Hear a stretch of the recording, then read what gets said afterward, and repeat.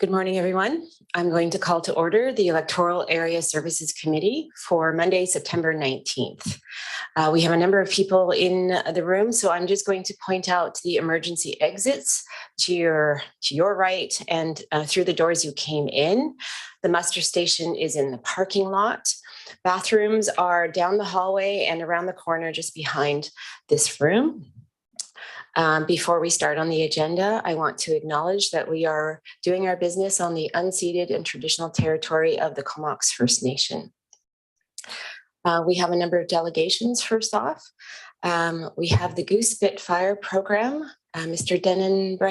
Brennan Day and Heather Cora for receipt. Moved and seconded. And can I ask whoever's delegating to come to the end of the desk, and you can press the button to turn on the lights.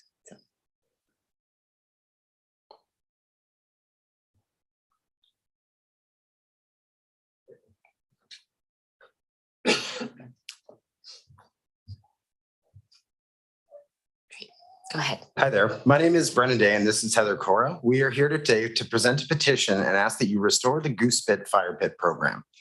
Thank you for taking the time to hear us and give us some thoughtful consideration on this matter. We are here to speak on behalf of over 3,300 signatories and give voice to the hundreds of comments that were submitted during the time of this petition. We did not know when this petition was launched that the response would be so immediate, so vocal, and so many people. People from Area A, B, C, Comox, Courtenay, Cumberland, and all over Vancouver Island signed the petition. They either live here or spend their tourism dollars here, and they chose to speak up about their Goose Spit Fire Pit experiences. It clearly hit a chord. In an environment of escalating costs and increasing unaffordability, this program was, and could be again, an affordable, barrier-free family activity.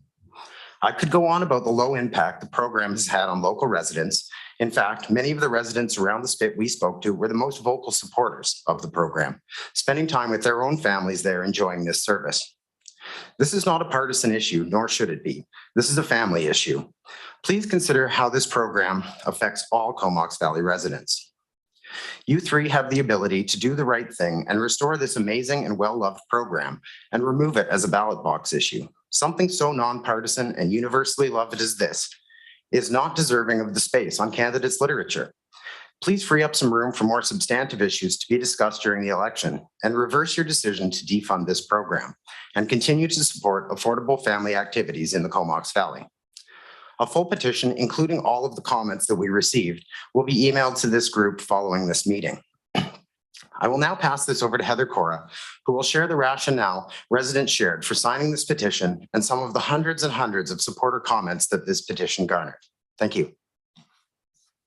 One of the most common comments related to the need for affordable family activities accessible to everyone. Nina Thomas shared, "I miss gathering with friends and neighbors safely outside. With the rental crisis, a lot of us are crammed into small spaces and do not have yards. We shouldn't have to drive to Campbell River to have a beach fire." Laura Lubier stated, "We were very excited when moving here 2 years ago to sit and have fires on the beach with our friends. We never got the chance to do so, and I've been hoping they would eventually bring the fire rings back. It would be very nice to have a cheap, fun, wholesome family activity to do in the valley." Amy Ritchie signed because with everything getting more expensive for families, this is something we can do without breaking the bank. Many people commented on the mental health benefits of a beach fire, particularly in a time when people are looking for ways to gather outdoors and socialize. Joanne Thomas said, "This is a tradition that local families have done for decades. It's a time to be outdoors, away from technology, and share time with friends and family face to face. After 2 years in a pandemic, we need this more than ever." Marion Baker shared, "This is good for all our mental health and well-being. Sitting around a fire with your children and grandchildren, having a wiener roast, making s'mores, chatting with friends. We are being deprived of so many activities that keep us healthy and functioning." Linda Fournier stated, "In these difficult times, sitting by a fire with friends and family may be exactly what someone needs to keep sane." Residents explained how family beach fires have helped young people to learn the social etiquette of a responsible fire. Maureen Scoville stated, "Our family loves to go for a wiener roast on this beach and to sit and watch the world go by. Our son has grown up doing this has fallen in love with this place, and is now much more likely to protect and take good care of it.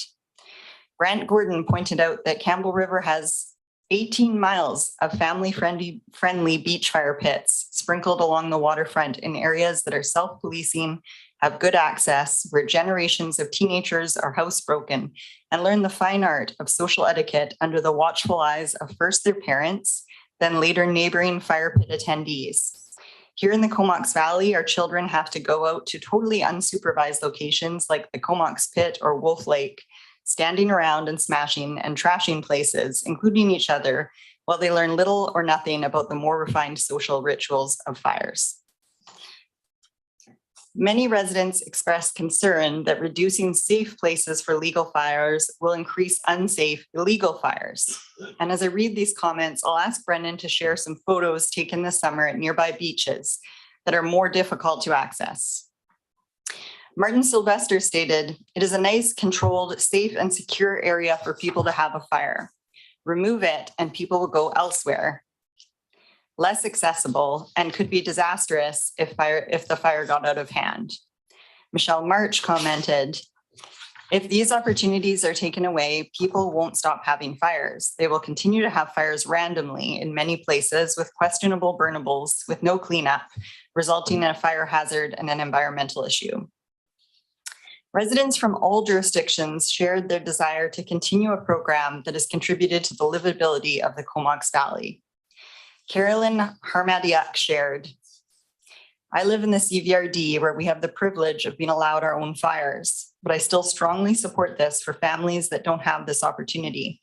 Families with children, couples, and friends all enjoy the beautiful landscape a sunset at the Spit offers or a hot dog roast that creates memories. Please don't take that joy away. Our world needs more places to find joy these days, not less." Wendy Ward said, "I'm new to the Valley and I'm so looking forward to enjoying being with friends around a fire at Goose Spit. It's the one activity that everyone I've met enjoys. In this time of rising costs and years of limited opportunities to gather, this decision is short-sighted and detrimental to the community. Please reconsider." Jeremy Taylor stated, "We have used these fire pits since the program was set up. This is one of the best programs in the Comox Valley. Let's keep family fun part of our community."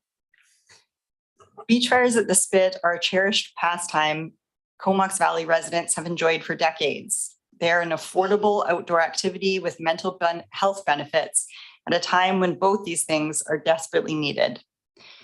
If only propane fires are permitted, it will become an activity that some families can participate in and others cannot. Removing the rings will result in more illegal, unsafe fires in areas more difficult to access in an emergency.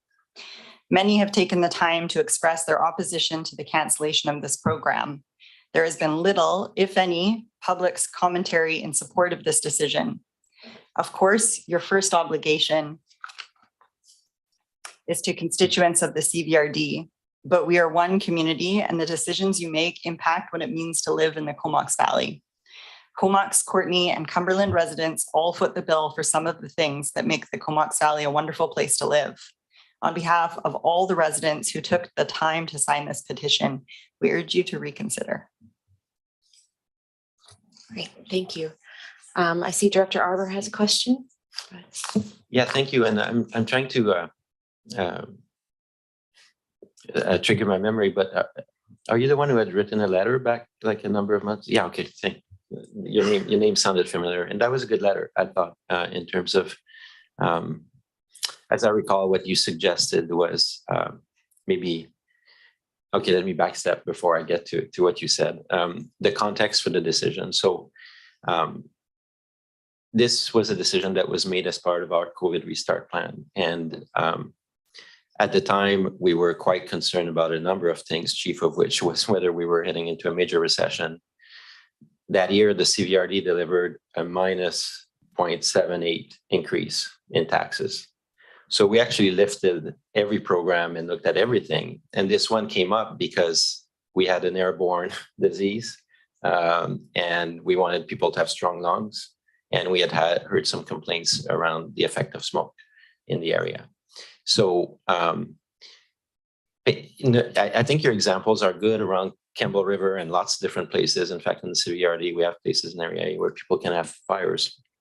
Nowhere do you see a program where government pays $70,000 a year for people to burn wood, right? So that's a tax expense, which, when we often get criticized for being a nanny state, but this was literally burning money, right? The 70 grand. So that's the decision we made around this program. In regards to whether people should have fire without getting paid by the program, that's a different matter. And that's something that actually following that, and then I'm getting to your letter. I think that was in your letter, that suggestion. And I've had conversations with other politicians in the Valley around that concept. Could it return without us having to fork out that tax increase or something like that, right? So it's trying to balance. And then the second thing, as you heard me say at the time too, is that it's solely the areas that pay into the program, and a lot of users on Comox and Courtney. So if Mr. Day becomes a councillor at Courtney, I hope that you'll be helping us out if there is a cost to the program for the municipalities to contribute as well. You are right that we share in all kinds of different services, but that was also an issue that was being discussed. So basically, we're not close to it. I don't know my problem with today, and I don't know if, again, maybe that'd be not a question, but you're coming on the last meeting. The petition was ready a number of months ago. We can't make a decision today. Like, it's not a decision day. We're basically in electoral season. I think that's probably why you're here. But there's a budget process, and so that would be considered as part of the 2023 budget if it was instituted. But I actually still would not be in favor to do a tax increase. I think I would be more in favor of exploring your idea, which is, can we just have fire rings and people procure their own firewood or their own wood to go? And that's a discussion, I think, to be had with all the municipalities, with ourselves, with Comox First Nation, and go from there. And again, in the background, those discussions have been happening. I know Dr. Grieve as well has had some discussions with the mayors a few months ago. So maybe I'll pass it on to him. Thank you. Director Robert, Director Grieve. Thank you much, Madam Chair, and thanks for coming. Yeah, extraordinary times, and the fire rings were the program was down for 2 years, as you know. Also, important to note that all the parks outside the municipalities are paid for and sustained and maintained by just the 3 electoral areas. So it's a bit of it's obviously a budget issue. I think that came into play because we had a few serious acquisitions that we were trying to save up for. And it's like with parks, you get the chance to buy the property once and in a lifetime. So there was one piece of property out on Spike Road that was needed to complete the one spot trail through to Endall Road. And we were in negotiations on that, oh God, for 10 years, I think. And the end of the day, and really, there was a shortage of money. We really had to scrimp and save. And this was one of the things we decided, well, maybe, we could let it go another year. I'm not adverse to revisiting it in the 23 to 27 budget cycle. I think this is something we can bring back for discussion after the election, because there's like I say, there's a lot of social value there, and fires are kind of like part of our ancestral memory. Because they were burning, we were supplying the wood. It was all clean, dry alder, so very minimum in as far as the PM 2.5 particulates go. And it was, well maintained. I think the $70,000 we allotted for it was, we could probably shave that down a little bit. And if we could get at least some of the municipalities on board to help out in some small way. I know I've been in discussion with the former mayor of Comox on this, and actually I think I met with Brennan and Russell for a coffee one time to discuss this. So I think Comox may be prone to partnering up. Now, there's a formal way to do that didn't exist this spring, and that is our new regional parks function that we've just established, which is being paid into by all the municipalities and all the electoral areas, which is something I've been pushing for 11 years now at least, and it's finally come to fruition. There is, in order to make sure it's fair, we have a threshold of 0.75% vote in favor of park acquisitions. I don't think park, if I'm correct me if I'm wrong, I think as far as park operations go, is 60%. Or 66, like 2/3, not 3/4. So, there is a possibility of getting the, once we get that function up and running, I think we're only putting about 300,000 into that next year, but it's a start. And the concept on that is to look at parks of regional significance that would just be too big for the areas A, B, and C to stump up the money for in the first place. So maybe that's a place we can start. I think what I brought up at the coffee I had with Russ Arnott and Brennan was, in the old days, the way we used to do it, you would have a service club, or a society that could take this on. And that way you could fund them through grant and aid a little bit, and they could look after it. I was a Boy Scout leader for about 7 years. I think, Scouts would be a perfect one because they'd learn all about their fire lane and get their fire badges and everything else. Failing that, then, maybe one of the other service clubs in town. But as we all know, volunteerism is waning terribly. And service clubs are struggling. I think the Monarch Lions Club is down to a rump. The Kinsmen are still going a little bit. Even the mighty Rotary clubs aren't maybe what they used to be. But this is another concept, and maybe we should throw it out there and see if there's somebody willing to take it over. But when you actually add it up, it's not a lot of days, because I think we started in May and it's over in September. And of course, if you get a long, dry summer, you got a fire ban anyway, right? So it doesn't really add up to a lot of days in the end. So I think it's a doable thing. I'd be willing to bring it back for discussion after the election in the new budget cycle, which is where it's going to have to come back anyway, like Director Arbor said. So yeah, you can color me in on this one for sure. Thank you. Thanks, Director Grieve. I have a couple of comments and questions as well. So first of all, thank you for coming and bringing it forward and presenting the views and the comments in the petition. That was really good to hear. I know that you didn't mention that we still have fire rings at Little River, and that maybe you weren't aware that they are there, that we do have that fire ring service that BC Ferries helps to support. And it's available to local citizens there. So just for you and for those members of the public who are watching, we do still have fire rings in the Comox Valley. Both Director Arbor and Director Grieve have mentioned Courtney and Comox potentially purchasing into a service. I'm wondering, and maybe particularly for Comox, if you think there are potential sites for fire rings in Comox as well, potentially, Lazo, or any comments you have on that? I think this summer, the Lazo Beach was one of the only places there were fires permitted. So Comox already does allow fires at Lazo. And in fact, that was where probably a lot of CVRD and other residents had their beach fires this summer. Sure. So I think what we're asking is, instead of taking them away, can we look for a way to have them back again? Okay. And I hope that involves looking at how Comox has been doing it and seems to do it for a relatively low cost, and how Campbell River does it and how they seem to run their program. And I agree that $70,000 seems like a lot, but maybe looking at how some other places are doing it for a lot less, and how it could be scaled back, but still permitted. Sure. Okay. Well, I'm glad to acknowledge that there are, more spots than I realized. I had thought that Lazo, that Comox had banned all beach fires. So it's good to hear that. And maybe potentially there's opportunity for more beach fires within Comox.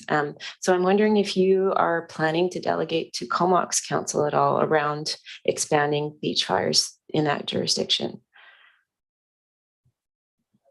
Say not at the moment, since they're one of the only places that does allow beach fires. And, you know, I kind of thought about, people have mentioned in some of the comments, Courtney, but honestly, I'm not aware of a really appropriate beach that exists in Courtney for that kind of thing. Sure. I think Director Arbor's got a comment on that.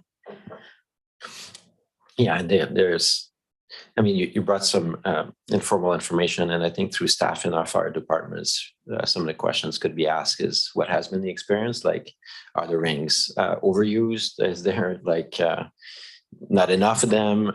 Has there been, like the pictures you showed us, has there been displacement? Have we observed more illegal fires elsewhere? You know, those are good questions that our fire departments would be able to answer as we consider the future of that. So yeah, thank you for coming today. Yeah, thanks.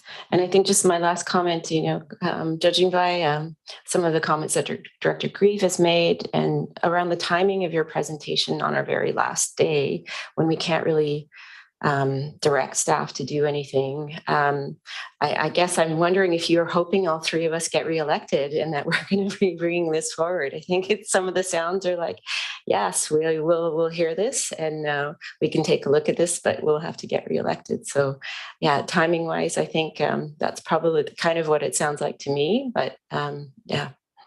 So I don't know if anyone has any more comments, Director Grieve. Well, I guess we could make a motion to bring this back in the new budget cycle. Potentially under new business. Okay. Yeah. I don't see any other questions. So thank you for your presentation, and I'll vote on receipt. All in favor? Opposed? And that's carried. Thank you. We have the next delegation is for the Beulah Creek Housing Project. Joanne Harrison and Kevin Albers from the Hornby Island Housing Society for receipt. Moved and seconded. And yes, if you can join that side. And I believe Kevin is online. Correct. Great. It's just the gray one. Yeah. Great. Hello. Go ahead. That's me? Yeah. Good. Good morning. Thank you for the opportunity. I'm Joanne Harrison, president of the Hornby Island Housing Society. Our acronym is HIHS. So if you hear me refer to that, that'll be it. We're a charitable nonprofit that was initiated in 1992, and we've been working on Hornby since that time for the provision of affordable rental housing. And I'd like to introduce Kevin Albers on Zoom, who is the CEO of Macola Housing. And Macola Housing is partnering with us on one of our two projects, the Beulah Creek Village project. And Kevin, if you're there, could you speak to Beulah Creek Village? Good morning, everyone. My name is Kevin Albers. I'm the CEO of both Macola Housing Society and Macola Development Services.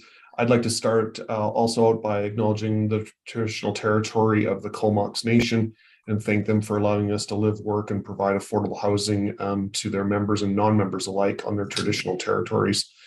Like Joe said, just a sec, Kevin, I think your camera might be pointed in a different direction. Oh, I get it now. Let's see, I can fix this. And and that's totally fine if you, there How's you go. Yeah, there. Thanks. Go ahead. The problem when your computer's hooked up to your other devices and it picks the camera that it wants.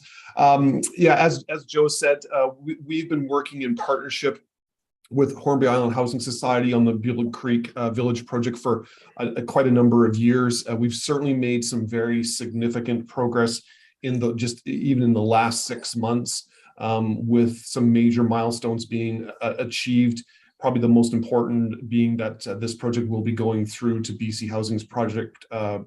It's called a PPA, a preliminary project approval process, expected in the fall of 2022. So literally coming up weeks from now, which is very significant. And that's really the part of the process that really triggers the project to go and be realized in the community of Hornby. It's just a really strategic kind of partnership where Macola gets to leverage its operating expertise and knowledge about not just developing housing projects in this type throughout the province of BC, but also in operating it and working very closely with BC Housing. The next big piece, the next big milestone we're hoping to achieve is an application through to Canada Mortgage and Housing Corporation through the co-investment fund to help with the financial feasibility of the project. And also we're looking to look to the CVRD to support us in our endeavors to increase the reductions in greenhouse gas emissions, and also by increasing the comforts of the residents that will call Billow Creek their home in the future, and looking for support in possibly the inclusion of heat pumps into the project. We've now received approvals from both BC Housing and our consultant that they are achievable within the project. The question is where do we find the funding to support that? And we're just executing a contract with our consultant so that we can make the proper submission to CMHC for the co-investment funds, where we have to be able to demonstrate through energy modeling that it's meeting the requirements of those funds of a 25% reduction in greenhouse gas emissions and energy consumption. So I think I'll leave it at that, and obviously very happy to answer any questions of the panel. Great. And Karen, do you have? Thanks, Kevin. Could I also comment that the contribution of CVRD to this project really is helping to leverage the investment from the federal government with that co-investment, CMHC co-investment fund. And so we're very pleased and want to thank you for that contribution. It's very meaningful. And we're HIHS is really very pleased to be partnering with Macola Housing because of, as Kevin mentioned, the expertise that they bring and the complexity really of operating a village with the kind of infrastructure that will be required and the financial oversight and so on and so forth. So I just wanted to tell you briefly about our other project on Hornby Island. So 30 years ago, we started out as an elder housing society and have evolved in 2017 to follow up on the Billow Creek project opportunity to house residents of all ages. So over the 30 years, the society managed to construct 11 units of seniors housing. That's our elder village. It's in a different location from Billow Creek. It's fully occupied, built without independent of government subsidy. It's managed by volunteers and very tight budget, break even basically, and fully occupied with 40 community members waiting for the chance to move in. There's a large demand, very clear. CVRD has been supportive over the last decades with annual grants for capital improvements, and most recently was a grant for a critical upgrade to a septic system, and that support's been really valuable. So thank you for that too. And we're investigating too the option for converting to heat pumps for heating, and if that proves practical, we'd like to request future consideration for support in that area. Meanwhile, I just wanted to say we have a huge opportunity for expansion of community housing, the land adjacent to the Elder Village, which is very near to the village, the Hornby Village Center, if we could call it that, is available for purchase. Once again, funding is the issue. Capital support would be needed. And so I'm really appreciative that of the Housing Support Opportunities report, and would be funding support in an ongoing way to be able to respond to that kind of opportunity. You know, it is a once in a lifetime, as Director Grieve was referring to with the parks. That's the piece of land that the community really needs for future housing and expansion.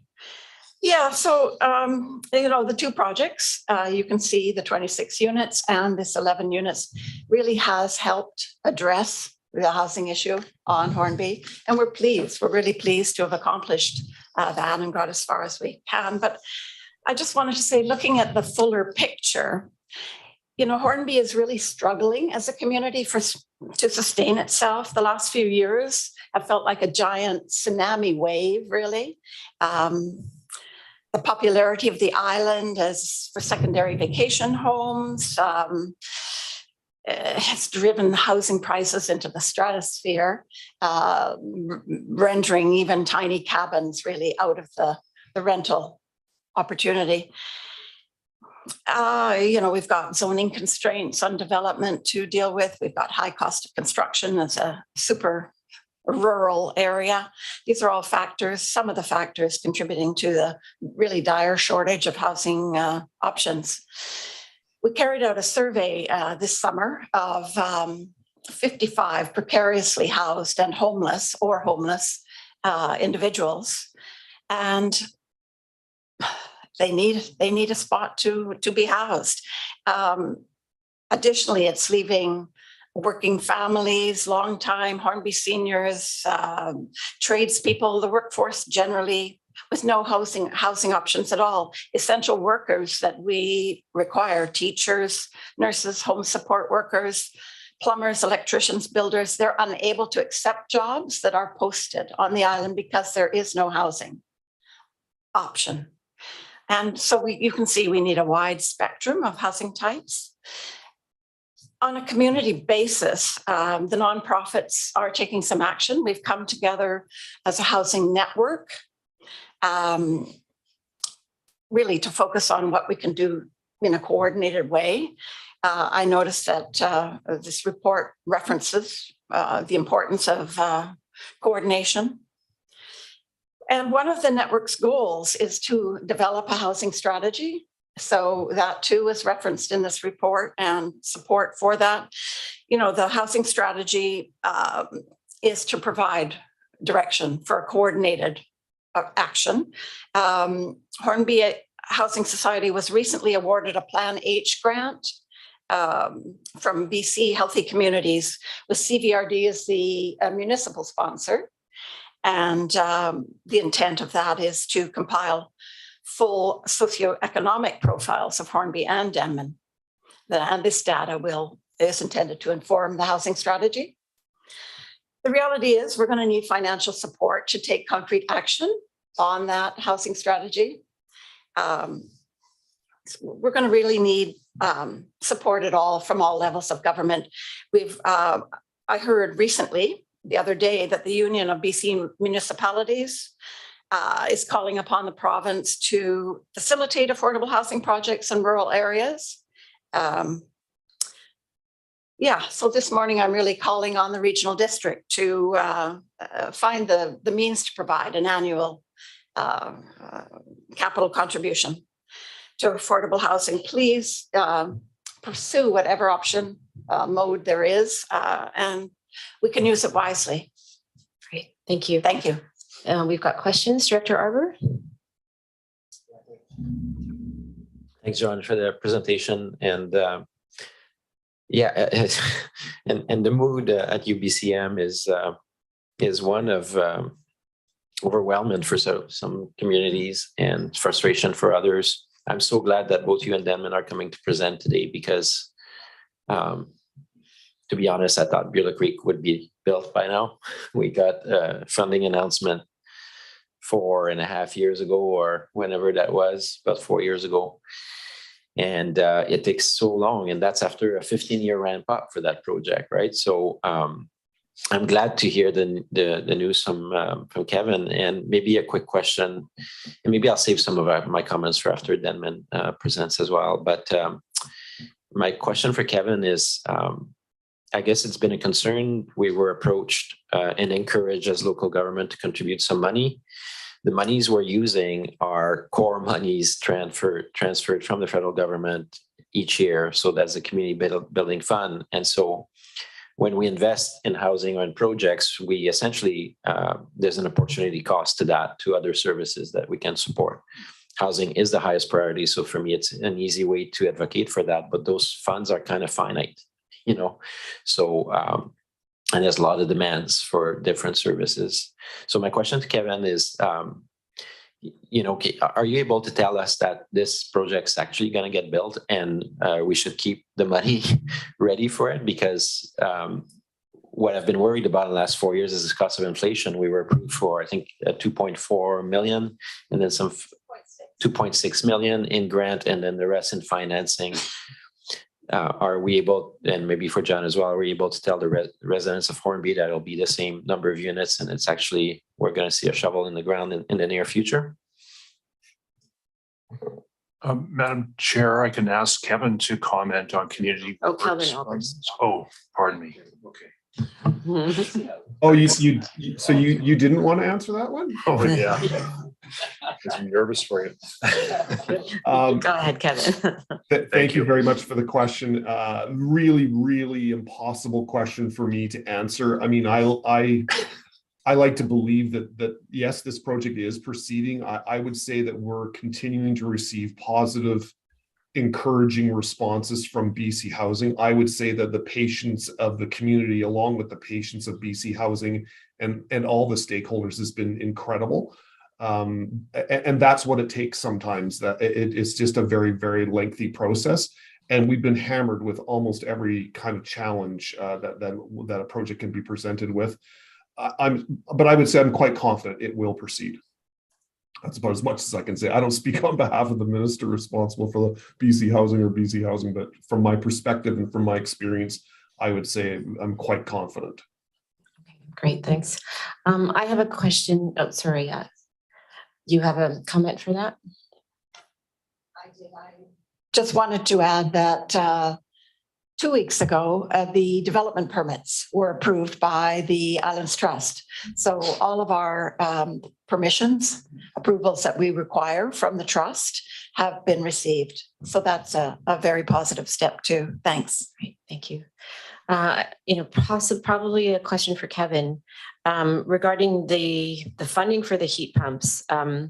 You know, the directors and I have just come back from UBCM, where we had a pretty positive meeting with BC Hydro, who assures us, you know, on the island, we have lots of energy, and that Hydro is very, very much looking to support communities in transitioning to more efficient and environmentally friendly heating options. So, Kevin, have you pursued potential grants with BC Hydro? So the idea of the heat pump is just a very, very recent idea. So we're just starting to do that work, but that'll be part of what we do for sure. Okay, great. Because it sounds like they've got a pretty substantial pocket of money that you may want to look at. My second question is maybe more for Director Arbour, because I'm wondering where Hornby is on the MRDT and whether or not that could be a potential source of ongoing funding, the way that Joanne had mentioned. Yeah, thanks. We were just approved for MRDT number of months ago. We started collecting this summer, but let's save that discussion for, we're going to get a report from Marcy Dewitt later on. So let's save those comments. Housing on the Islands is going to come back today a couple of times. Okay, so there's a potential source of probably better than Community Works, it sounds like, for some ongoing supportive funding, right? I don't see any other questions around the table, so I want to thank both you, Joanne and Kevin, for presenting and letting us know where Beulah Creek is at. So on receipt, all in favor? Opposed? And that's carried. Item number 3, the Denman Housing Associations. Simon Palmer presenting on the housing project there. For receipt? Moved and seconded. And Simon, if you can press the button, I'll turn your mic on. Go ahead. And I think I have a slide show. I'm not sure which button to press here. Yeah, it's come. Oh. Any one of these? You know what button to press? The one pointing that way. To your right. The button to the right is the one that will move things around. To the right.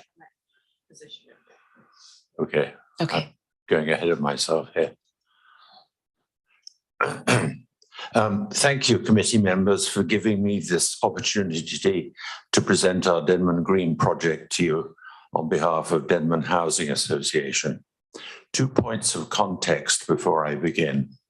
First, November this year marks the 10th anniversary of the incorporation of Denman Housing Association. 10 years of our volunteer organization trying every which way to find land, a suitable site that could be acquired for no money on an island where property is expensive and there is no public land.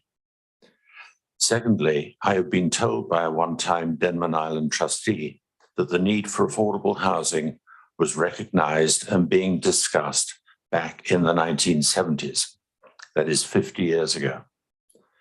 10 years and 50 years, two numbers to kindly bear in mind as you consider this presentation. Is it possible to, there we go, yeah. The site we found in January last year is ideal, centrally located in the village, across the road from the school and playground, minutes from the general store, and a short walk to the ferry.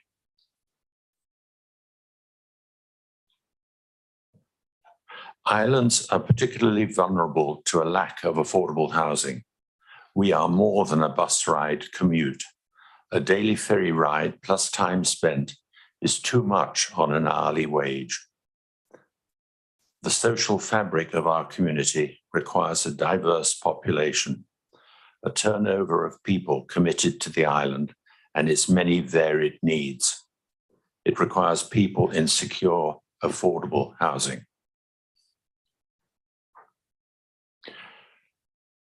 The site is compact.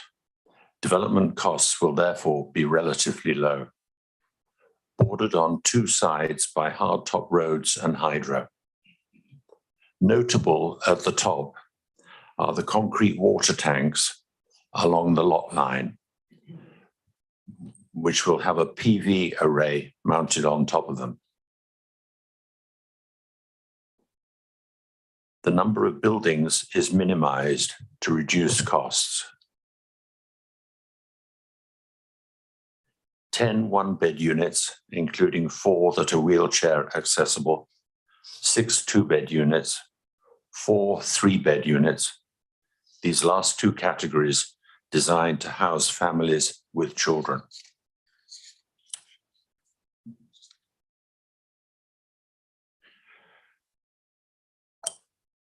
Okay. We are well positioned with regards to Islands Trust rezoning approvals.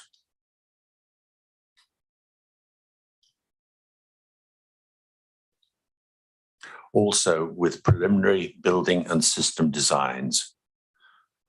Of particular note are the progressive sustainable features planned for Denman Green. The sustainable year-round yield from the well exceeds average daily demand, yet to conserve groundwater, we plan to collect, store and treat rainwater to supply 50% of annual consumption. 600,000 litres of potable water will be saved by using grey water for toilet flushing. Our PV array with a tie-in to BC Hydro and a net metering arrangement will enable Denman Green to operate with net zero energy consumption.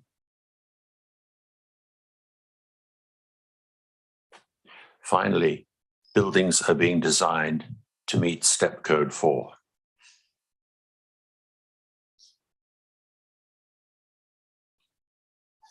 We are currently busy getting these tasks underway to ensure that our applications for capital funding to BC Housing and others are supported by credible, professionally prepared designs and costs for each aspect of the development. Shovel-ready is the descriptive term used.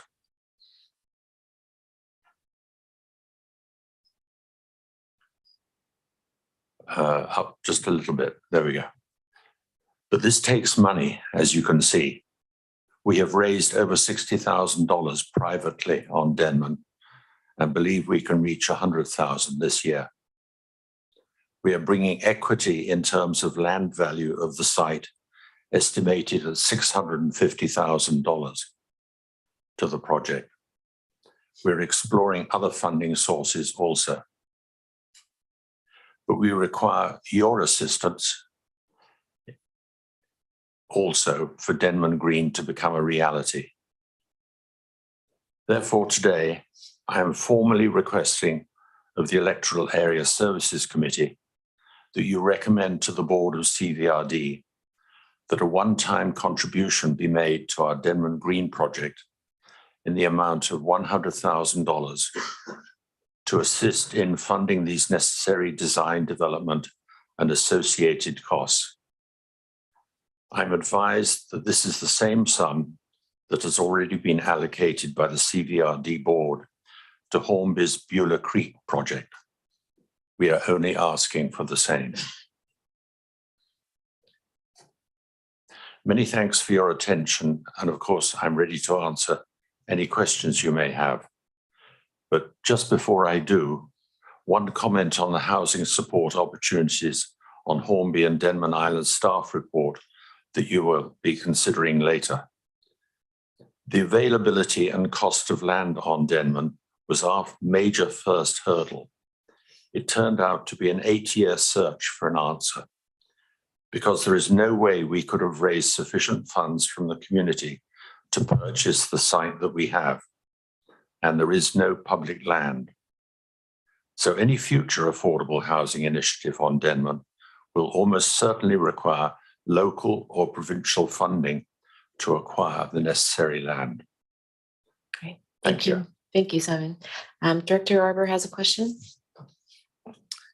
Thanks for the presentation and updating us on what has been really stunning and fantastic news in the last year of this new site being identified right in the heart of Denman Island, right a stone's throw from the school and the store and the hall. Brilliant work by your organization to move from a site that was more difficult to develop, and then to be able to secure an opportunity. You did really amazing work. So that's first. The second is I'm still trying to parcel out the comments. I'll reserve for later when we discuss the study that was just produced, but more directly in regards to your request for funding. Yeah, I think it's not unreasonable at all. And there's a slight difference. Like, obviously, we can agree on the project stage in terms of the contribution made to Hornby Island Housing Society was when basically the project had received a substantial provincial grant and promise of financing and CMHC, so quite advanced. And they just wanted to see, increasingly, I guess the province wants to see contribution from the municipalities.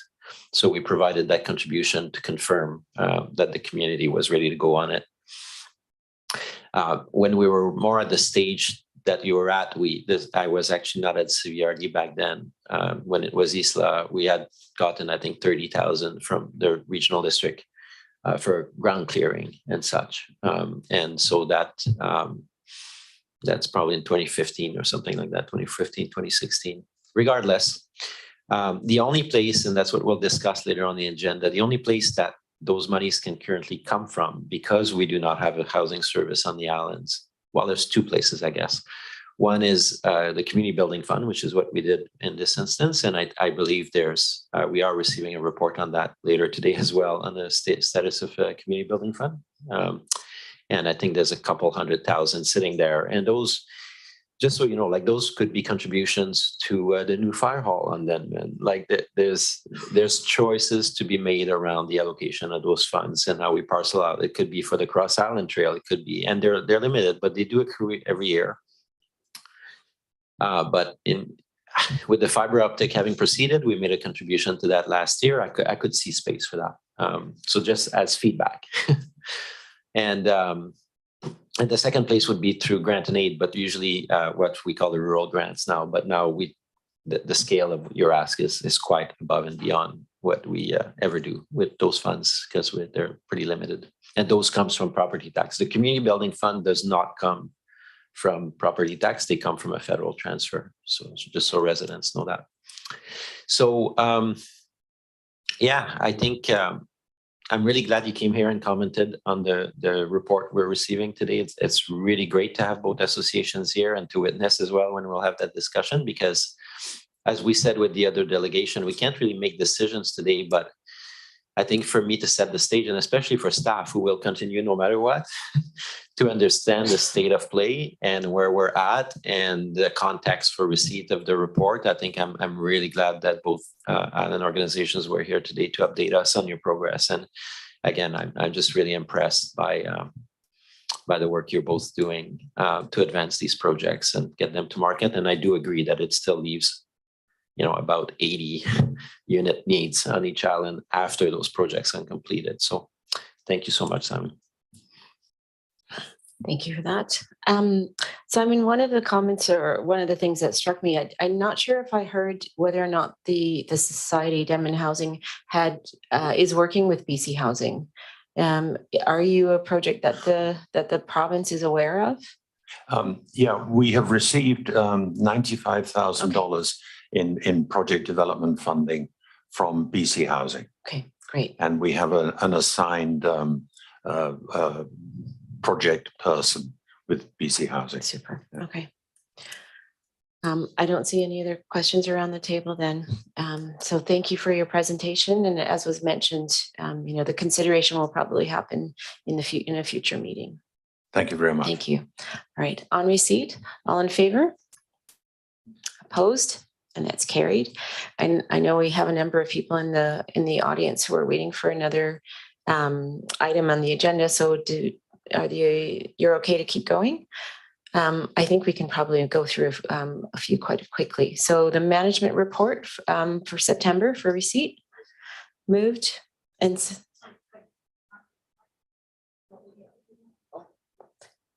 you're coming up. Yeah. No. No. Sorry, she's not. Oh. Sorry, are you part of the Denman Island? Oh, I didn't realize that there was a separate. How would directors like to proceed?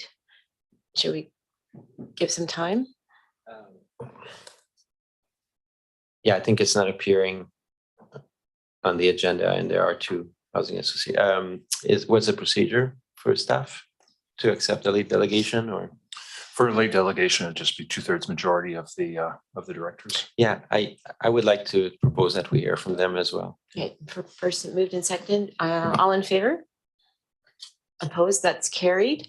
So yeah, please go ahead, and if you can introduce yourself and give us your details.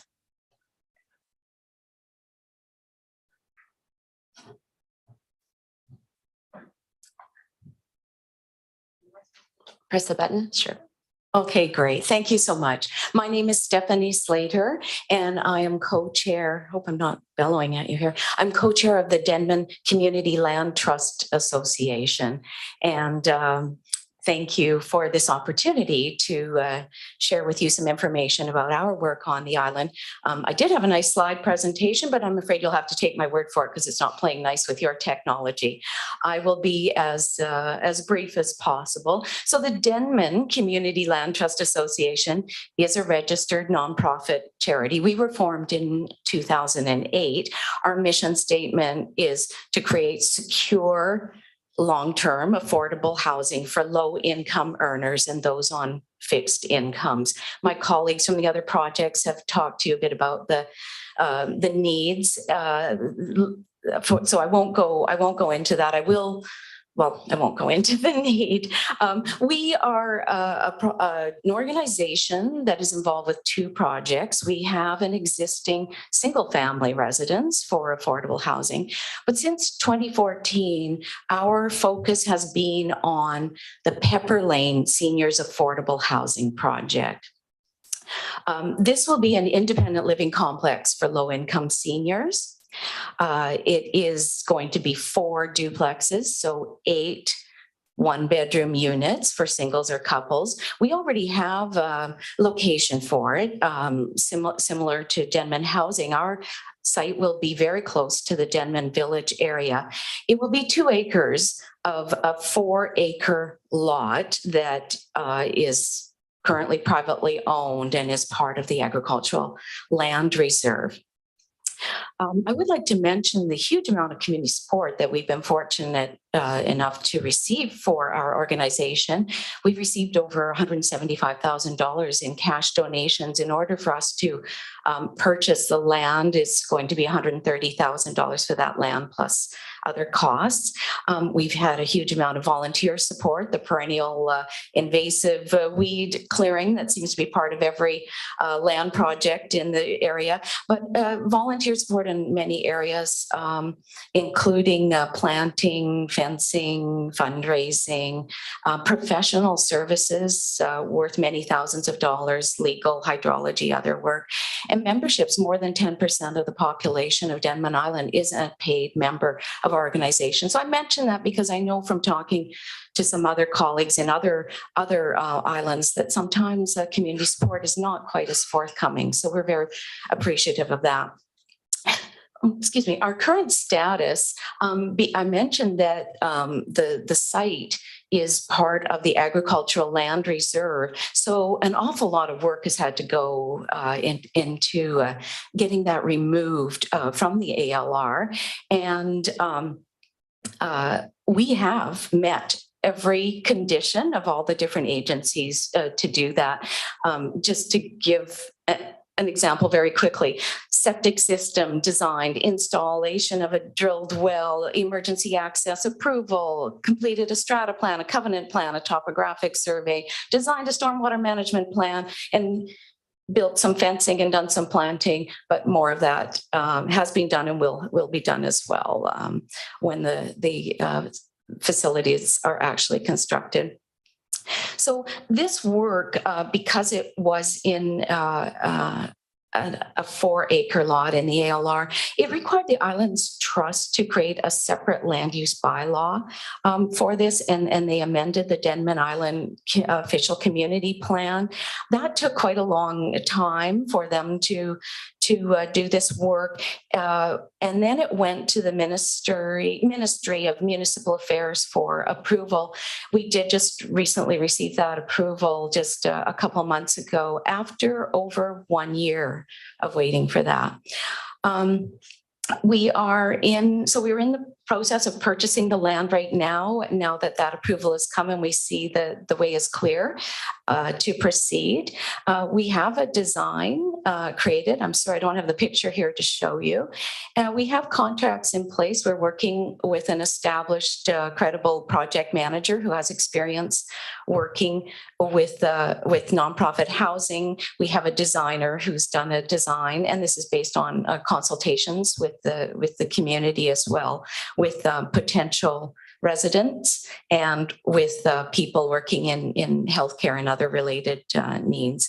And we have contracts with civil and electrical engineering firms for when we're ready to proceed with those. So we're very much ready to go. But I know Daniel wanted to hear about some of the challenges of groups like ours, and I know some of my colleagues have addressed them. But I would like to summarize them. They fall essentially into 5 categories: multiple jurisdictions, unrealistic or unreasonable demands of those jurisdictions, long timelines, and you've heard about some of that from some of the others, issues specific to the rural nature of our communities and very limited funding resources. So I'll just quickly give a few examples of what I'm talking about, of the multiple regulatory bodies that we have to work with for this.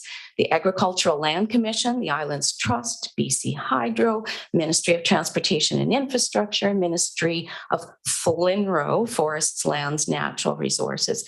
And that's one reason we have to spend thousands of dollars for a lawyer just to do the conveyancing of the land purchase, because they all have multiple requirements that, the other agency will agree to this, et cetera. In terms of unrealistic demands, some examples, we have like 5 covenants that are being placed on the land. Some of them reasonable, some not, some I don't think should be a covenant, but one was that, for example, Islands Trust required that we spend thousands of dollars to register a water monitoring covenant on the land when, Islands Trust spent over a year wrangling with Ministry of FLNRO about who has jurisdiction over water. And they had a project, their water person wanted to do water monitoring. And so we had to spend all this money. They have created a very detailed housing agreement, which is another covenant, but it specifies the cost of the rent formula. It's already had to be changed due to increase in pension amounts with the federal government, and it's not quite the same as BC Housing. So it creates complexity there. Ministry of Agriculture is not one of the regulatory bodies involved, but they were asked to give feedback, and they suggested a 200-meter setback from every property boundary, which would have left us no room whatsoever to build on. I think they just picked it from something that was required in a Fraser Valley, a massive development in Fraser Valley. So just gives you an idea of some of the things we've had to go through. At one point, Islands Trust decided that a ditch on the property was a stream, and that would have required other covenants and requests for exemptions and setbacks. And we had to point out that they had already agreed it was a ditch, it was a human dug ditch, and that we could provide evidence. So these are the kind of things that go on. In terms of timelines, you've heard about some of them. It took more than a year for the Ministry of Municipal Affairs to approve the Islands Trust bylaw. The Agricultural Land Commission made a mistake when our organization initially requested this exemption from the land reserve. They made the mistake. They applied it to the full property, not the 2 acres we're subdividing. It took 3 years for them to correct their mistake on that. It took a year for Islands Trust and FLNRO to wrestle about their jurisdiction over water. It's taken years for Islands Trust to come up with this special bylaw and the covenants that they've requested for us. So it's a grueling process, that's for sure. And in terms of the rural population, I won't go into a lot of that, but you've heard from some of the colleagues about the challenges of doing this kind of work in rural areas and also small populations to draw on for donations and volunteers. But another one that came up in January of this year, usually these kind of projects are exempted from property taxes through the municipalities in the jurisdictions where the organizations are located. And we were advised, because we're in a rural area, ours goes through the province, and we were advised that the tax exemption for our single family residents was going to be revoked. They were trying to be, I don't know exactly, singular or I don't quite understand the rationale, but other organizations were in the same position. So we requested that this be restored. It has been, but there is a review of tax legislation underway. Daniel kindly offered to have the finance department of this regional district give us some advice, and we look forward to hearing if there's any advice they can give us on that. But just to give you an idea of some of the complexities there. Funding, always a perennial challenge, as you've heard.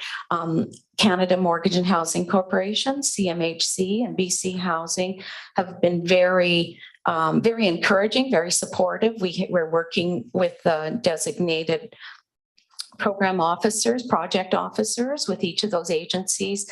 CMHC has given us $40,000, half in the form of a grant, half in the form of a loan. BC Housing, just a couple of years ago, our representative was so encouraging, and he was very certain that when the time came for us to begin construction, that they would be very easily be able to find the funding, construction funding we needed, estimated to be $2.5 to $3 million. It's very small in their world, so because they have unspent funds and interest rates and things like that, he was very confident we could be funded without going through the very formal process, which takes place every 3 years or so. So there again, the timelines involved. However, I think people are aware BC Housing has undergone a fairly recent major review and restructuring.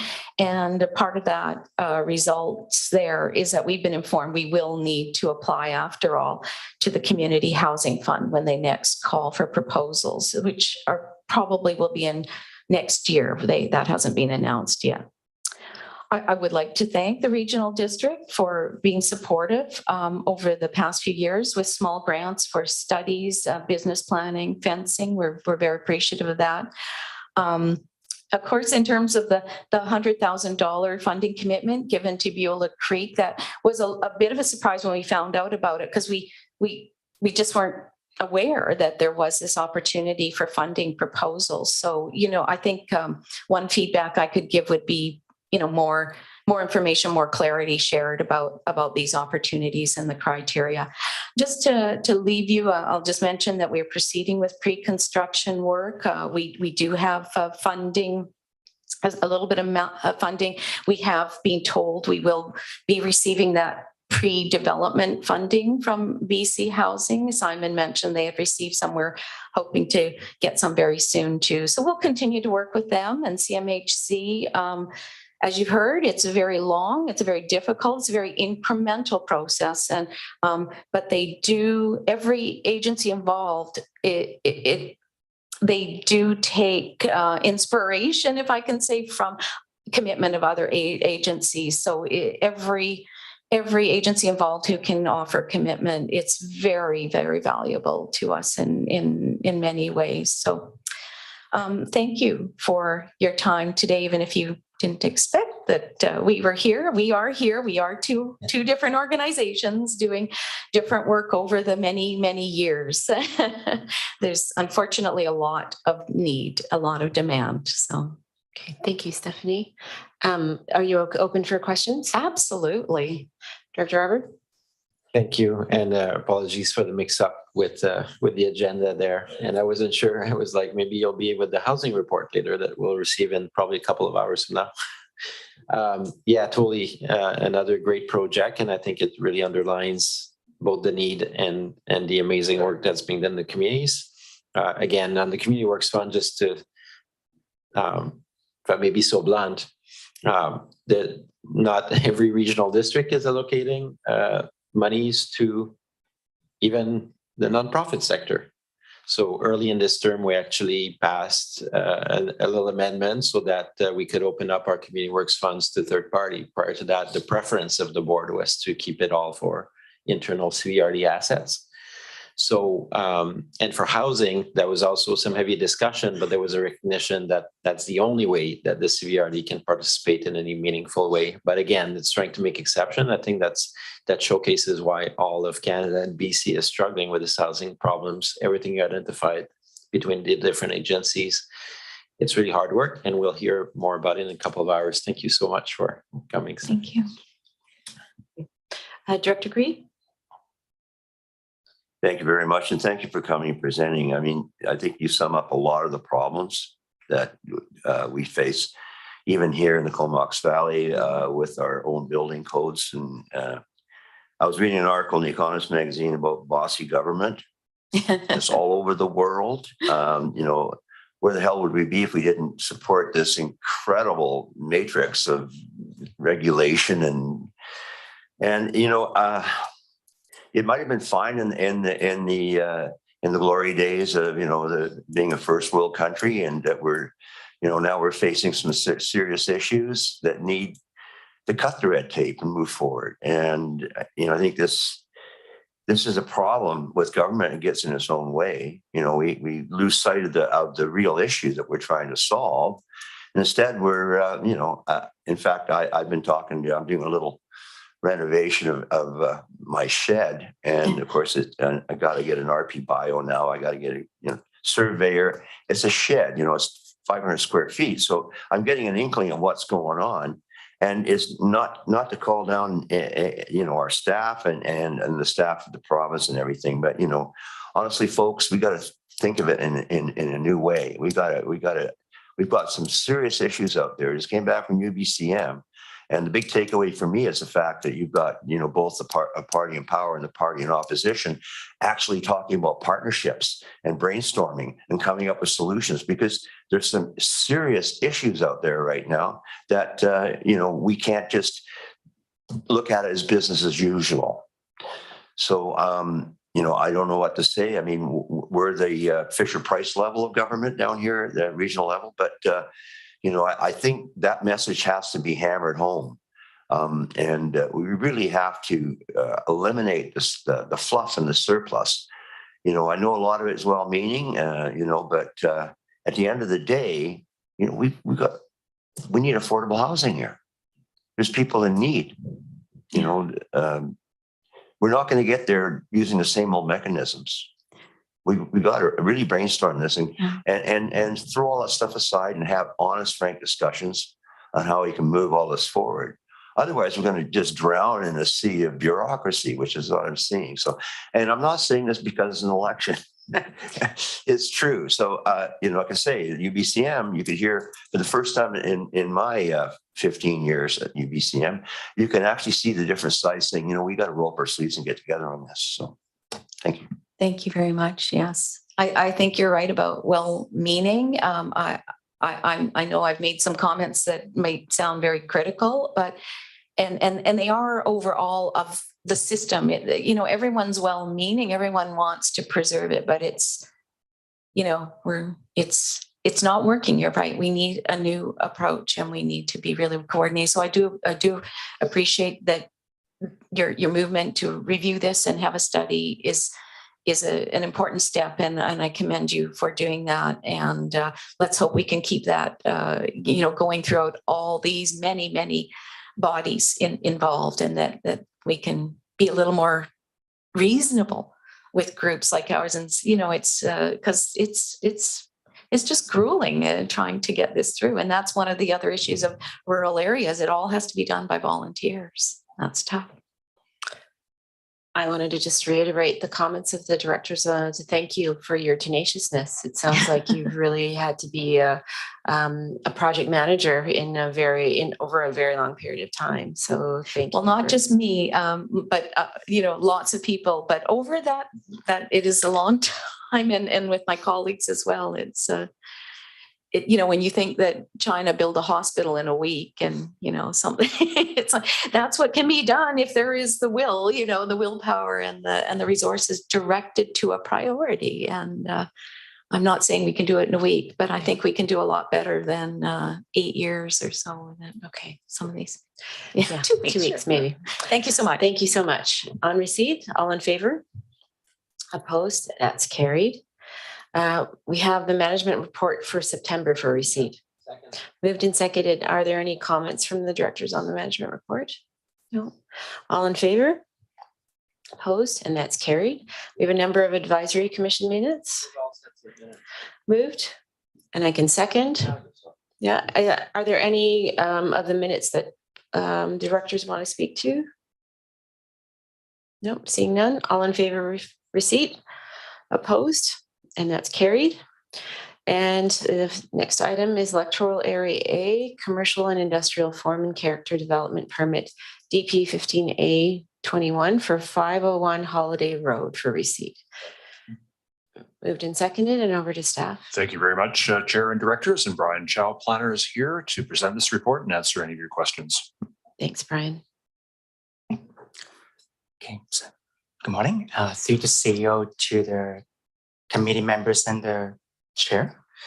The subject property at 501 Hardy Road is zoned tourist commercial 2, which permits tourist accommodation and campground uses. These uses are for the traveling public with a maximum stay of 6 months in a 12-month period. As the proposed use is permitted under the tourist commercial 2 zone, this is a commercial and industrial form and character development permit application. The focus of the review is on the proposal's expression of the development permit area guidelines related to the form and character, landscaping, rainwater management, screening, and parking. The staff report is included for your review. Some of the highlights of the guidelines review included that the size and the scale of the buildings are compatible with the surrounding landscape. The landscape plan is proposed to be a 3-meter wide buffer with 566 additional new plants for screening. On top of that, this will be supplemented by a chain link fence with privacy slats.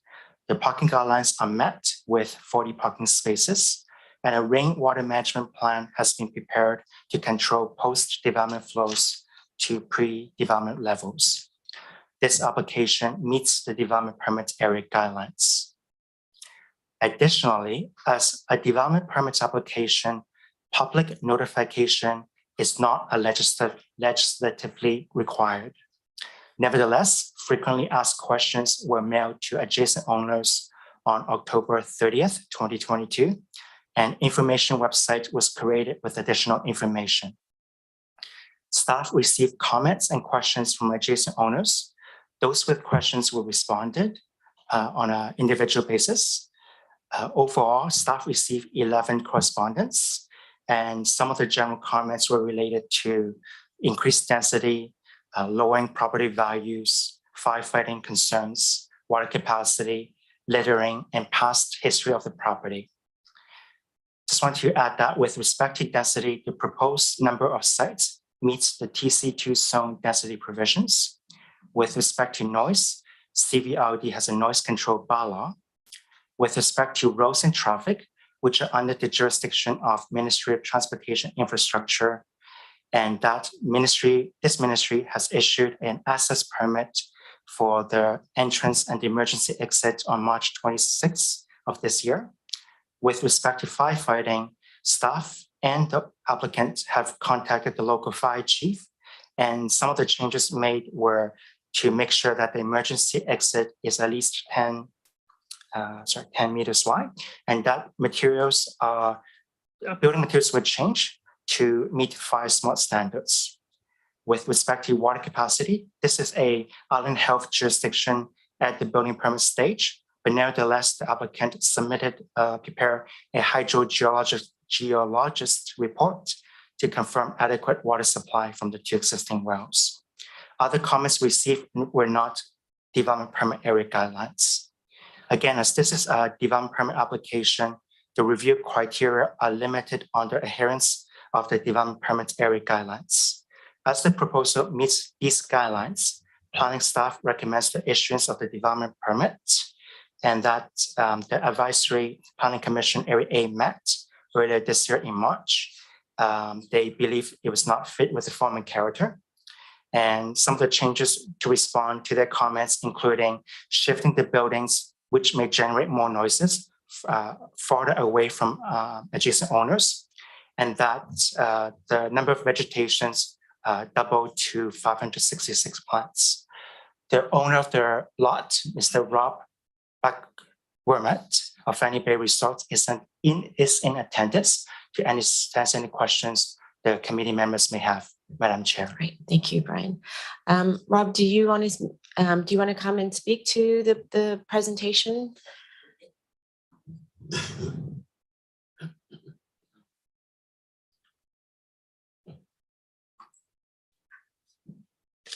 Just press the button.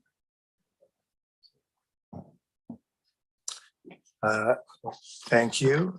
Happy to be here. We've worked hard to put this application forward. I also have two friends in attendance. Christy, who lives in Comox. I met her just over a year ago, and she's been an advisor in the project. In fact, her son Spencer also kind of hung out on the property a few times and held the end of a measuring tape and whatnot. And also Wayne Morstad, who's my old neighbor, a longtime neighbor when I lived in Saskatoon in the 70s. And Wayne now lives here in Courtenay. And I understand that there might be a couple of my new neighbors that are less than fully enthusiastic about the campground proposal. So I just wanted to have a friendly neighbor here in the crowd. We've designed, we wanted the campground to be like, beautiful and sensitive to the environment. And we've also wanted to be good neighbors from the outset. I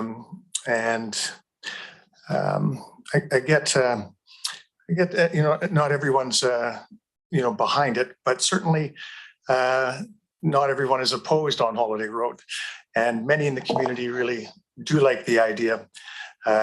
Mike Smith, the fire chief, on a personal level, thinks it's fantastic. And at the FBI, where I've gone for lunch many times, many of the staff there are excited about that because they don't have any place for their friends who come into town or relatives to come in town for them to stay. And certainly lots of the local businesses are behind the idea. And on the larger community, there's, as we all know, it's very, very big demand.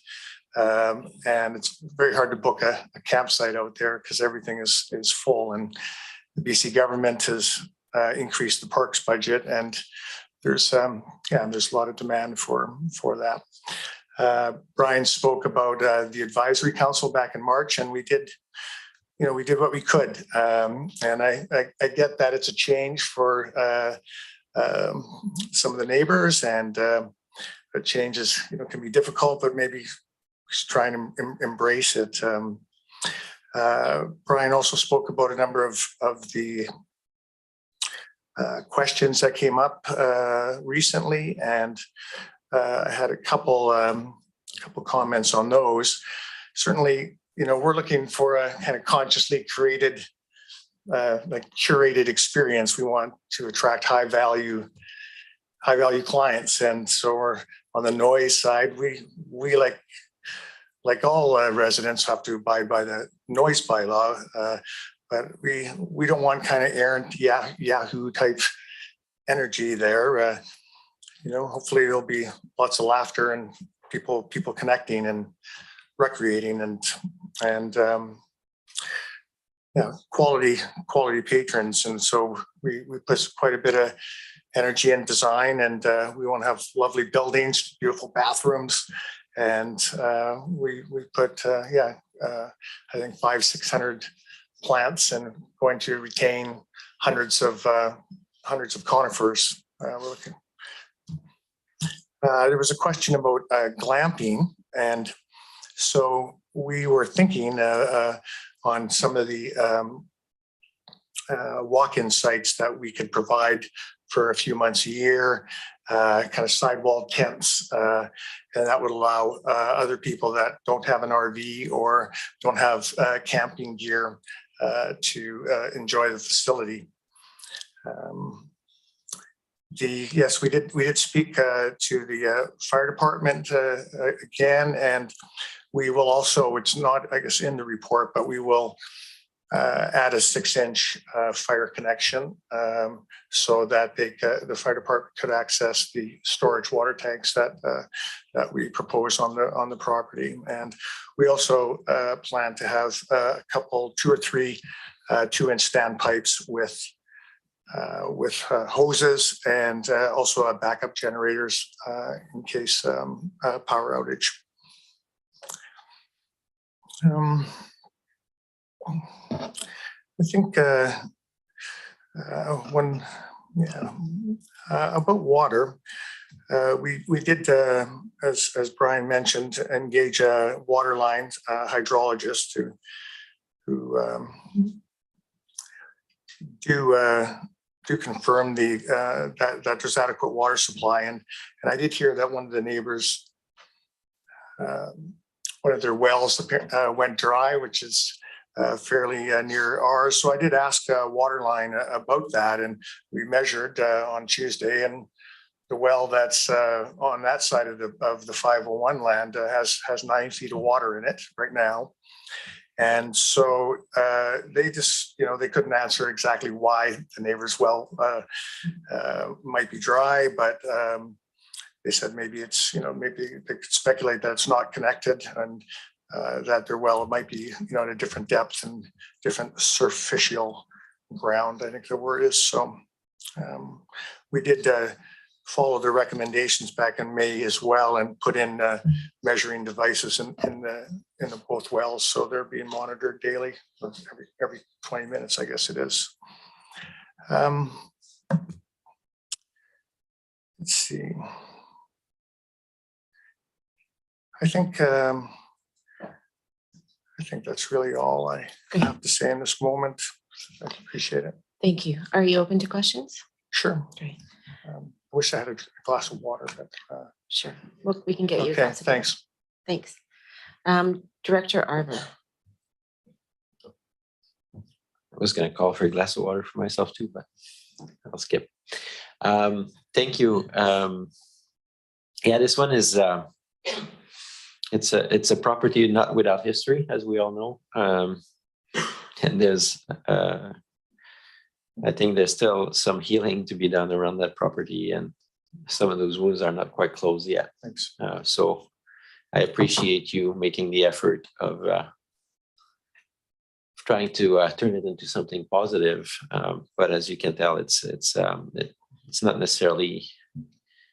It's difficult to address some of the comments. I was at the APC meeting, and even for people who don't live in the neighborhood, there's recognition. I think one comment from staff is, I think one of the question is would this zoning have a chance in that neighborhood in today's age and under the RGS and ROCP? And the answer was no. This is an unusual zoning in a very residential, larger acreage area that ended up with tourism zoning. And it's been problematic in that neighborhood for a long time. And so I realized that the limitation of us is really focused not on the zoning, obviously, because you have that zoning, but on the form and character. And so that's what the APC focused a lot of their comments on. And some of the things I heard at the time, if my memory serves me right, went sometimes a little bit outside the scope, but you have to think about those things like the amount of traffic and the capacity of the road and the noise. 50 sites on 5 acres is about 10 sites per acre. And so I can relate to that because I've been on the property of 1 acre for 20 years, and it's tight, it'll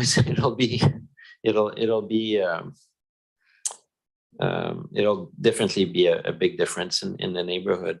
So I'm kind of struggling in terms of the feedback to provide, because it has to be fairly narrow feedback in terms of our capacity. Can staff explain again, for the benefit of the audience and others, the limitations that exist on this application for elected official, what we can and should not rule on?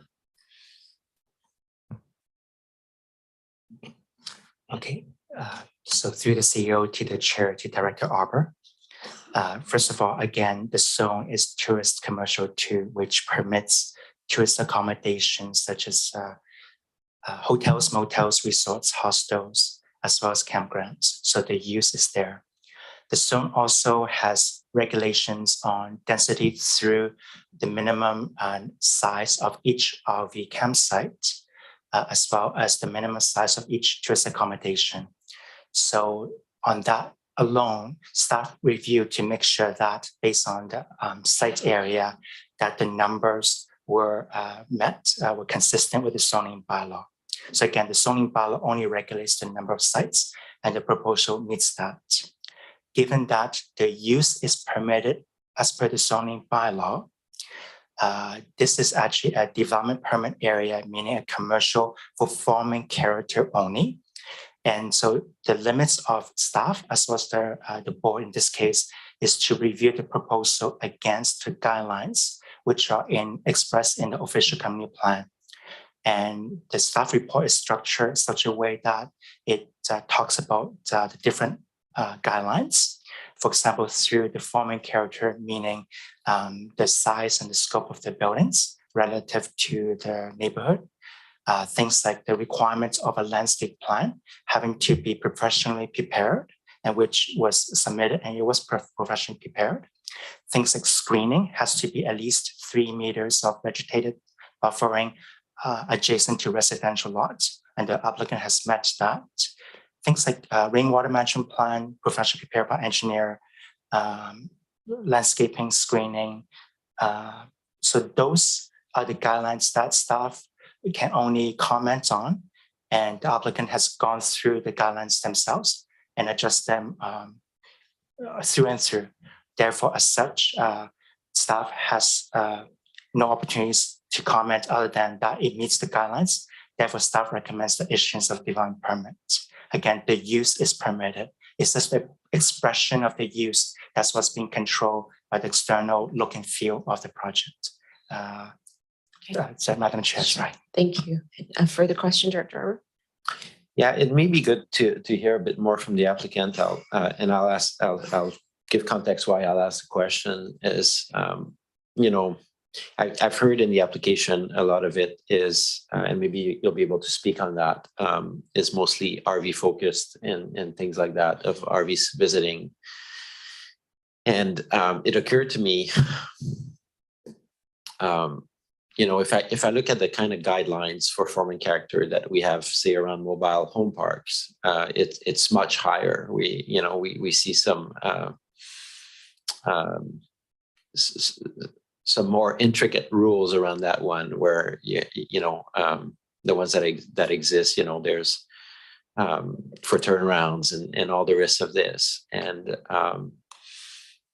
I wonder if our campsites rules and regulations were developed at a time that RVs were not as big, RVs especially were not as prevalent as they are today. So I'd just like to hear, because one things I looked like, and I realize I'm slightly not out of scope, but there are questions, right? When I look at the gravel, if you have a steady amount of RVs, is that contemplated, the wear and tear and all the rest of that? When you talk about having a high-end facility site, today, I know for the mobile home park, a lot of them are getting paved and the rest of that. So I just have those questions because I think they do link to form and character and around your intent. And if you can describe, if you're willing to share, around the business model, because I know in the case of the Saratoga rezoning application, where they were looking at large campsites, a lot of those issues were coming up around is this something that would be rentals through the summer, and then for snowbirds in the winter? Like, what kind of, if you can explain a little more on what you envision as your working model, that might be helpful, because I think to me that informs forming character and fitting with the neighborhood as well. Can you press your button? Sorry.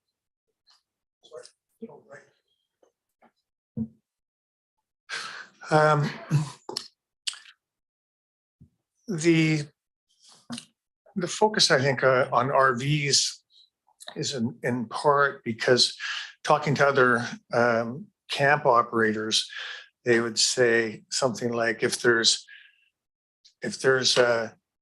10 campers, like tenters, and 11 problems, or 10, if, like 90% of the problems comes from tenters, even though I was actually just in Merritt last weekend and tenting. I don't think all tenting's bad. But I think people with RVs are a bit more invested. They show up more so. And so that's one of the reasons that we're kind of more focused on RVs than tent sites. There are the road inside, the internal road is the same size as Holiday Road. It's a 10 meter, I think it's 10 meters inside plus setbacks, or 10, so they can all make the turn.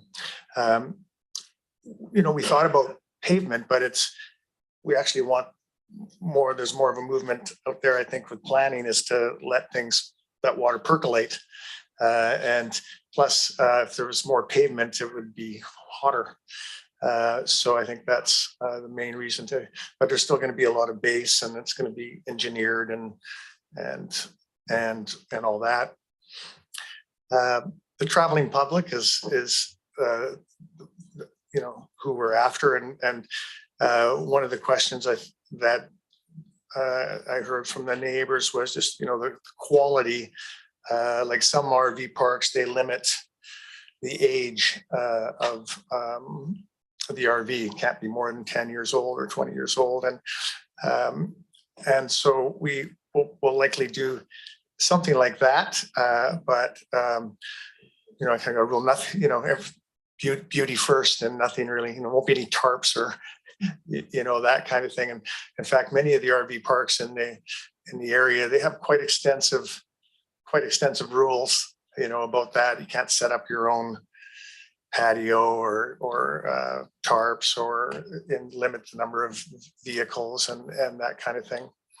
I think particularly in this, in the summer months, there'll be a lot of shorter term.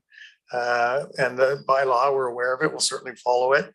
It's kind of a maximum of 6 months. And some people, like in transition, people are spending months at a time, and you can, and Landscape management, there you go. so I think there's some people, particularly in transition, like I was talking to somebody in Vancouver, and they were in a subsidized building. They're only paying $2,300 for a 2-bedroom instead of the $3,200 it is. But they were able to do that for the first couple of months while they got settled, and now they had to leave that place. And I think there might be some of that kind of business where people are finding their way into the city, and might bring their RV for a couple months at a time. So. Okay, thank you. My question was a little bit similar to the what you were just going to, and I think this speaks to the comment that Director Arbour made about the history of the site, and how, and maybe this is a question to staff, how do we ensure that that 6-month stay does not get extended? Is that on a complaint basis, or is there part of form and character that ensures that people are not there long? Sorry, through the CEO to the chair. A CVRD is a complaint-driven organization. The length of stay is firstly expressed in the zoning bylaw. Therefore, we do require written complaint, and our team of bylaw officers will investigate. And so that's the answer. Okay, thanks. And maybe for the applicant then, do you have a mechanism of kind of when you ask people to move along, how will you adhere to the 6 months? Well, I think it would be when, in the initial intake. One of the things that we would, consciously avoid is getting under the umbrella of the Residential Tenancy Act. And so the way that parks generally do that is they charge GST for one thing, and they're park fees. They're not they're not rent per se. And then that gives the park operator a lot more flexibility in being able to, should there be a problem, guest, being able to remove them. But the bylaw is clear. So, you know, we wouldn't be signing any kind of, we wouldn't be making any kind of agreement with any guest that would go beyond Okay, 6 months. great, great. Before any of the other directors have comments, I just want to sort of state that, you know, I think your application, as staff have said, it meets the zoning of the site. You've done a not unsubstantial amount of landscape planning, and the deposit that we're asking for is quite a lot. I don't think I've seen a deposit like that just for landscaping before, in the hundreds of thousands. So, you know, to me, that shows commitment to wanting to landscape the site, as you were mentioning, to beautify. You've gone above and beyond and done the water management, and hired the folks to ensure that you have enough water to manage the site. I think you're showing a lot of commitment to and that you've invested in this site. And I think that's probably some of the worry that neighbors have, is an abandonment of the site, and as happened previously, but I don't see any evidence of that. So, you know, I do take your application as a very serious one, and that you've adhered to all of the requirements of the regional district and actually have gone above and beyond that. So thank you for that. Any Director Grieve, sorry. Thanks, Madam Chair. Yes, I think that's the old issue is people, you know, obviously there's a lot of open feelings about this site because of what came previously. I think the first time I heard about Holiday Road was probably in 2008 or 2009 when an applicant came forward to build a campsite. But it obviously, by looking at all your plans and all the preparations, this is not going to be a fly-by-night operation in any way, shape, or form. It is an opportunity, obviously, to build bridges in that community and prove yourself and try to get people on side in the end. As you say, you know, there's not a lot of spots down in that area, and people with RVs and you know, campers, trailers, etc., motorhomes. Today, I mean, they've got an awful lot tied up in that unit. So it's, you know, obviously you're going to get a better kind of an echelon of clientele. And I just think that, you know, if you're going in the right direction, that, you know, you just through time alone, you're probably going to win people over a lot more than say the previous owner. Thank you. Fair enough. Thanks. I don't see any other comments or questions, so I'll excuse you from the table and thank you for the presentation. On receipt, all in favor? Opposed? That's carried. We have a recommendation moved. Oh. We'll move and second the recommendation, and that is to approve the form and character permit. And Director Arbor, you want to speak to that? Yeah, thank you. I appreciate the words of my fellow directors and the staff report. And I can see all the logic, but it just doesn't sit that well with me. I have a hard time envisioning. It's not just the form and character of the development, it's just the form character of the neighborhood as a whole, as the APCs talked about. No clapping, please. We're not allowed to clap. But and I'll say, because I got a feeling that, you know, we'll see how the vote goes. But I've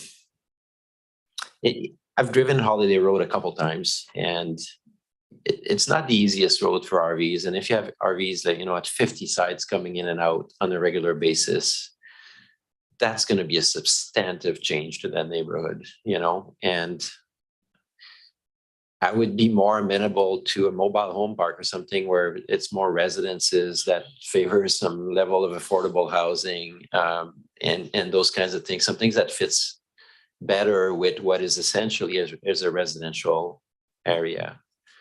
And I understand that the zoning is there, which is why my anchoring of my argument is weak, because you have the zonings. If we were at the rezoning process, I think those comments would be much more potent. I also want to acknowledge, even though I won't vote for it, I also want to acknowledge that what the chair says. I think you are doing really good work and showing good intent. And I was actually heartened by your words today in terms of the intent. But I was listening to REPC, and that's how it felt. It just felt like it's a little bit out of place. So if it does go through, you'll have to manage that and with the neighbors and the rest of it. So yeah, thanks, Madam Chair. Thank you. Any other comments? Yeah, I'll just note, I think, as a director that's not in the community, I look at the evidence of what has been presented by staff and by the applicant, and it checks all the boxes. So I'm having a hard time. I mean, I understand the history of the site, but for me, it makes sense to move forward. Normally we do not accept any members of the public. This is not a public hearing. It's not a development variance permit where the community gets, a chance to weigh in, because the applicant is doing exactly as what staff have asked of them. We don't accept members of the public speaking at a application like this, especially just on form and character. So we'll just move forward. All in favor of the recommendation? Opposed? And that's, thank you. And so that is carried. Okay. Thank you. We'll take it. This will still have to go to the board. Absolutely. So this decision needs to be ratified by the greater board. Why don't we take a 5-minute break, stretch break, and if members of the public want to speak to us, we can do that. Or yeah, everyone has had a chance to say.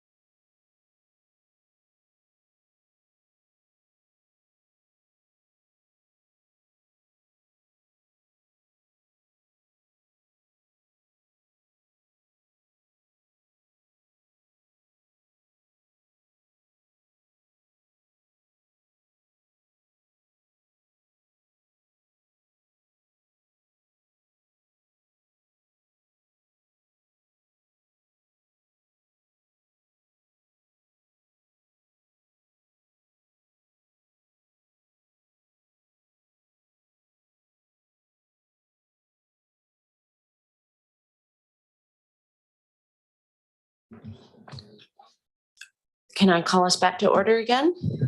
We've got a long agenda. We're only on number 3.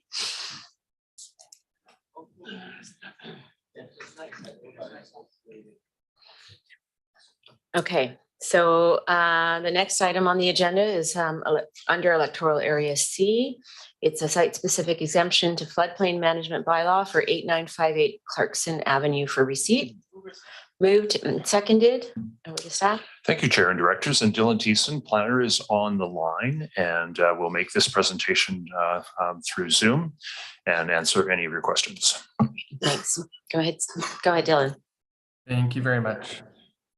Through the chair to the committee, an application has been received for a site-specific exemption to the floodplain management bylaw for the property at 8958 Clarkson Avenue. The subject property is 0.64 hectares in size, designated as being within a settlement node and is zoned Tourist Commercial 1. The property was subject of a form and character development permit and development variance permit at the March EASC meeting of this year. And part of that variance was for the height for a couple of the structures, which was increased in order to help the applicant meet the required 2100-year flood construction level. However, it is not possible for the applicant to meet the year 2100 floodplain setback, as the setback extends beyond the extent of the property. As such, a site-specific exemption is being requested. The request is accompanied by a report prepared by a professional engineer, which offers a lesser setback and conditions to be met in order for the land to be deemed safe for its intended use at that lesser setback. And if the exemption is granted, the report will be registered to the property's land title through a Section 219 restrictive covenant. Part of this will also indemnify the regional district of any liability should any flooding damage occur. Staff are recommending that the report be received and the exemption be granted, as the application for exemption, including the report by the professional engineer, is consistent with Section 524 of the Local Government Act, which is a section that oversees floodplain management bylaws as well as exemptions from their requirements. And the registration of the report, as I mentioned, on the property's land title will indemnify the regional district in the event of a flood. I'm not sure if they were able to join. I believe the owner and applicant were planning on attending the Zoom call. Hopefully they were able to, and I'm happy to answer any questions you might have as well. I'm not sure if we see. That would be Don Cameron and Kyle O'Shea. Okay, I think we're just going to give them, if Don's here, I think, have you muted them? We're just going to ask them to unmute and to accept the panelist Perfect. application.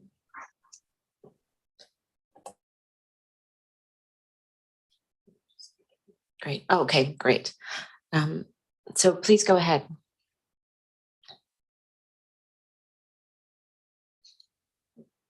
And Don, you just have to unmute, I think.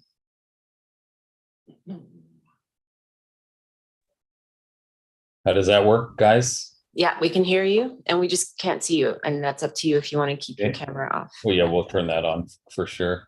There Great. we go. Good afternoon, ladies and gentlemen. I think I'm here just to answer questions, and I'm not sure if Kyle, because this has been a couple of hours now, I guess Kyle may have got sent off. So I can definitely answer questions if you guys need to be. Okay, great. Yeah, we don't see him on the Zoom call, but that's okay. Do directors have any questions of either staff or the applicant? Okay, I have one, and that's just to maybe for Dylan. Apart from the height, if I recall, because I think this is the development that the homes are on stilts, if I recall. And so is that the requirement that was put in place in order to exempt it from being in the floodplain and exemption from the setback? Does it count for both, or were there other requirements required for the setback exemption? There were, yeah, so the height was in place for the flood construction level. The floodplain management bylaw is a pretty technical bylaw. And so staff's understanding of it, we've received some legal opinions over the past several months that unfortunately we had not received previously when we were considering that variance application for the subject property. So originally, I believe staff thought that the height would help the applicant meet the floodplain management bylaws requirements, whereas now there is that added setback requirement as well to the year 2100. So they meets the flood construction level by having that ground level parking, and the residence is above the parking on the stilts like you mentioned.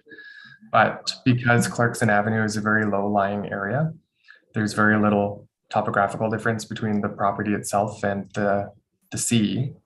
The extent of the floodplain setback is quite significant. It goes beyond the entirety of the property, and that's the case for many of these low-lying properties. So that is, even though they meet the FCL for the year 2100, that's why this is still needed for the setback. Okay, thank you. Director Grieve? Thanks, Madam Chair. Much the same as some of the discussion before, is this open to the traveling public? Or is this more of a strata? That is sorry. To Director Grieve, through the chair, thank you for that question. That is the intent of the zoning, certainly. It's still a tourist commercial zoning to be used for the traveling public. If they are for sale, the zoning bylaw does not regulate ownership of properties, just the use of properties. So if they are for sale, they would then be privately managed individual suites, but still intended to be rented out to the traveling public. But correct me if I'm wrong, but the development is owned by a consortium of owners, right? It's not a strata per se, but it's there's a number of people that pool their money and then use facility. Don, I don't know if you're able to comment. No, yeah, as far no, as I'm aware, it's just the one ownership group. Yeah, Director Grieve, thanks for that question. No, you're referencing the other development that started 7 or 8 months ago up towards Pacific Playgrounds. This is an existing property that's very, very tired. And yeah, we're the owners of the property. Okay. Yeah. So it doesn't quite fit that model. Okay, no, I'm quite familiar with the property, especially the way it used to be. Thank you. Okay, I don't see any other questions. On receipt then, all in favor? Opposed? And that's carried. We have a recommendation moved and seconded to grant the exemption for the floodplain management bylaw. Any comments on the recommendation? Seeing none, all in favor? Opposed, and that's carried unanimously. Thank you. Thank you, ladies and gentlemen. Thank you very much. Next item, in Electoral Area C again, Mount Washington Mixed Use Development Permit for Strathcona Parkway for receipt. Moved and seconded, and over to staff. Thank you very much, Chair and Directors, and Brian Chow will introduce this report and answer your questions. Thanks, Brian. Okay, thank you. Through the CEO to the chair and committee members. Just want to say that I recognize that our applicants are, so our agents are on Zoom.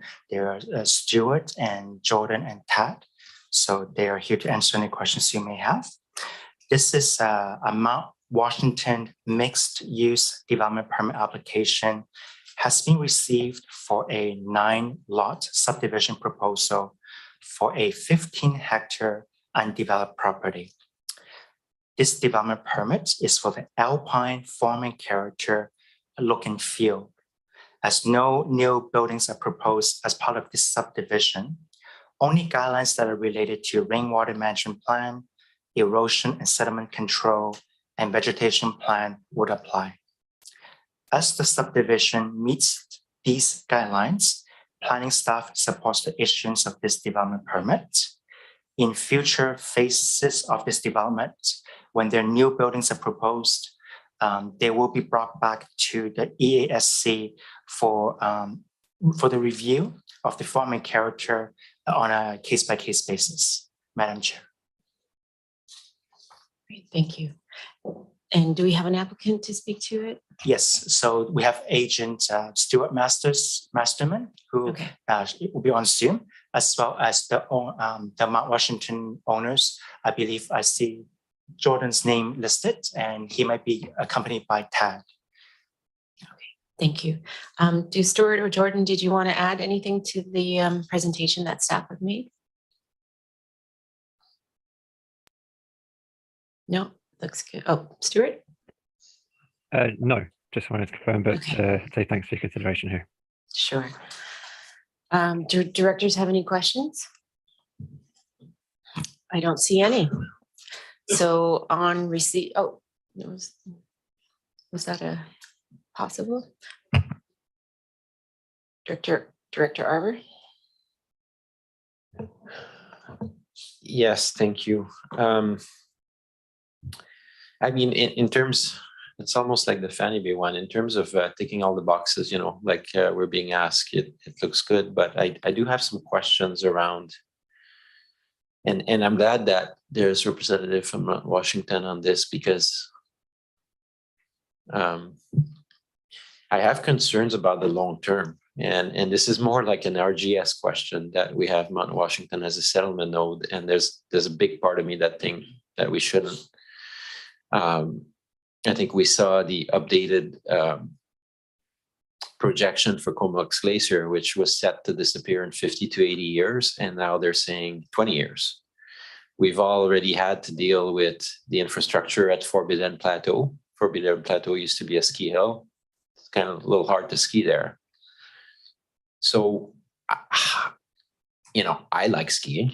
I still go skiing. My son goes skiing. Do I think I'll be skiing in 25 years from now? I have doubts about that. And so to add lots on Mount Washington and continue to build out, when you look at orphaned ski villages in Italy and France and the rest of it, to me, does not make sense.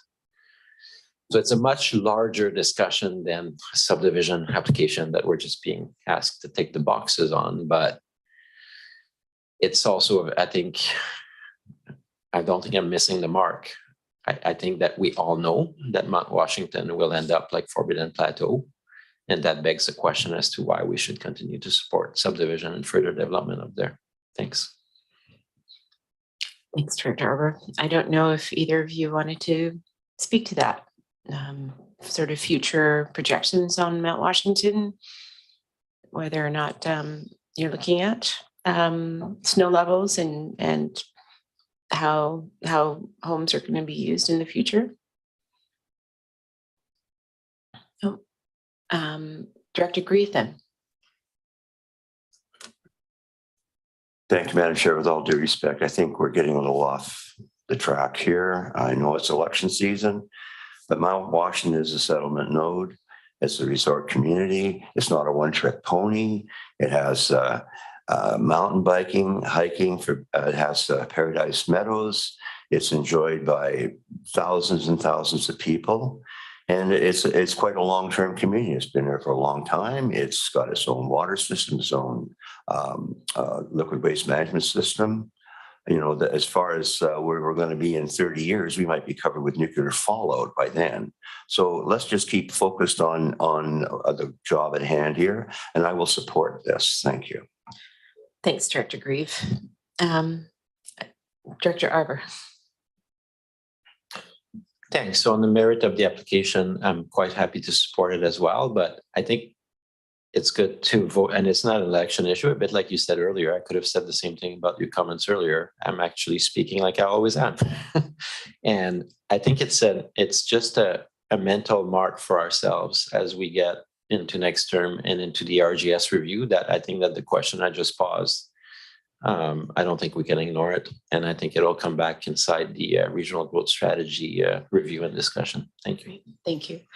Maybe a question for me for either Stuart or Jordan, because, you know, the idea of the melting of the glacier, I'm wondering if your water system is currently dependent on that glacier, or how independent is it, and how is climate change impacting your water sources? Can you speak to that?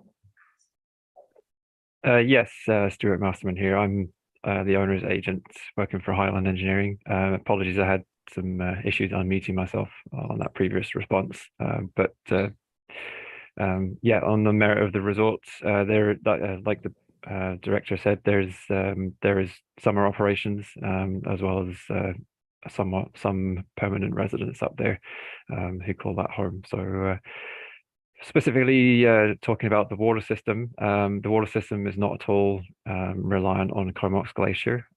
It's the water system is drawn from water up at the mountain.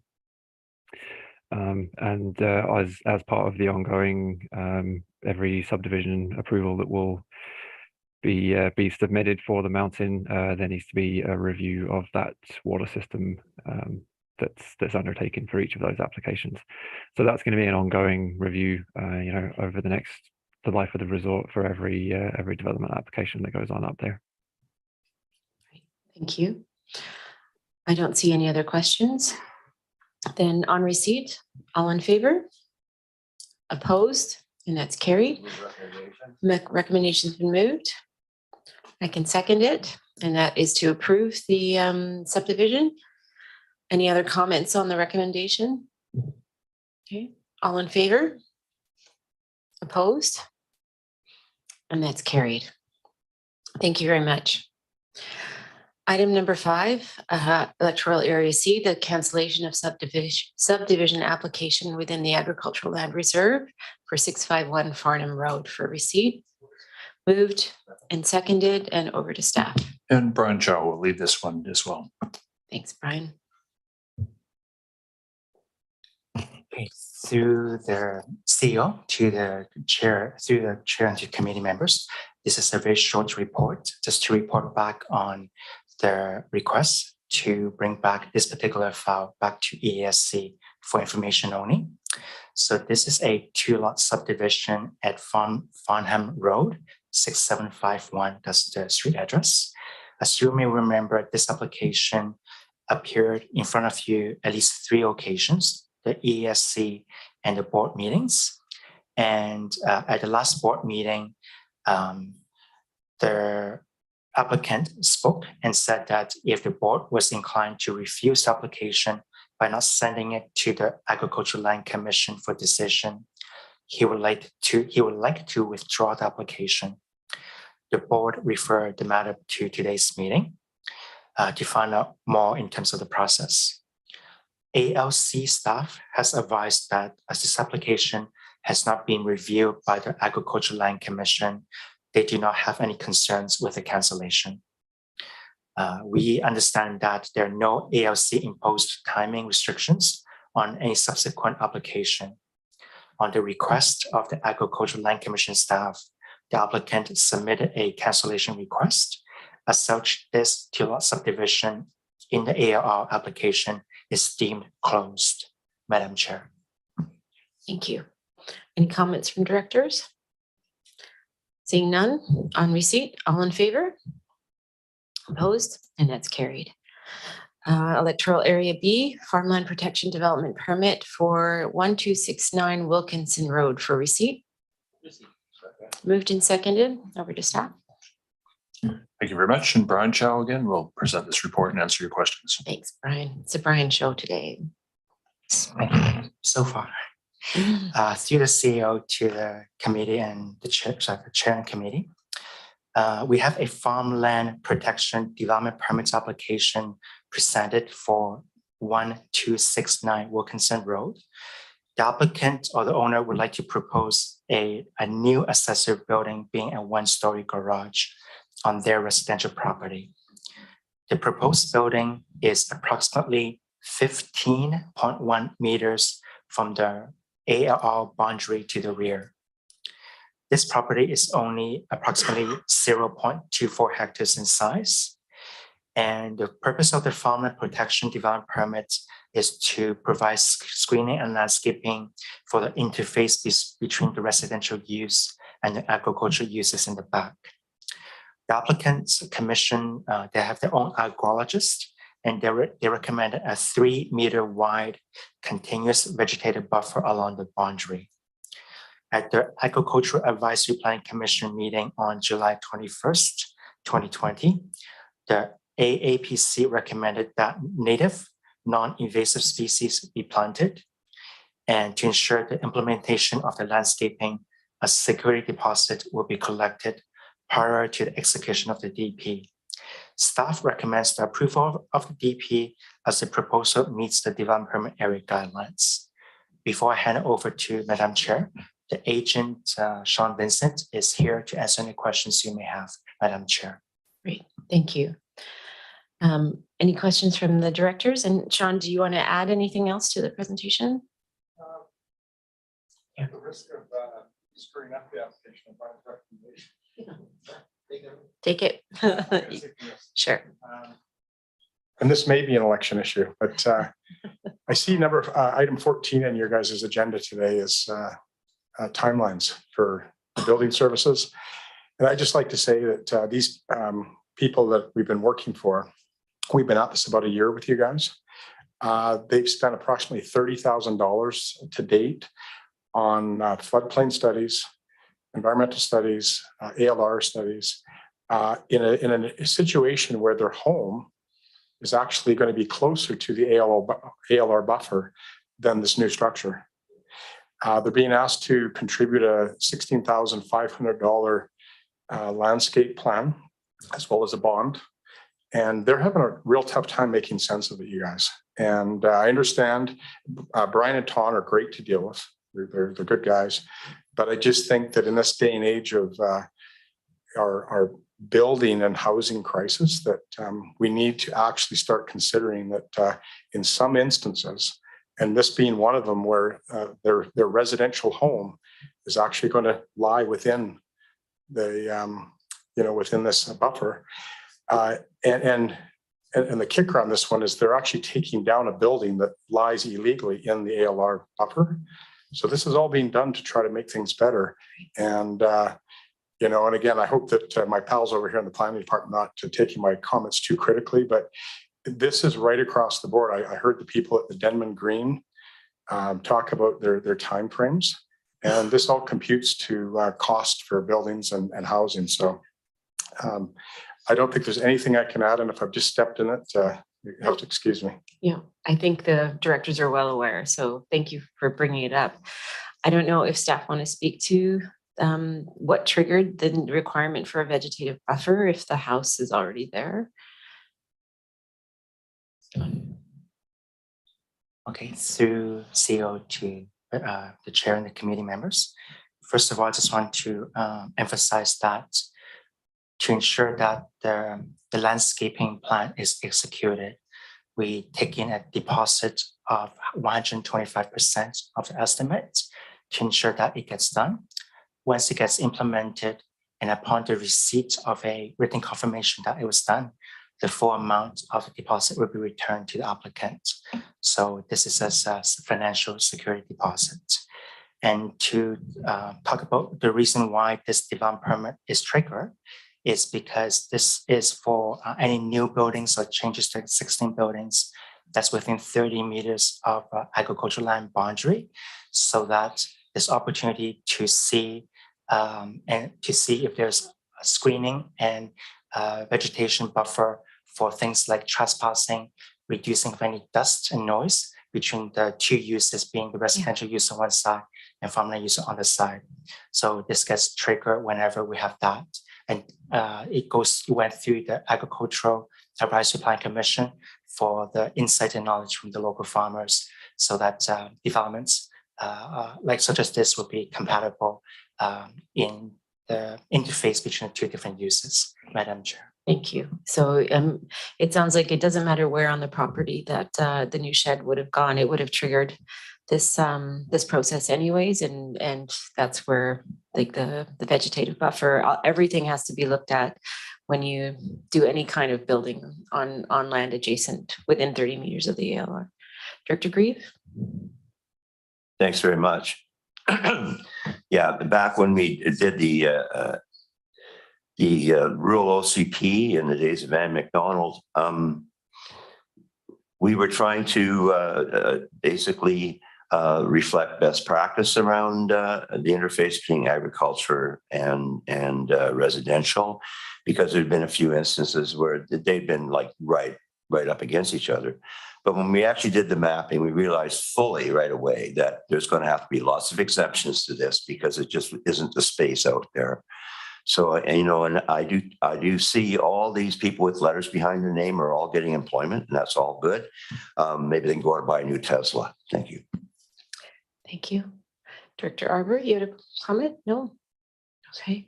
I don't see any other questions around the table. So thank you for coming. On receipt, then we'll vote. All in favor? Opposed? And that's carried. Recommendation has been moved and seconded to approve the development permit for 1269 Wilkinson. And any other comments or questions? Seeing none, all in favor? Opposed? That's carried unanimously. Thank you. Item number 7, site-specific amendment to floodplain management bylaw application for 8772 Driftwood Road for receipt. Moved, seconded, and to staff. Thank you very much. And Brian Chow's last report for you today. So he'll present the report and answer your questions. Thanks, Brian.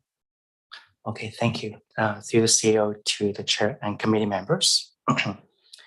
We have a floodplain exemption application for the property at 8772 Driftwood Road in Area C. This is the application, the property right now is undeveloped, and the applicant is proposing to build a new single detached dwelling on this undeveloped lot. As this new building is within 100 meters of the Strait of Georgia, an engineer report is needed. In the flood assessment report, the engineers determined that at the year 2100, the future minimum floodplain setback will be at the road, at Driftwood Road, thus eliminating a building envelope on the site. And therefore, a site-specific exemption request is needed in order to build a structure on this property. Based on that, the engineers recommend that a reduced setback to 15 meters from the Strait of Georgia is deemed as safe for the use intended, provided their recommendations that follow. The engineers provide comments and conditions on how the proposed dwelling to be built in order for their recommendations to be accepted. So staff supports the approval of this site-specific exemption request as it prompts the registration of a Section 219 restricted covenant against the land title of the property, which releases and indemnifies the CVRD from liability or damage due to flooding. And again, I recognize that one of the owners, Lee Deslauriers, is in the attendance to answer any questions you may have, Madam Chair. Great, thanks. Would the owner like to add anything to the presentation? No. Oh, have a seat if in case anyone has questions. So I'll start it off maybe because we are seeing this is the second application that is being triggered by our bylaw 600 around floodplain management. And for those who don't have the chance to read the full report, when a property like this is where the entire property is within the floodplain, what were some of the mitigation efforts that the engineer's report required that the landowner to do in order to make it safe to build? Brian, would you be able to discuss?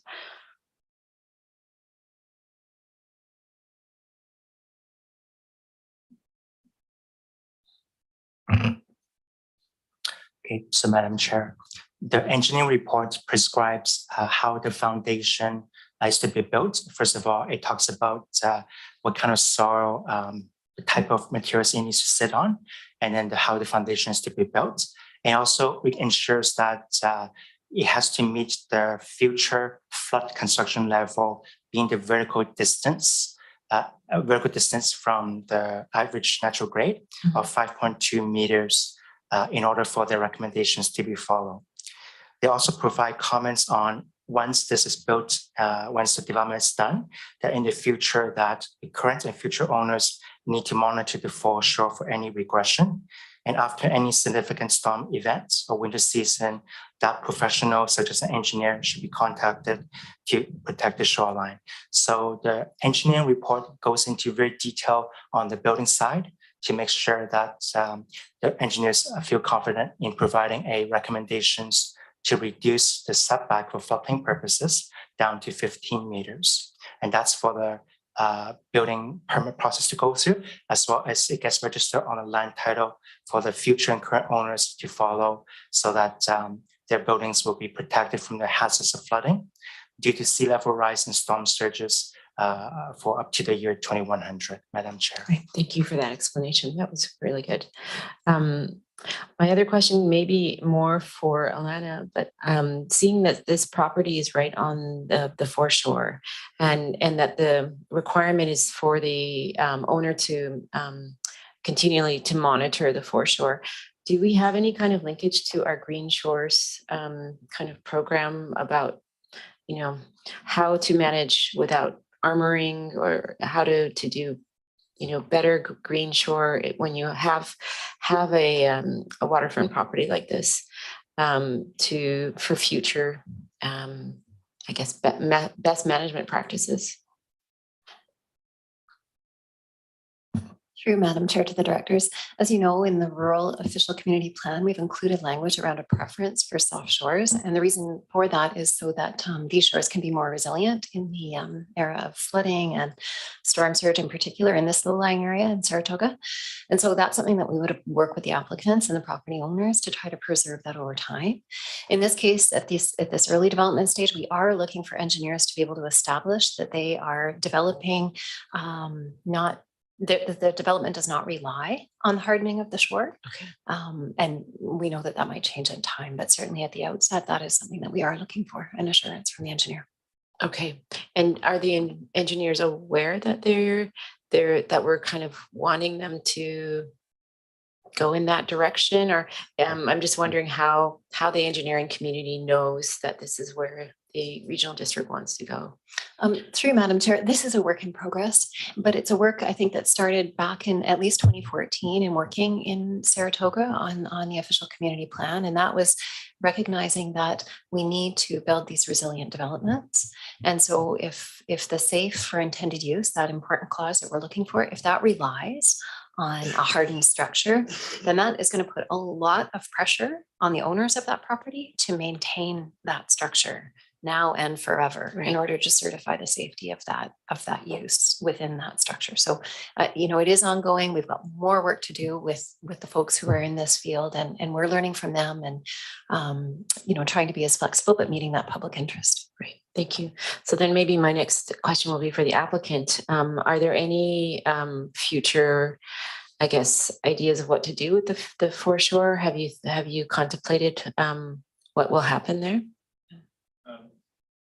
Yes, we have. So the bare minimum we have to do is follow the engineer's report as far as meeting the flood construction level, and basically we'll have a concrete walls for the bottom of the property. But we've been told, and what I'm understanding is that hard armoring is discouraged. I'm an engineer, and I do designs for armoring and that sort of thing as well. So I'm not a lay person, and from what I understand and talking to some engineers that do this green shores, this stuff, it doesn't work. So I'm being told that I'm on my own. So I'll be the only person on my street that has to have an exemption, or sorry, that has to waive the responsibility of the regional district to support us if there's any flooding.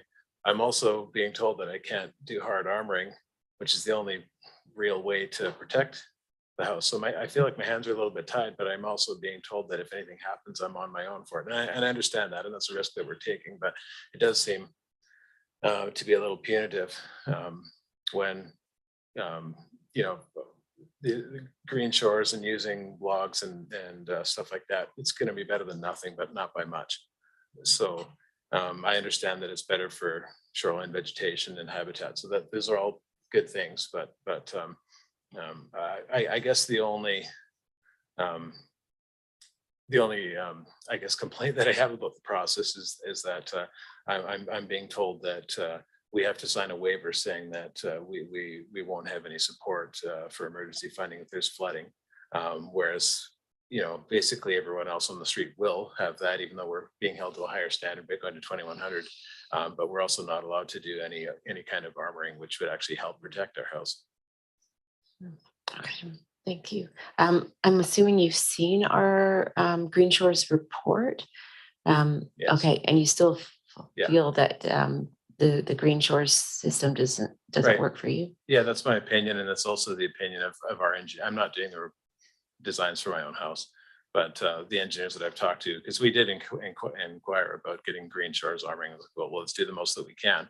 And he basically said that down towards, I mean, I won't get into speculation, but from what I've been told is quite often this doesn't work. And when you have a significant storm, it washes out. So that doesn't give me a lot of confidence that it's worth spending money on. Okay, Director Gree, or sorry, Director. Thanks for your candor in terms of your view of it. And I mean, we're not the only ones talking about Green Shores, so it's good to get that feedback, because what that leads me to think is, wouldn't it be great if the Engineers Association of BC kind of looked at this issue a little more and came to consensus as professionals as to whether it works or not. I think we're running under the assumption that from a community level perspective anyways, that Green Shores creates more resident shores for everyone along the shoreline. If that perception is wrong, it seems like a great issue, you know, for either at UBC at the engineering department, or for people to actually tell us. Because if we're walking down, you know, we've got a lot of people, biologists, landscape architects, engineers, geoscientists, planners that are increasingly moving to Green Shores. And if we're in the wrong paradigm, it'd be good to know, or at least to understand where it applies better and where it doesn't. Because we're going to continue, I'm pretty sure, to do, as you can imagine, studies around the impact of potential flooding right on waterfront properties. And it's not for the fun of it, it's because we're trying to protect the built environment there. Thank you. I don't see any other questions around the table. Thank you to the applicant. On receipt then, all in favor? Opposed? And that's carried. We have a recommendation. Moved and seconded to grant the exemption to bylaw 600. Any other comments on that? Seeing none, all in favor? Opposed? And that's carried unanimously. Thank you for your consideration. Thank you. Do directors want to keep going, or do you want to break for lunch? Yeah, we still have a bit. Okay, item number 8, Electoral Area C, Farmland Protection Development Permit for 1525 Seaview Road for receipt. Moved and seconded, and over to staff. Thank you very much. And Jody McLean joins us to present this report and answer any of your questions. Great, thanks. Welcome, Jody.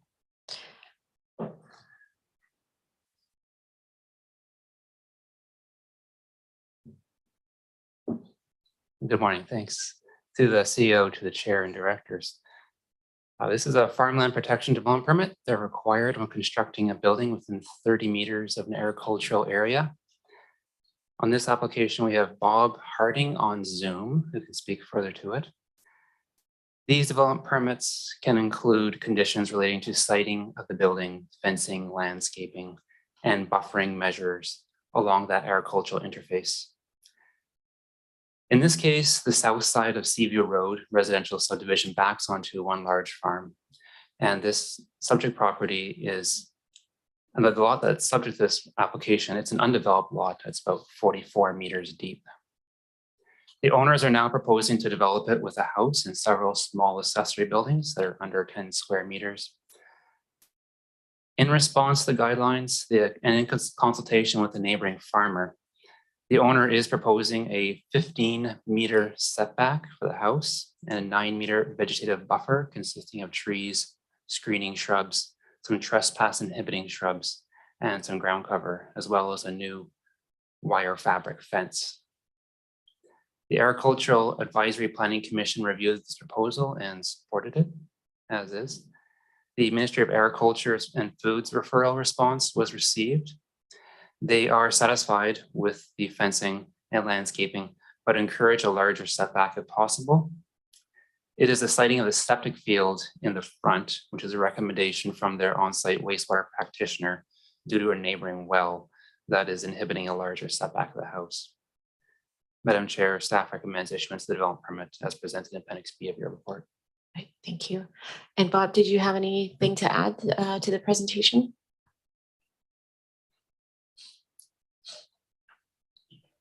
Good afternoon. I think you covered it there. I'm happy to answer any questions or provide any clarification.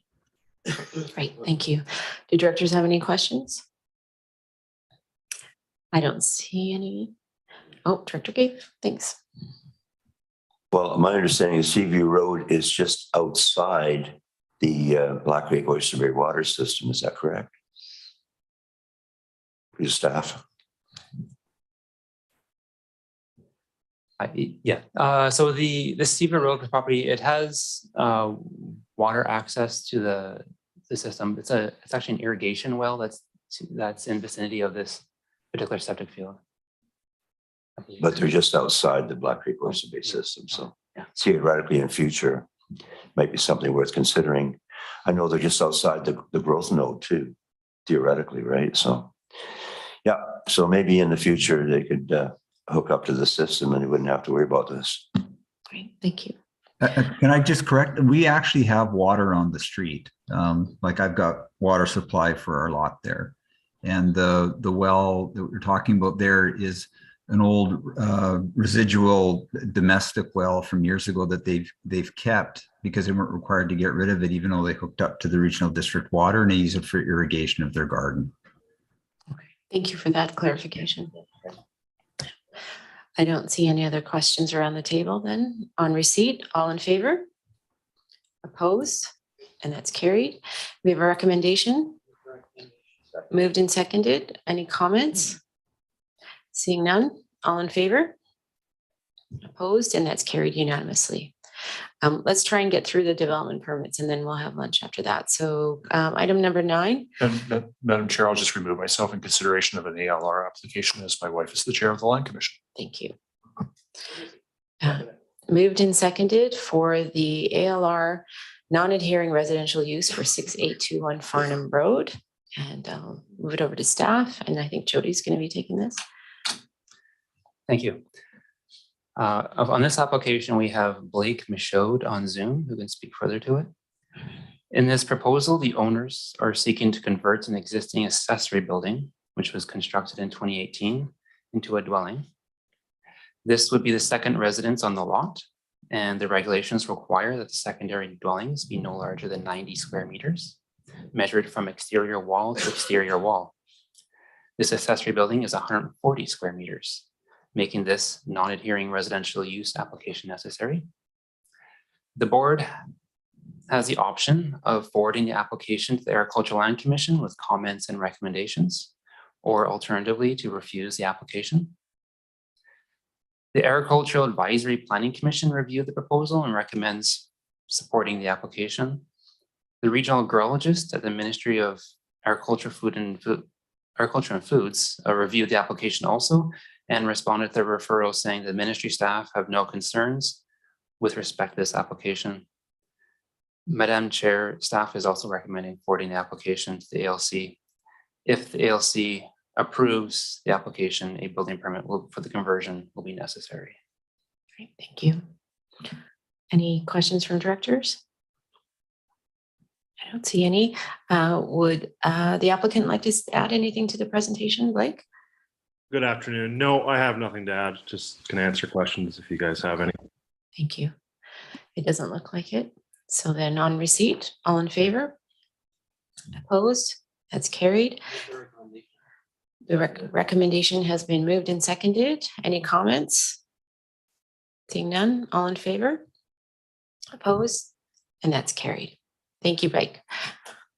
Moving on, item number 10, Electoral Area C, a zoning bylaw amendment for Forbidden Plateau Road for receipt. Moved and seconded, and over to staff. Jody, you're taking this? Yep. To the CEO, to the chair and directors. For this application, we have applicants are in the gallery today, Sonia and Barry Natition and Jim Fry. So the owners of this 20-hectare lot along the gravel road portion of Forbidden Plateau Road are proposing to rezone it so that it can be subdivided into 4 lots with a minimum lot size of at least 4 hectares each. This is an area designated as rural settlement area, and generally the rural settlement area are those that are outside of the core settlement areas, and they're not agriculture or resource areas. Its policies state that the lot sizes should be in the range of 4 to 20 hectares, and it includes some considerations that should be accounted for when additional density is proposed. These include factors like water capacity and rainwater management, soil conditions, and other environmental factors, and also consideration of fire protection and connectivity. The subject property is outside of all rural fire protection services, several kilometers up a road that has no secondary access. Forbidden Plateau Road commences at the intersection with Piercy Road and terminates at the top of the mountain. The OCP, the Official Community Plan, directs that an emergency access be a consideration when assessing new proposals, and adding further residential density so far up one of the single access road neighborhoods complicates emergency management and contributes to potential negative consequences of hazards. As part of the application, the applicants are offering to donate some land and a reservoir and a well for firefighting purposes. However, the CVRD does not have a fire protection service in this area, so further study would need to be done on how the CVRD could own and operate such a facility. The 2018 Forbidden Plateau Fire Protection Feasibility Study recommended against extending the Courtney Fire Protection District further up Forbidden Plateau Road, or from starting a new local service area for firefighting purposes. The subject property is in proximity of forestry areas among a subdivision of similar 20-hectare or larger lots. Madam Chair, this area is appropriately zoned at Rural 20 for large lots, and is staff's recommendation that the application to further subdivide and pursue adding additional density to this particular area be refused. Thanks, Jody. Would the applicants like to add anything to that presentation? You can feel free to join us at the table at the end.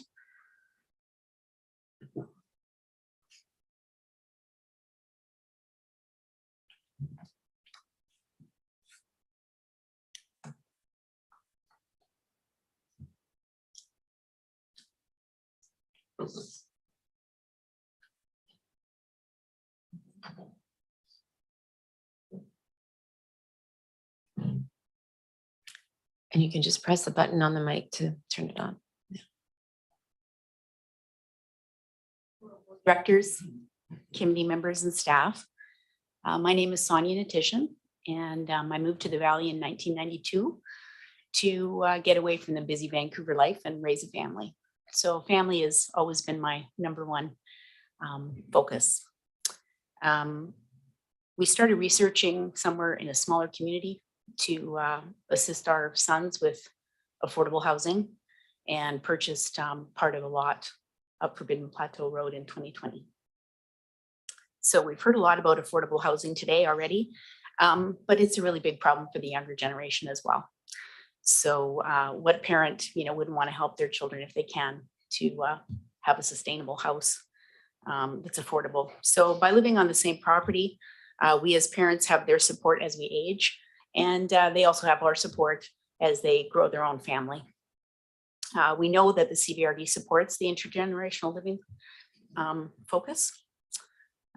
We've done a number of things over the past course of 2 years here with respect to our application since the last denial, to be respectful to all of the Forbidden Plateau community members.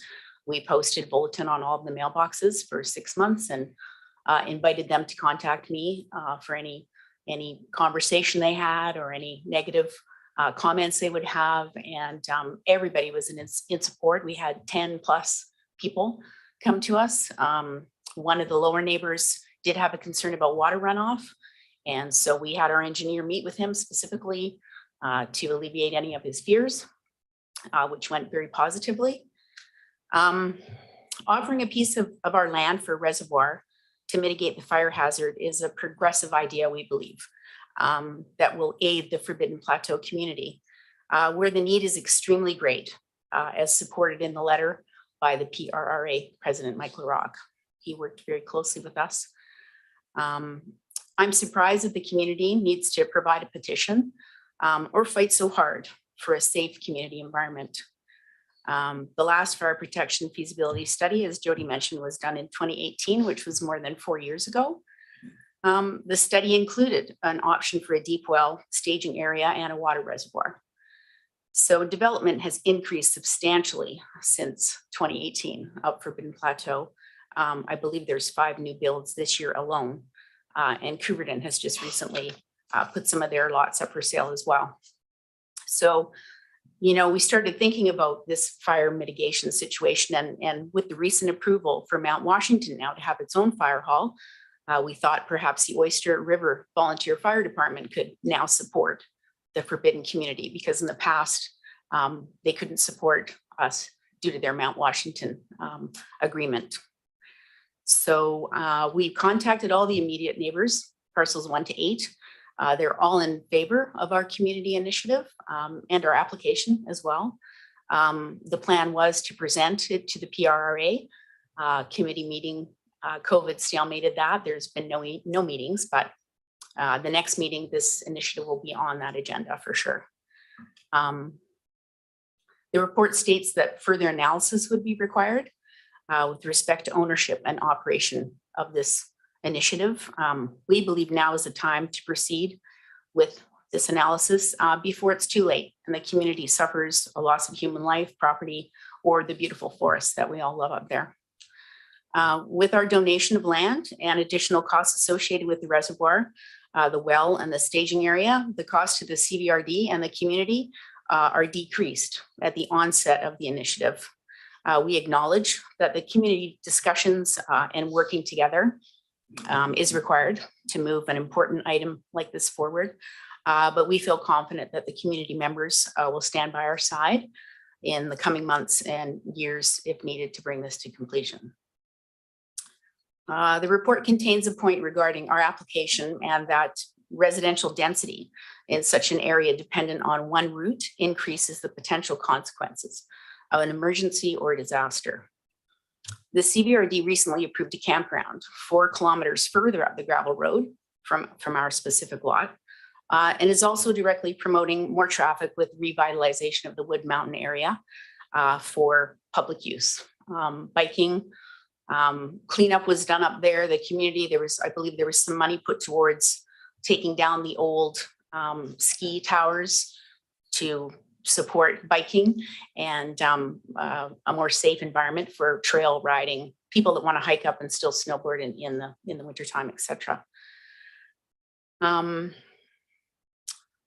So I guess I ask, does this not, especially the campground, does this not increase the potential consequence of an emergency or disaster in a much greater way than 6 additional residential dwellings on a 20-hectare parcel?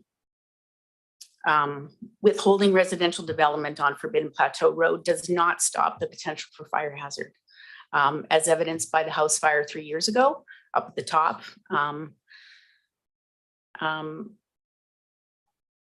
The increase for potential consequences of an emergency or disaster more than situations that are out of anyone's control.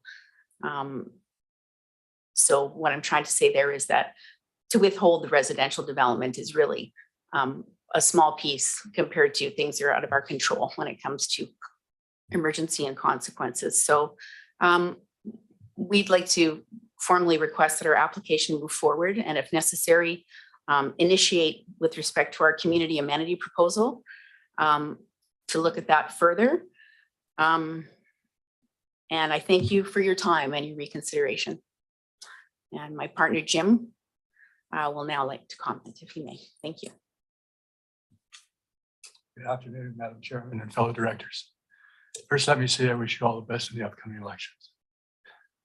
I've appeared in front of this board 3 times in the past, including once in front of the Area C Planning Committee, with regard to subdividing this property into 4 parcels and being denied. I'm back again as I'm a tenacious person who just doesn't give up in something I believe in. Out of respect to the issues reported by staff in the September 13th, 2022 staff report. In the executive summary, it mentions the community menu, which has already been addressed by Sonia.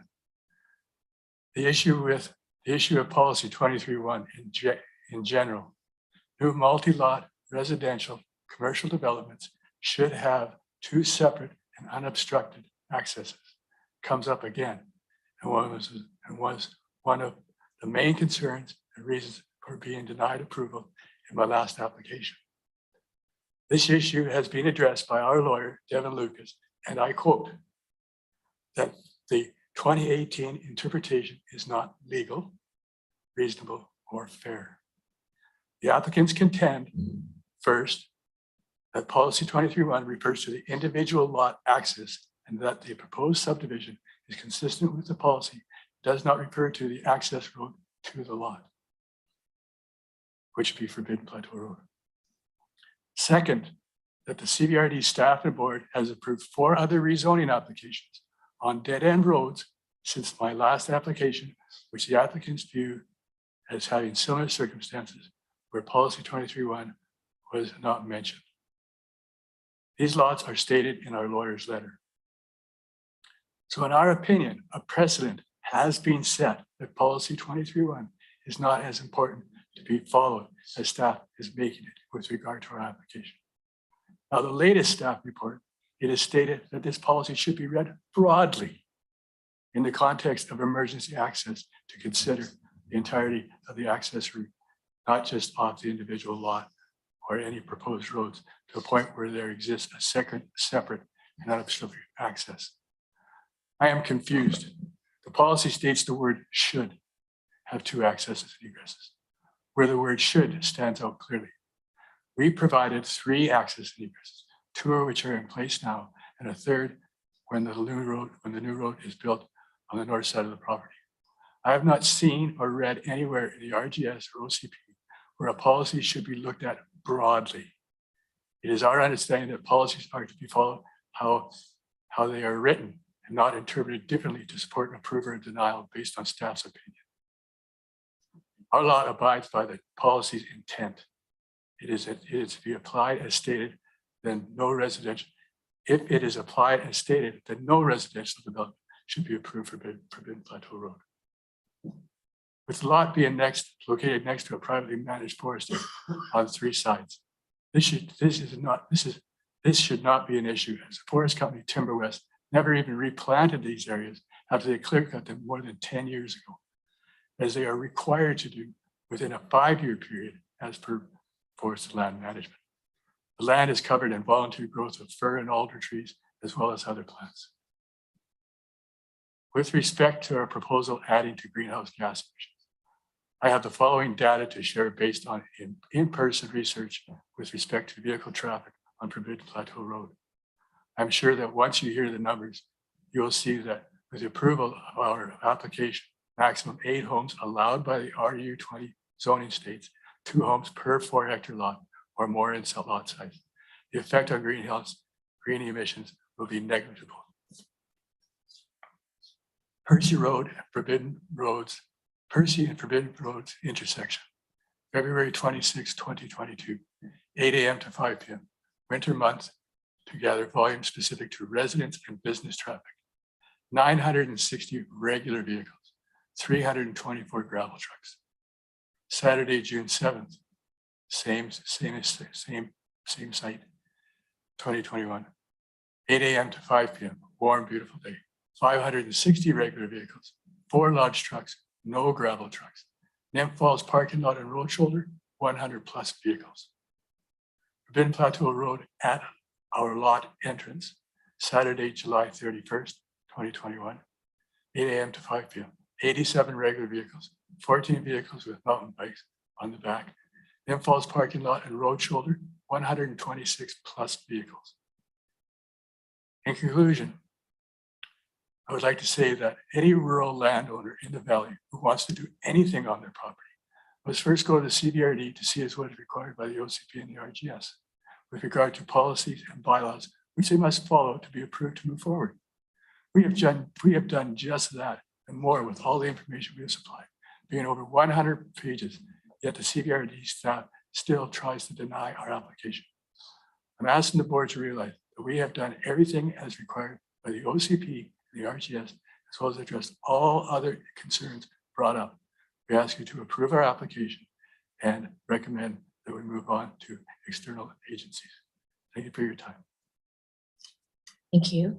We have some questions. First of all, Director Grieve. Thanks, Madam Chair, and thank you, Sonia, and for coming and presenting. I was lucky enough to be at the meeting at Dove Creek Hall when the what are they called, the left side partners, and they looked into the possibility of maybe establishing a fire department, but there really isn't the base there. I'm of a mind and that this needs further discussion because, first of all, we have an existing residence up at the top of the mountain, and I know it goes back to probably back to the 30s and 40s when Sid Williams and Ruth Masters was up there cooking venison over an open fire. But I do think that that we're talking about an existing dead-end road. We're talking about an amenity here. When you want to bring forward some kind of a well and storage for water for firefighting, some maybe a building to store firefighting apparatus. I know from the previous meeting that there are a lot of foresters that live on the mountain, and although they're not certified as volunteer firefighters, they are certified as wildfire fighters, so they know what they're doing. And I don't think we should dismiss this out of hand. I think it's a possible amenity that needs discussion.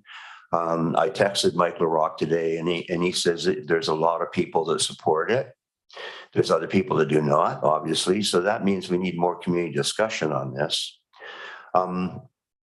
If we've got, I know that the report also speaks to the fact that we'd have to, that the CBRD does not have a service for this, but it could fall to, I don't know, we don't do improvement districts anymore, but there should be some kind of area association or something that could actually take this on. So there is a possibility there of moving forward to some degree on this subdivision. Insofar as density, right now you've got 20 hectares with one house on it. Am I correct? There's two houses already. Okay, no, there's nothing on the property right now. Nothing on the property. Just a well. So what I'm saying is that much like when we do a 514 subdivision for family members, as you know, you're allowed two homes on a bigger lot, two full-size homes in the regional district. But what we do is you limit it to one home when we do a subdivision that is irregular like this. So that would go from two houses to four houses. So it's not exactly runaway development. We could probably put that in as part of the agreement.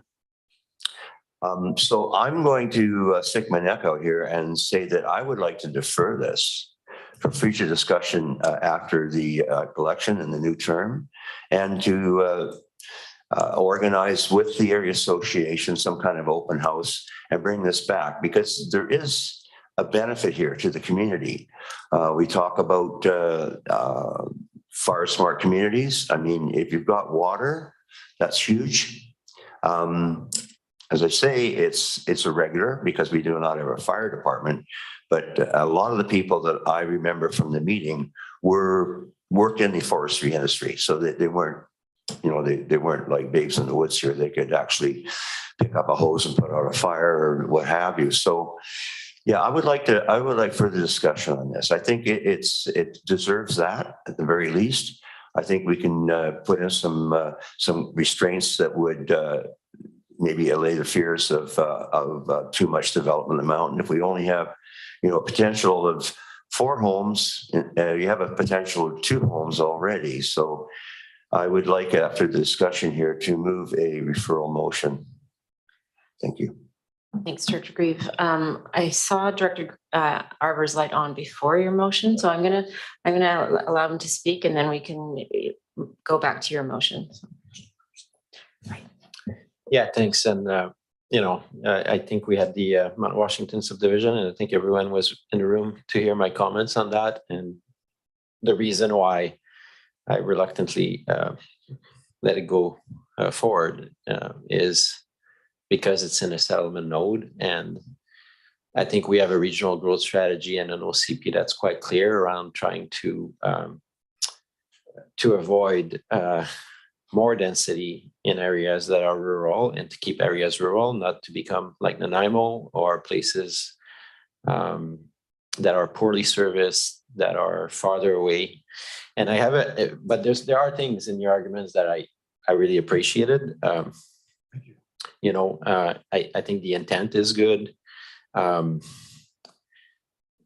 The circumstance around the community and Forbidden Plateau, obviously you listed some support in the community, but that would only get tested through some kind of public process. I would like, and I definitely agreed with you, around Mosaic. I think we're strong allies on that one. On Mosaic and their practices. I think there's a lot of room for improvement in forest land management. And I'm always vocal about that one. I was recently quoted as saying that I think we should actually purchase Mosaic and turn it into a big community forest from Campbell River to Victoria. I think that is the way of the future. But I will actually support, I'll have a question we actually happen to have the Riverville Fire Chief, so maybe through staff,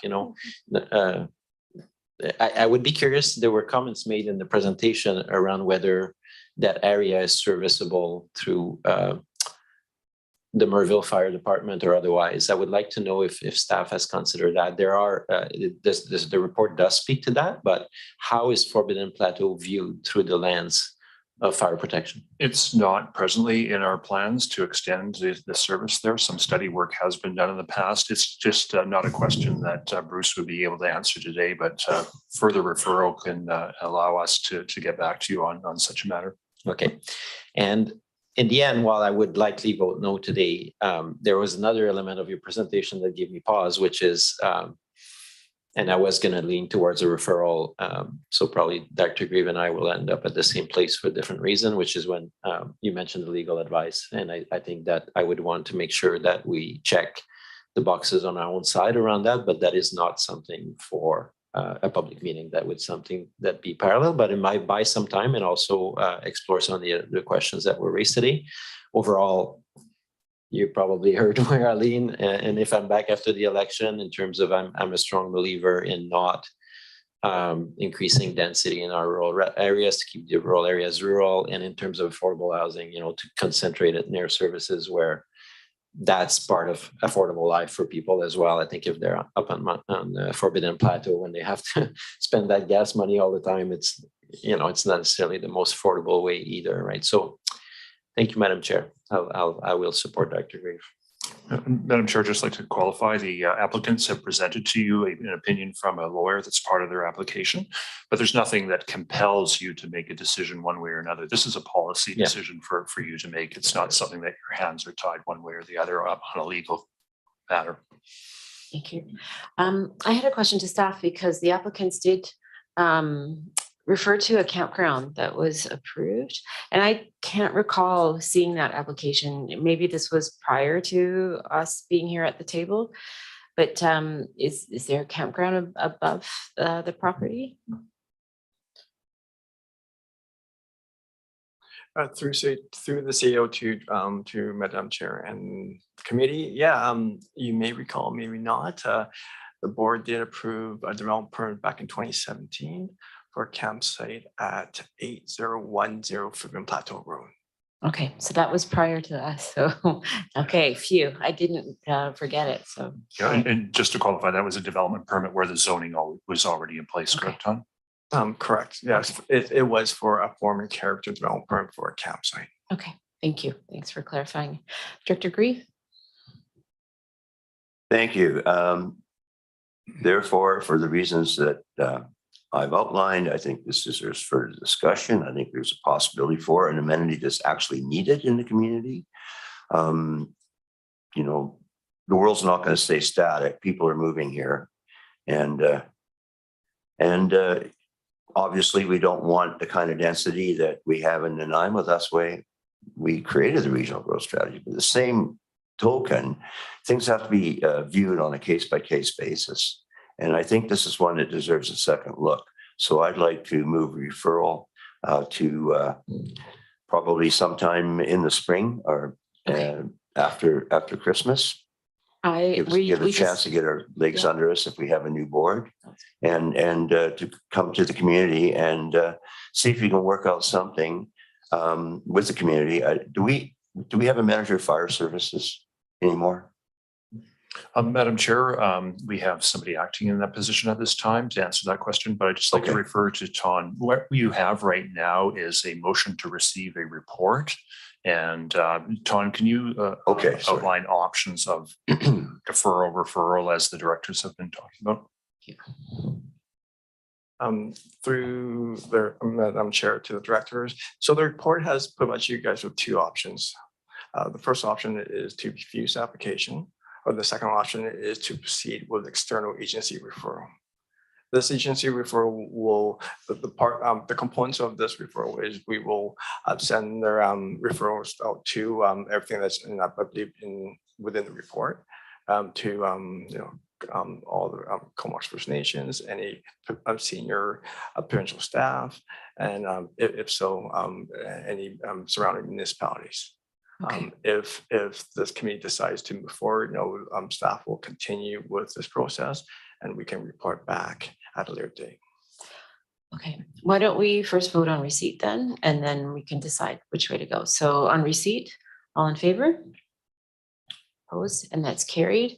So we have options, I guess, for deferral until later, or to move forward, as Ton said, with agency referrals. What's the will of the board? Director Grieve. I'd go for agency referral. Otherwise, it's going to gum up the works anyway, because we don't know what we're going to be facing around this table after October 15th. So this way, at least it'd be in process. Thank you. Okay. I do know, I think an agency referral wouldn't maybe speak to Director Arbor's concern about the legal that he was asking for. No, it wouldn't. And I mean, the only cost is just we're all buried under a ton of work. So to refer to something like that to external agencies. But if Director Grieve, that is your area as well, so I have some respect for that, and I understand the value of not wasting time. And it doesn't mean that you'll get a positive decision at the end, but at least it keeps the flow moving. So I could be supportive of that. In the meantime, we can get a little bit more. I understand the CEO tried to address my thing around the lawyer's concern and whether the decision of the past was inconsistent, but I think a future board would want to be educated around that, whether, I mean, we haven't been served as far as I know or anything like that, but it may be good to better understand the legal footing, whether our past decision was appropriate. Madam Chair, if the directors are the least bit unsure about their legal grounds, perhaps you might want to refer this for a legal perspective rather than establish a formal process where agencies are giving consideration to a matter. And I actually was leaning a little bit more towards the referral side of things, Director Grieve, just because some of the questions in the report around, even though there is a potential amenity of a well and water source, who would be running that and what liabilities they would have still are a concern for me. So because of those questions, I would, I know you made a motion for external agencies, but I didn't hear a second. So Director Grieve, do you want to? No, we voted on receipt. So I would look to our CAO for direction on this. What does he see the best way forward from the corporate side. Madam Chair, we stand by the recommendations that Tom outlined to you in the report. That is either to deny or for an agency referral. But if there is, I'm just suggesting to you, if there's some uncertainty that you have because of this lawyer's letter and you want more advice, then perhaps you would give us that third direction as an alternative. So it's up to you. We're comfortable with either one of the options on the report, but if you think that there is some sort of matter that the applicant has raised here that you want us to look through in terms of legal considerations, we can do that for you. Yes, lawyers tend to complicate things. Remember, Shakespeare said, "Shoot them first." So I'll take the advice and put it forward for a referral, and then we'll see where we're at that point. Seconded. Great. For referral to, do we need to put it to January? Is that by the other directors? Are you okay with that? Okay. Yes, notwithstanding who's around the table. So the motion is to refer to till January, giving time for us to have legal advice and look into some of the fire protection options. So on that motion, and Lisa, you've got the motion, okay? Okay. All in favor? Opposed? Okay, great. So And that's we'd been be referred. open to a meeting with staff to discuss the Great. community at any time. Yep, Madam Chair, we'll follow up with the applicants just to let them know what's up. Yeah, thank you very much. Thank you, respectfully. Great. And last development permit we've got for Electoral Area C 7648 Island Highway at Grain Forest Products for receipt. Moved and seconded, and over to Jody.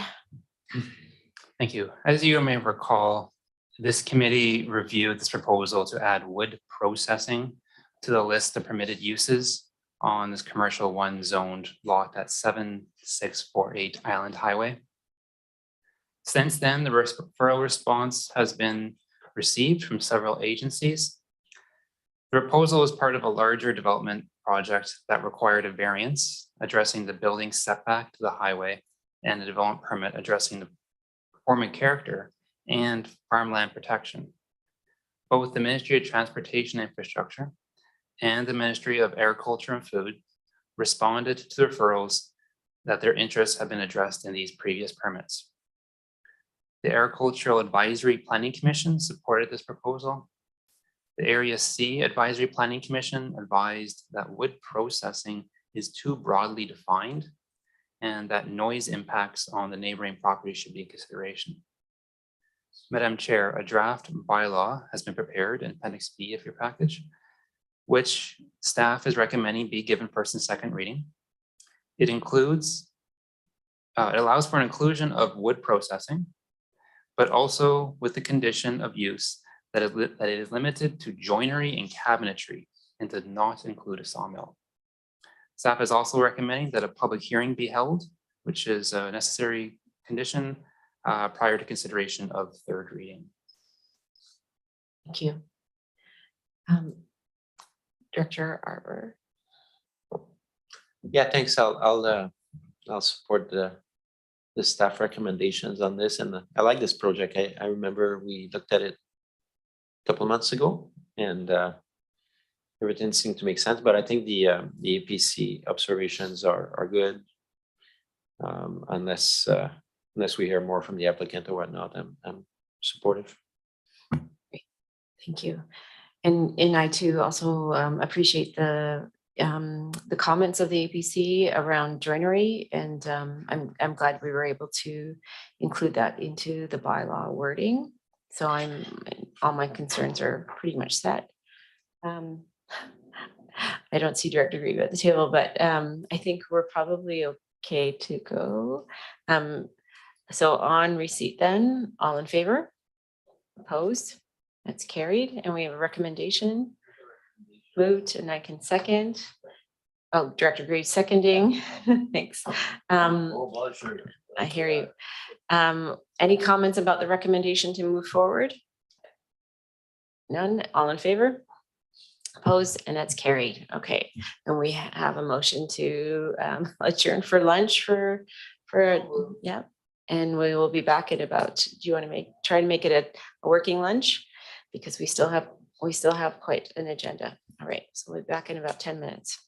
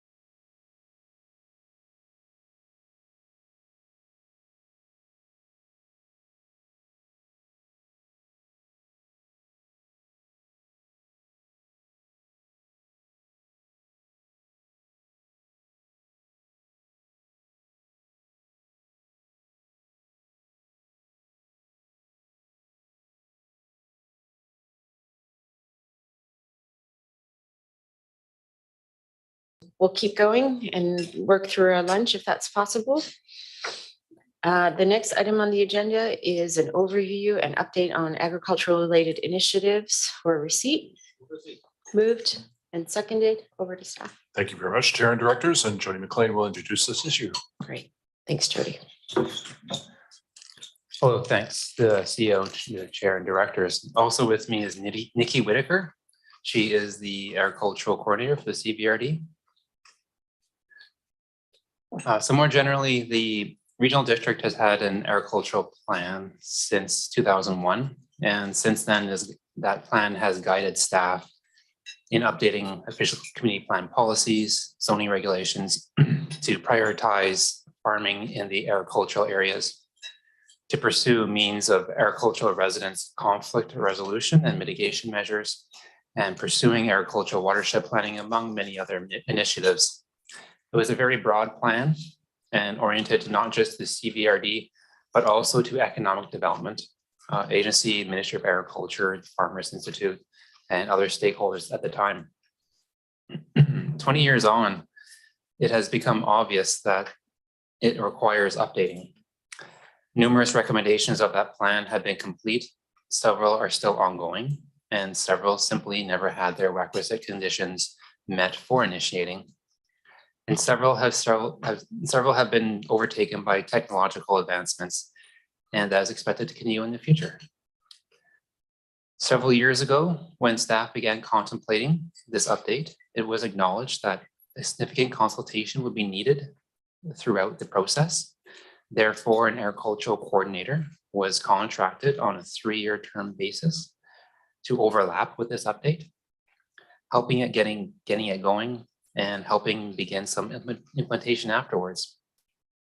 And that agricultural coordinator is Nikki Whitaker, and she has been facilitating communications and engagement, not just with the CVRD providing information to the farming community, but also providing information to the CVRD from that farming community, including established farmers, as well as new farmers and aspiring entrants.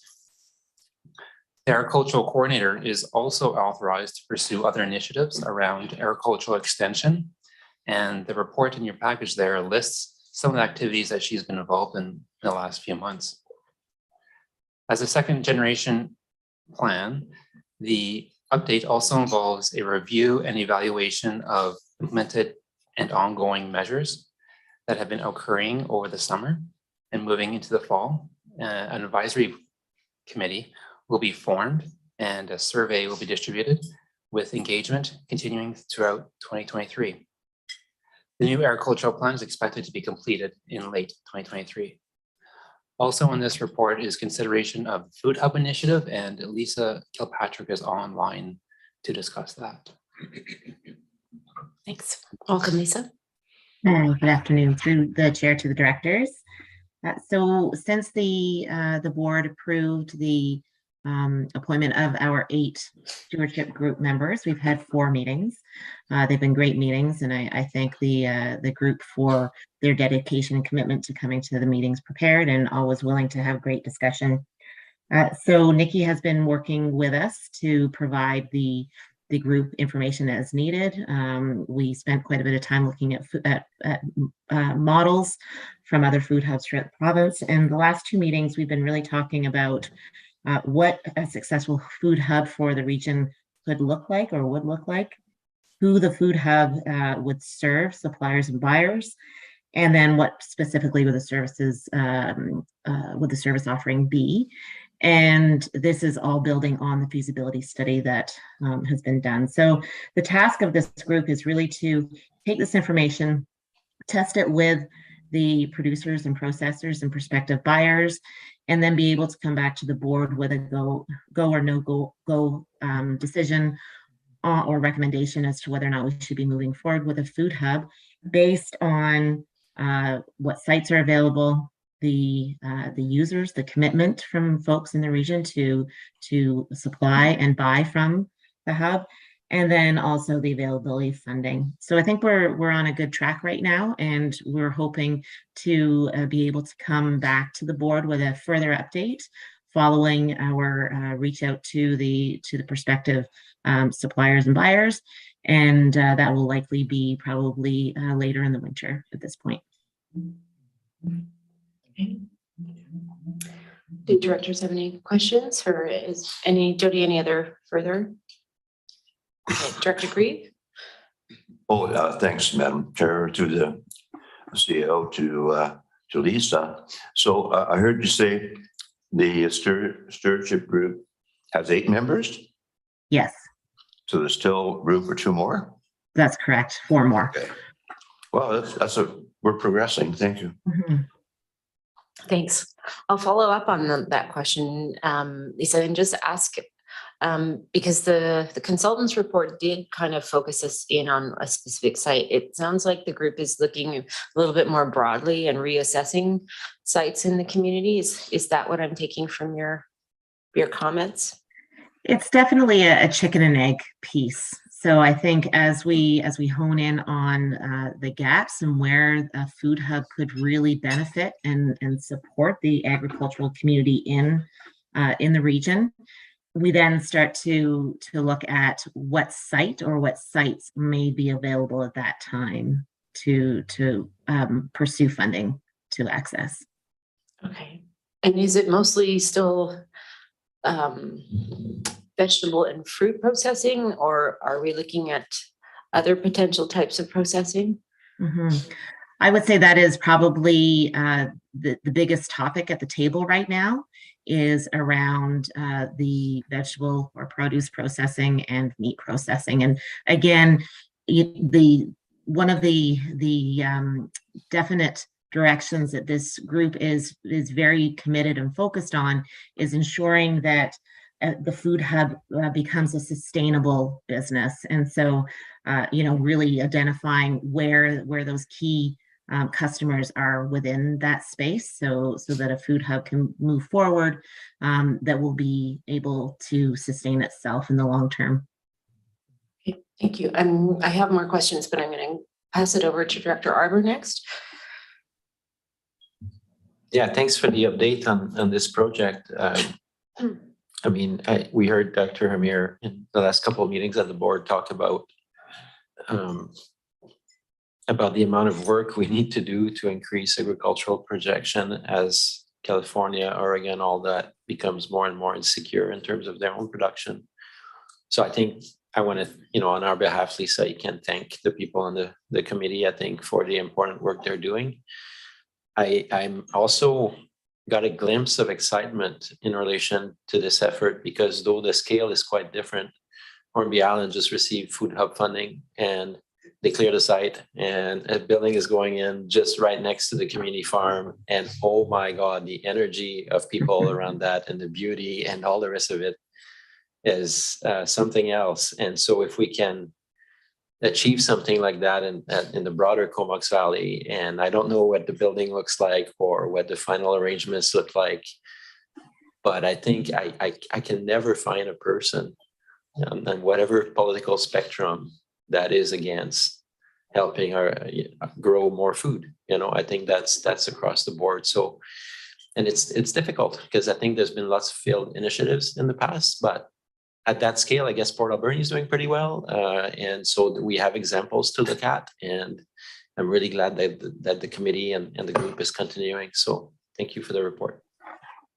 Thanks, Director Arbor. I'll follow up on that too. The fact that Hornby got food hub dollars, I have to say there was a tinge of jealousy on the side of me as a farmer on this side, not being able to access that type of investment. And that's the other reason we want to really move forward, is that we're missing dollars. There's hundreds of thousands of dollars from the province that is on the table if we can get our ducks in a row. And Director Arbor's kind of mentioned there've been failed attempts in the past, and maybe that's caused the community to be a little bit jaded.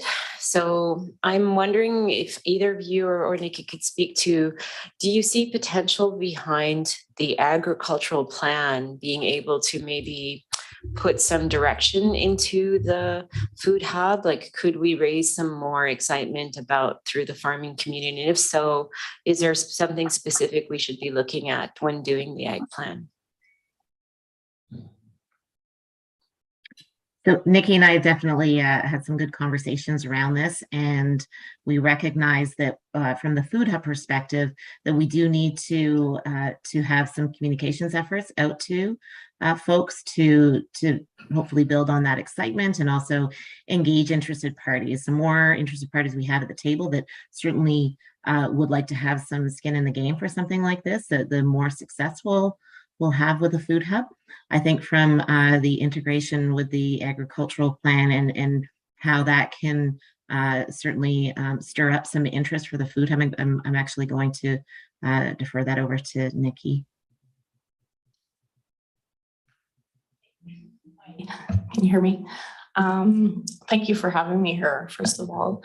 I would echo everything Lisa said. I think there is a lot of place for overlap between the ag plan and the Food Hub, just even in terms of consultation engagement fatigue between it's exactly the same group of people that we're talking to and that we're engaging with.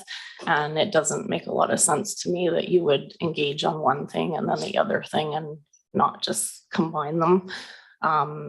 I don't think the agriculture community considers them separate things. I would also echo what Lisa said about the communication piece. I fielded quite a lot of questions recently just around what's happening with the Food Hub and is there an update and where is it going? And I think it would be really helpful if we had regular updates around the Food Hub just so that the community is aware and that as things unfold, they're in the loop and we get that interest and potentially, users coming forward. Absolutely. How do you see those updates happening? Like just within the agricultural community or updates to the board?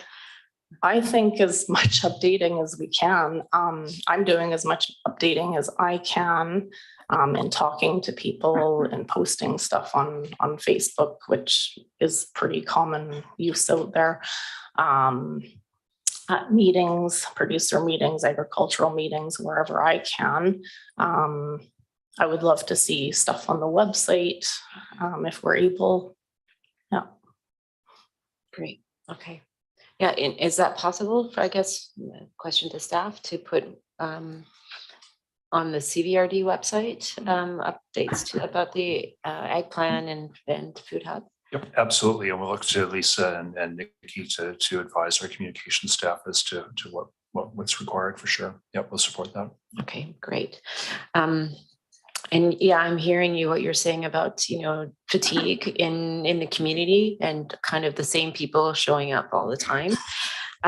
I am seeing some interest, and probably because there is provincial dollars in the replanting in the hazelnut area. So there is a hazelnut field day happening next week, and our regional agrologist happens to be the hazelnut supplier for the region. So we're set. It looks like we're fairly well set for to be, who knows, the upcoming Nutella hub for the island, but that might be an area in a region where the growers are going to need cracking and shelling and processing facilities.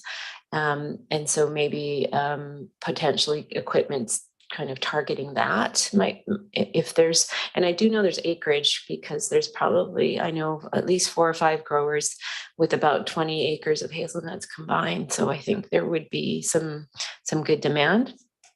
And then I don't want to ignore the meat and dairy folks. And have you heard any interest on that side of where that sector wants to go in terms of Food Hub or ag plan? Just press it. Sorry. Yes, that's the short answer. There's at least several, correct me here, Lisa, how many people there's quite a few members on the steering committee that actually represent the livestock sector. So I would say there's an interest there. Otherwise, they wouldn't have even volunteered to sit on the steering committee. In terms of exact businesses with a ready business plan, ready to go, I'm not sure.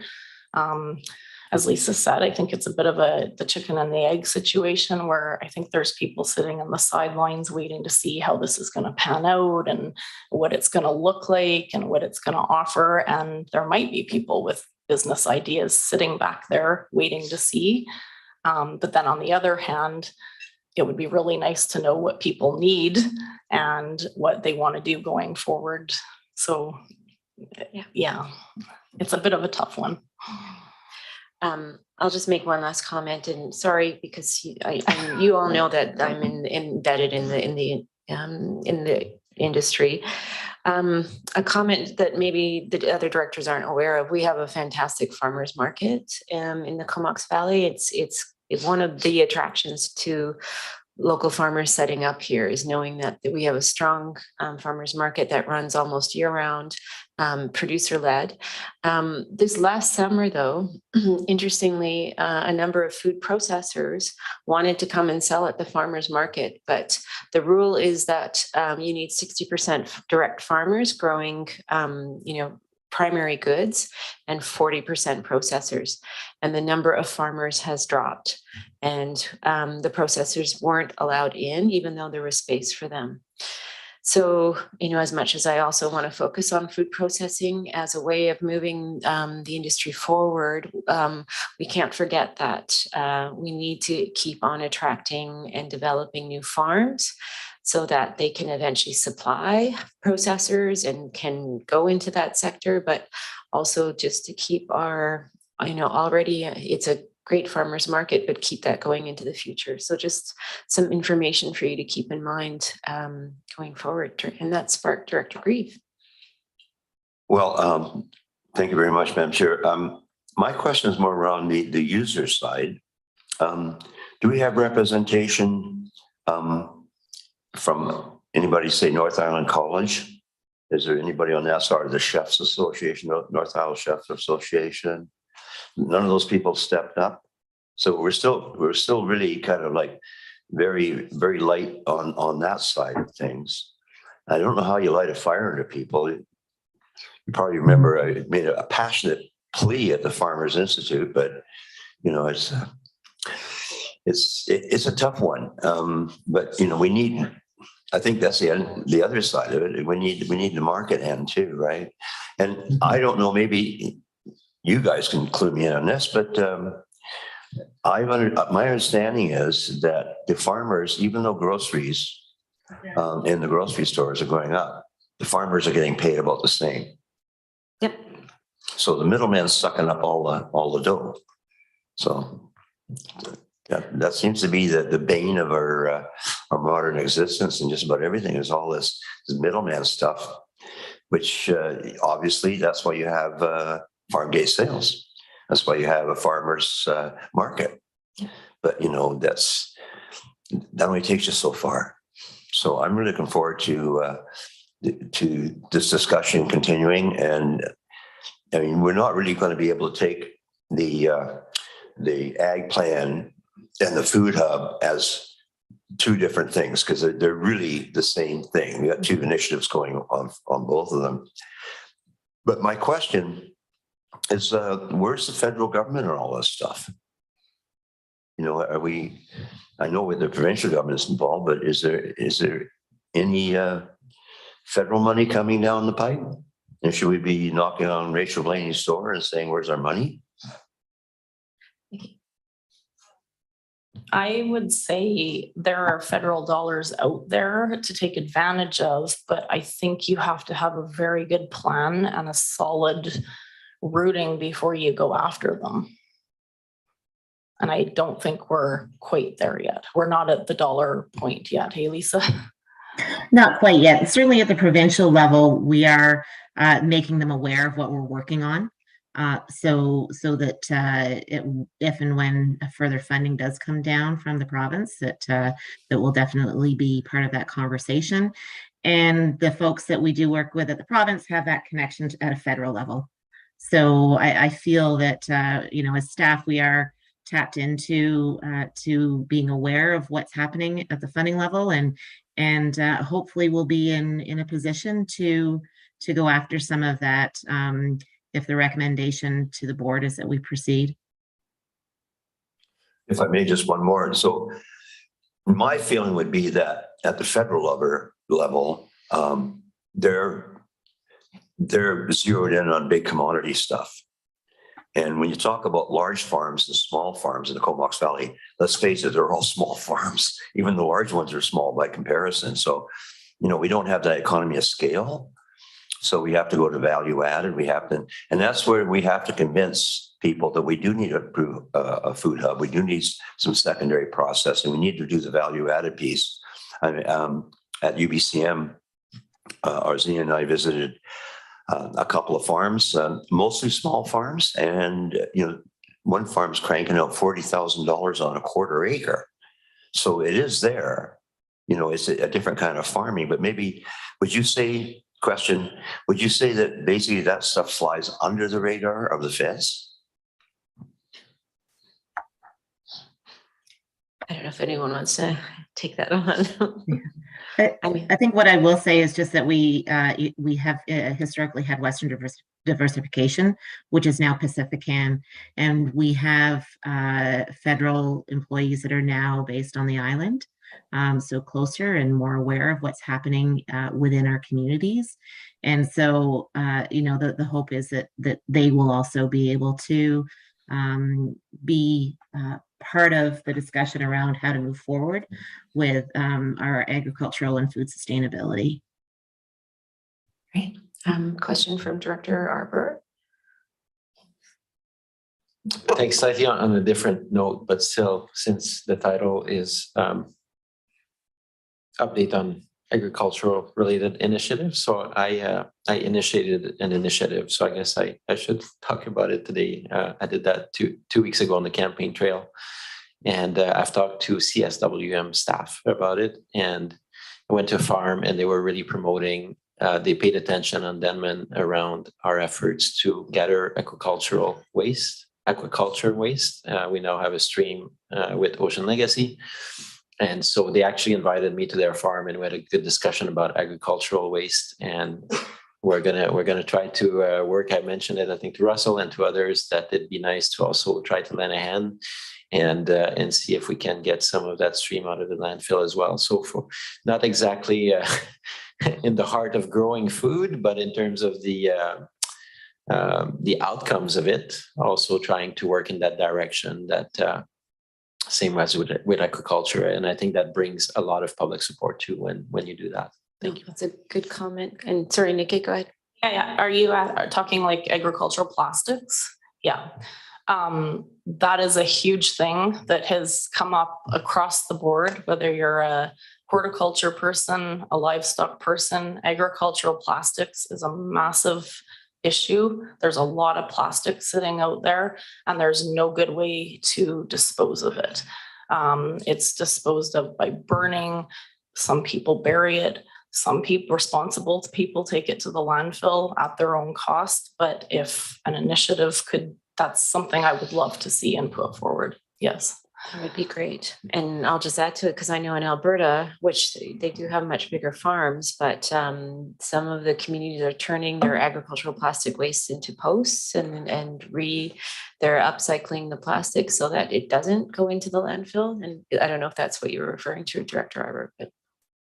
Yeah, totally. And I mean, look, walking around the farm, as you do a lot more than I do, the comparisons to the type of materials that are used in agriculture are kind of similar. And in initial discussions with our staff, CSWM had staff at the Hornby Fall Fair yesterday, which I was so happy to see. And when I walked in, they were talking about exactly that with someone else. So it's my commitment that I've never really thought about it, but I think going into next term, it would be on my list of to-dos, especially following our success with opening a stream for agriculture. I think we've broken ground there that makes it easier to have those discussions around agriculture. Yeah, great. So it sounds like, Nikki, you've got our blessings to move forward on talking to the community about plastic waste. That would be great.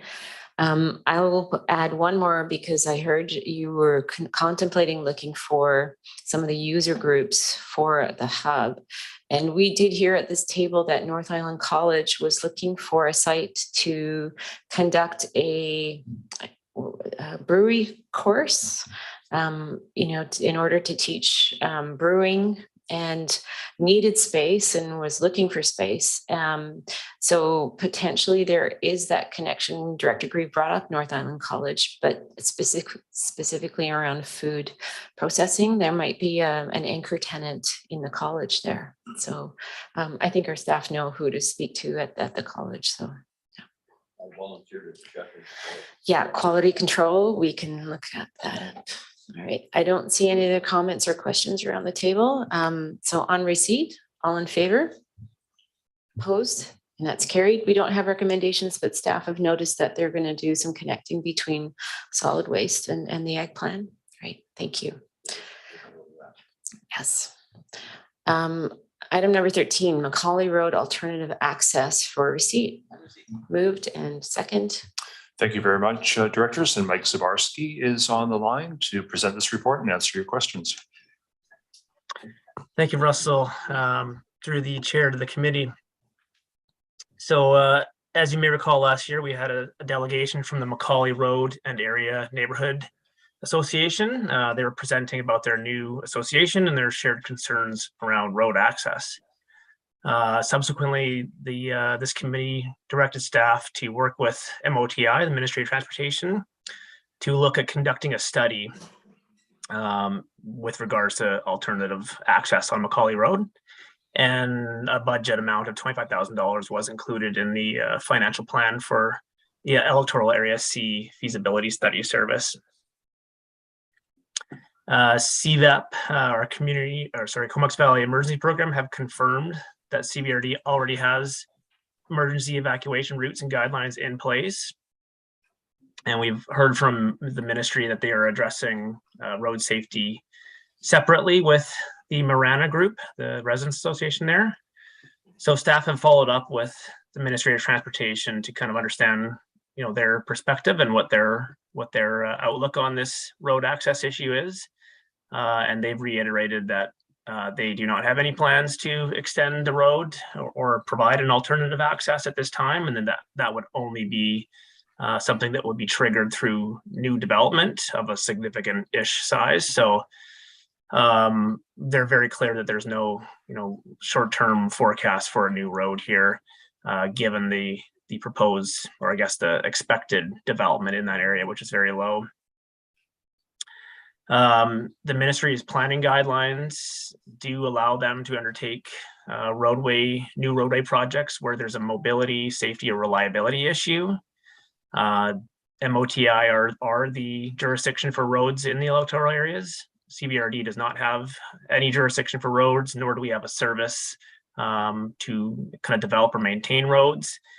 And so given those issues and the level of projected development, which would trigger a new road, we're recommending that staff not pursue a study, CBRD anyway, not pursue a study as the lead agency, and rather that we kind of take a more of an advocacy role with the Ministry of Transportation. And with that, I'm happy to answer any questions. Oh, questions, yes. Director Grieve. Thanks very much. Through the chair and CEO to staff. It seems that the Ministry of Transport talks the talk about active transportation, and it seems to be on all their strategic plans. But when it comes right down to things like Macaulay Road or roads in the electoral areas, if you're lucky, you've got a couple of white lines, a foot and a half away from the alligator road edge, and that's about it. I was out banging up campaign signs yesterday, and it was a Sunday, nice sunny day. And the amount of people on bicycles, way the hell and gone. In fact, one person's way out down on Stolen River Road by Brad Chappelle's place, and they wave at me, and you got two cars coming, one has to stop and wait for them to go by. So I'm hoping that the ministry is going to actually walk the walk, not just talk the talk on this stuff. Funny thing was, that same couple passed me on Coleman Road later. So these are seniors getting around on not even electric bikes. These are real bikes, folks. You know, they're getting their exercise. No, I understand that that local government has very little input into Moti's motives, but I think we have to just keep that pressure on, because at LGLA this year, we heard two fine young ladies talking about, you know, active transportation and separated paths and all this stuff. And then one of the rural directors in the interior stood up and says, I don't know who you got for your local manager, but my local manager tells me to keep the damn bikes off the road. So it's not trickling down. And you know, there again, like I say, I have to agree that it is not in our purview to do all the traffic studies and stuff like that. I know that that a certain letter we got from the ministry sounded to me like the author of the letter didn't really understand. And you see that sometimes too. When you talk to ministry officials, there's sometimes a disconnect there. They don't see themselves as really being part of the community. You know, they've got their career path mapped out and they're going to move up the ladder of the bureaucracy. So I agree that, you know, that's not something we should be pursuing. But the other half of that coin is around emergency egress and egress. And I know that we have the fire chief here right now from the Oyster River area. I'm just wondering if I could put him on the hot seat for a minute, and just to get up and let us know, because I do think that plan was made at least 10 years ago now. I'm just wondering, is there anything on the horizon that might improve that? Because my understanding is we're still reliant on a certain farmer to go through the property if there is an emergency at the top end. So if I may have the latitude from the chair. Madam Chair, I'll refer the question to Bruce, and he can speak to the previous planning, but the ongoing work that our volunteer firefighters do on a regular basis to prepare themselves for such circumstances. Thanks, Bruce. Go ahead. So yes, Director Grieve, you're correct. The plan is the one that goes through the Turnbull's Cranberry Farm out to Duncan Bay Main onto Inland Highway. That is the one that we're used. I'm comfortable with that plan. There is also an alternative one up by Oriole Lake. I think it's Evans's property. There's people can walk across the field, and we would have pick them up off of Naylor Road, because that Geiger, not it's ex-Geiger's farm, is at the end of Naylor Road, so that's a 500-yard walk for them to get across the field that way. I mean, it's not the best, but with what we have, it works. And I know there's a couple other alternatives that are in the background that we're looking at, other farmers and stuff like that. They're trying to improve their land and work with us to make better accesses. But there's a lot of to go on that. It's so we got one that works, and we're always exploring other options. Director Reed? Just subsequent to that. So obviously it depends on finessing the relationships with property owners, because we cannot command, except in the case of an actual emergency where we can. My understanding is that there are some gates, but people have keys and what have you. But right now, there's no shining new idea that would allow vehicles to escape, say if there was a wildfire or something like that, other than driving through the farm. Is that correct? At this time, that is correct. And to answer your question about the keys, we do we do have keys for like the fire department does have keys for the gate, so we can open the gate at any time we want. The one thing I think we have to understand here is because we've used this route in the past for, we call it a reverse evacuation when there was a tree across Macaulay Road. So we brought people in the back way, but we got to understand there's a difference between an emergency and an inconvenience. When we shut the road down for 2 hours for a car accident or for a hydro incident, people are requesting us to open that emergency access. That's not what it's there for. It's there for when there's an emergency, not an inconvenience. And so I think we got to make sure that disconnect, that being stuck behind traffic for 2 hours doesn't necessitate an emergency. They call it the Malahat, don't they? Okay, just one more little thing, and just as more of a comment. You probably know that we have the One Spot Trail connecting through to Macaulay Heights.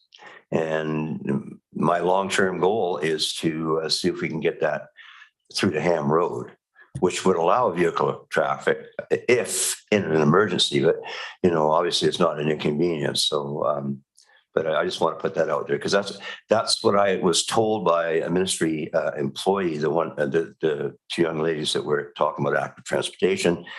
They suggested that if I was going to pursue funding, to pursue it along those lines rather than through the Ministry of Transport. So there might be a better chance. You don't have to comment. It's more of an election statement. Thank you. I was just going to say the CBRD has used a One Spot Trail as a part of an emergency evacuation route from Spike Road, Solon River Road area. And I know that's something they're looking at. So it's the One Spot Trail's already been used for one. So it's not a stress to say it might be something that's looked at in the future. Great. Thanks, Bruce. Director Arbor. Yeah, thank you. And I apologize to Director Green in advance, but you know, I'm a really big believer in strategies when we spend the time to build them. And I just want to not give false hope or unless we need to amend the strategy. We have completed an active transportation strategy and Macaulay Road is nowhere near the priorities highlighted. We have about 15, there is part of One Spot Trail from Headquarters Road to Solon Spirit Park that's highlighted for 1.8 million in our strategy. But Macaulay Road does not figure in the short term or midterm. The reason why I'm saying it that bluntly is because I had the same problem with Hornby and Denman with buses, that we were nowhere in the long-term transit future plan. So there will need to be some serious advocacy to amend the strategy or to look at it differently in order to advocate and put at the top of the pile when there's so many other projects that are there. So. And I think our staff had excellent meetings with the Ministry of Transportation at UBCM last week, talking about active transportation. And I'm pretty sure they did not talk about Macaulay. I think they probably talked about other projects that are tied to our strategy. We've also met you and I, the people in charge of the active transportation pot at LGLE last year, right? And they actually were so glad that we have a strategy. They're like, oh, we'd like to invest in that because you have a clear roadmap and most regional districts don't. When it comes to Macaulay Road, the recommendation before us is basically to do some advocacy to the province. And I am in support because I don't see that there is going to be a path on the active transportation side unless, you know, all residents really showed us a different way. We saw that there is some opportunity sometimes, like the LADSO stuff that's happening, multi-jurisdiction. But there would be a lot of ramp up work, I think, to put that at the top of the pile. So I do end up supporting the staff report, even though I know it'll make some of the residents like a little bit disheartened. But at the same time, it might also focus their efforts with their MLA and the province to address this. Thanks, Director Arbor. Yeah, I mean, reading this, I know it's going to be very disappointing for the Macaulay Road residents. I guess my question is, you know, the Modi does not see any need, it sounds like, for another road based on the population that is currently living on Macaulay. Is that my understanding? And I'm probably being repetitive, but maybe Mike, if you can just say, is that's actually the case, that they don't find that the number of people living on Macaulay requires another connection to the highway? I would say they have no plans for building a new road. I don't know exactly what their kind of standards and warrants for roads based on density would say, but at this point, they're not planning on doing any work towards a new road connection. Right. And they're being very clear that a new road would only come with some kind of a significant level of development in the area. So my guess is that they're not seeing enough density in that area right now to warrant that extra road. And I'm just going to double check with planning staff. We don't have plans to create more density on Macaulay Road. Just 10%. no, it's not. There we go. Through Madam Chair to the directors, that's right. As you know, Macaulay Road is primarily rural. There are certainly pockets of rural residential, but much of the land on both sides of Macaulay Road is within the agricultural land reserve. This is not an area that is contemplated for additional development. Okay, thanks.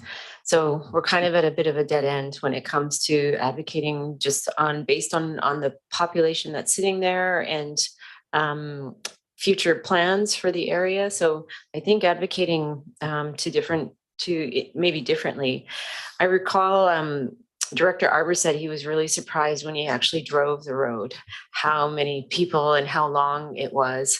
I'm wondering if we could get some I think higher ups within Modi to do a drive with us down Macaulay Road and actually let them see how long it is, how many are actually living there. And, I think for emergency, I'm still surprised that they feel that this is not enough density for a second, like an egress route. So I think they maybe need to see it. And that would be my suggestion. And I don't know if we can call upon senior staff at Modi to come and visit or what those procedures are. Maybe I'll leave it to staff want to comment on what our options are. Yeah, perhaps the directors might want to bring this back into strategic planning with the new directors in the new year as an immediate priority. But that's what we're saying. It's the best thing to do is to be lobbying with the province and to be building your case as to having them bring more money to the table. Okay. In defense of the ministry, though, think of all the Macaulay roads that exist across the province. This is a provincial agency. Think of the extreme weather events and how they are now responding to investing in infrastructure in other areas and other priorities. It's not going to be easy, but it's through the province that you're going to have to convince that this road be improved and a better access be provided. Thanks for that comment, Director Arbor. Yeah, so I actually agree. If you want, like, before we finish the term, we could add a letter from ESC for Modi, because I know right now we're just saying let's do general advocacy and the recommendation, but we might want to be more specific and actually, set the tone now in relation to our advocacy to say, for all these reasons, we're really asking you to consider this and make it part of your plans. Thanks. Great idea. Under new business. Yeah. Thanks. So on receipt then, all in favor? Opposed? Carried. We have the recommendation not to further study the work. Everyone's okay with it? Do the directors want to add an additional and further that to this resolution just to get it over with now, that letter be sent to the province? And finally that. That the EASC, a letter be sent from EASC to the ministry. Oh, and here we will craft it, I think, as no, just to our MLA. I think if something's going to move, I think you're going to need to see some MLA action on things like that, as is often the case with transportation. I think if you go to the ministry, they have their project plan and they'll stick to it. So I think a better focus would be with the MLA. So sent to both MLA and the ministry. To our MLA and to the Ministry of Ed. So a letter from the ESC to our MLA and to the Ministry of Transportation advocating for a second road. Yes. Okay. On that loosely worded, our staff will come up with the proper referral, but our director's okay with that? It does. Okay. Are you comfortable voting on it? Yeah. Okay. All in favor? Opposed? And that's carried unanimously. Thank you. Item number 14, building permit process and current review times for receipt. Moved, seconded, and over to staff. Thank you very much, Chair and Directors. And Alana Mullally, General Manager of Planning and Development, is here to present this report and answer any of your questions. Thanks, Alana. Great. Thanks very much, Russell. Through Madam Chair to the directors. At the August 8th committee meeting, you asked us to report back today with some options to reduce building permit turnaround times. And so Amanda Yasinski, the Senior Manager of Building and Bylaw, and I are here to talk to you about our plan to make that happen. Firstly, all of our staff, including us, are keenly aware that longer building permit issuance turnaround time has a compounding effect on all of the external factors that are presently facing both property owners and those involved in the development industry. We have taken immediate steps, including restructuring our building, bylaw compliance, and planning departments to better align application intake and review with our service principles and align also our plan checking, inspection, and compliance work. We have been recruiting for vacancies. We've been prioritizing application types based on external factors. And we've been digging into the application intake and review processes, looking for efficiencies. Here in the Comox Valley and right across the province, the development industry has changed significantly over the last couple of decades. And you've had a couple of folks in our development community come this meeting, last meeting, to talk to you about their experiences of development industry and development in the Comox Valley over the last couple of decades. So they well know that a big part of that change relates to expectations, both expectations for developers when they're doing construction, as well as expectations on the role of local government. BC's construction industry has grown significantly, putting competitive pressure on developers to acquire property and get to market very quickly. There's often greater risk for developers now than there was decades ago. And therefore, certainty in the application and approvals process is even more important than before. Note that in the rural areas of our province, we are seeing an increase in the number of owner builders undertaking housing construction. And this is quite distinct, typically, from the kind of experience that registered home builders typically bring to a development project. And that's really important for us here in the Comox Valley. And Amanda and I can speak to that later on. In either case, however, it is not an us against them proposition. Rather, we want to build a collaborative relationship in order to support the best outcomes for the public interest and a high quality built environment that aligns with our community's values and the rural official community plan. This, as well as the introduction of a new building bylaw, is part of the reason why we came to you back in May of this year with a proposal to undertake a building services project that was aimed at identifying ways that we can support the industry and property owners amidst all of these external challenges.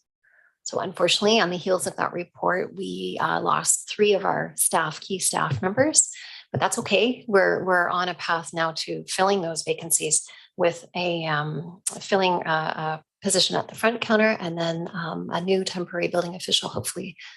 I don't know why I said hopefully. He is starting tomorrow. And we're nearing the end of our recruitment for a building services, inspection services manager.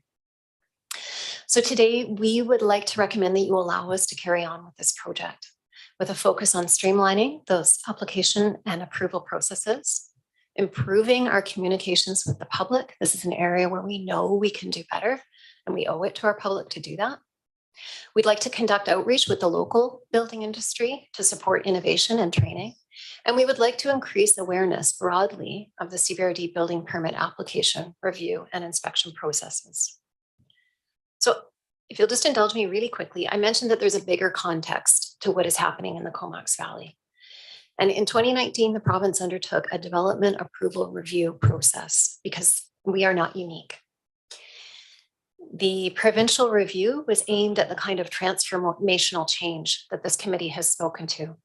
And ultimately, the review identified 6 key categories of concern among the development industry and local government stakeholders. And we expect that our project will reveal similar concerns. So really quickly, process, application and approval, financing tools for development, subdivision, provincial requirements, and an overall understanding of the development approvals process. So there are three within that list, certainly, that are within our CBRD direct control, those areas where we can take direct action, while the others are within our areas of influence, meaning potential areas for advocacy and collaboration with partners. Specifically, of course, we have control over process, our own internal application and approval process, and we also have a role to play in helping folks understand our process. The provincial review identified key guiding principles for taking action on these areas of concerns, and these principles align with staff and our commitment to make improvements. Those principles are achieving outcomes that are in the public interest, providing certainty to developers and property owners, being transparent with our access to information, being collaborative, being flexible. So achieving consistency while allowing for innovation, being timely, and striving for balance, that fair balance of costs and benefits to the public and the proponent. So these are the principles that have informed the work that we've undertaken since June of this year, and they will inform our project moving forward. So to be clear, through our project, we will look at developing a best practices guide for staff in the development industry, including a development checklist so that people know what to expect and they can prepare themselves accordingly. We will triage applications at the time of submission and identify incomplete, easy, and complex applications. And we will develop a different process for each of those. We will automate some of our processes. We're doing many, many steps right now by hand and in person. We field a ton of questions and emails that are important. People need answers, they need information. And we need to automate some of this work to free up our staff to work on the applications. We will work with the development community to find a balance between improved processing times and potential needs for increases in our application and review fees. And we'll improve our communications with our applicants. We'll let folks know what they can expect to us, and we will do what we say we will do. We look forward to working with you over the coming months to modernize our development services group and reaffirm our commitment to the public interest and working with our applicants. Amanda and I would be happy to field any questions. Thank you, Anna. Director Arbor. Yeah, thanks. That's a lot more substance than I was expecting in terms of the status of our efforts to try to improve in a difficult environment. And I want to thank staff for, I actually know how challenging it's been, including on the staffing and also on the levels and number of applications we've received. And I think that what you're describing of linking what has been well established across BC as the key challenges and having everyone work together, that's good. That was the same thing people were talking about at UBCM. So I'm not sure it's fully transformative, because at the end of the day, well, 33 permits in last month, that's pretty awesome. I think, what's the average, if I may quickly, in a month?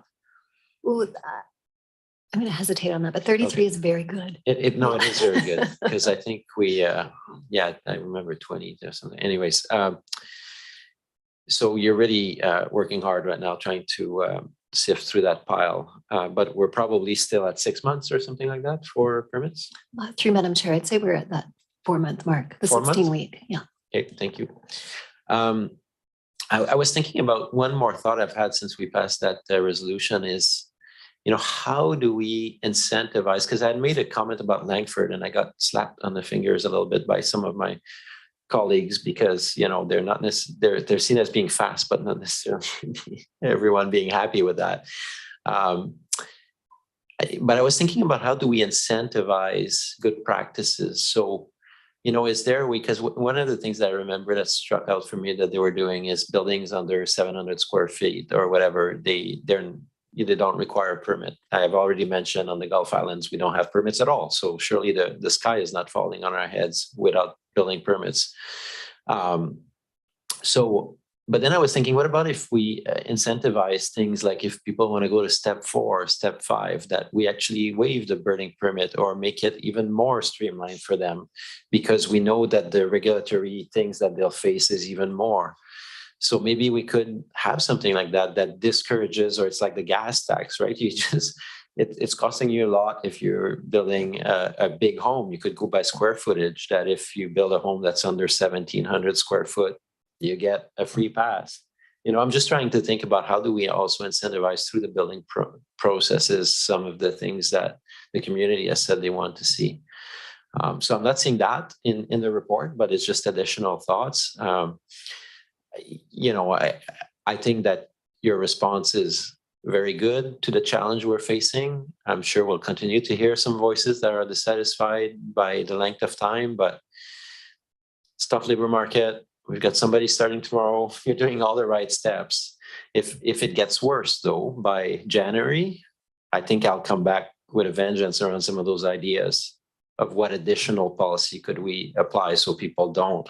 If we get to 6 months in January, you'll definitely hear back from, probably it'll be even worse if it's not me at this table, in my opinion. So yeah, thank you. Yeah, and Madam Chair, if I could just ask you as directors or those that replace you, that very important step is going to be the outreach to the local building industry and the community as to what works better. Please don't forget these ideas that you're voicing to us now and bring those back to be part of that discussion at that time, whether our building permit process is down to a week or still remains at four months as it is now. That is the time really to have that conversation with the community as to what they want in their building inspection service, to the extent that they and we can have an effect on what it provides. And we want those good ideas. I really want to just commend Amanda and Alana for focusing right now on getting efficiencies and effectiveness in the department, filling positions so that we can focus on getting the wait time down to have the best possible service for you then to reach out to the community and define what transformational change may be considered in the new year. Thanks. Director Grieve, yeah. Thanks, Madam Chair. Well, you heard me mention earlier on when we were talking about the Denman Community Land Trust, the fact that I just read an article in The Economist about the Bossy State. And the amazing thing is that laws are seldom rescinded, they're seldom modified, they're just compounded. And that even the red tape cutting Ronald Reagan left office with way more laws than he entered it. Maggie Thatcher, same thing. So no matter what the rhetoric is, the reality is it just keeps compounding.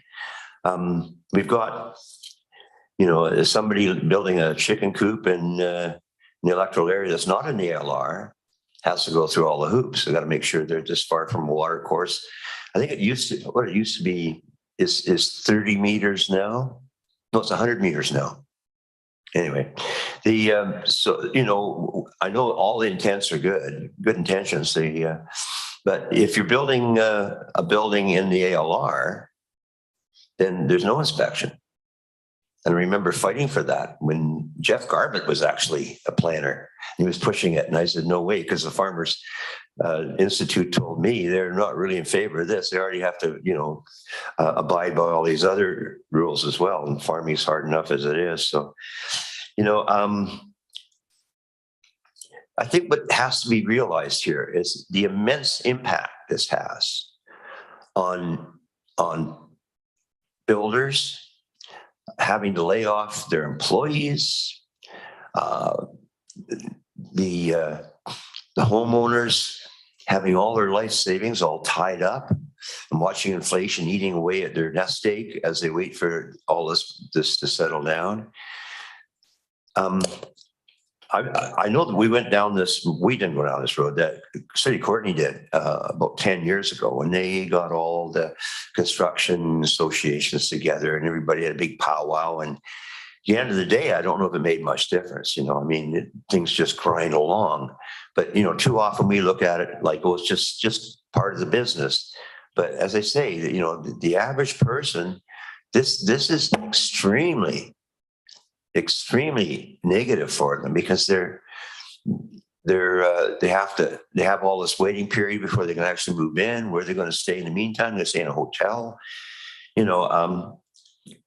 One of the suggestions I got from one of the local builders, and he asked me to ask this question, is that along with all these other recommendations, Can we also do an outreach to some other jurisdictions where they have a 2-week turnaround and find out what they're doing? So some comparatives as well as the ones that are suggested in the recommendation.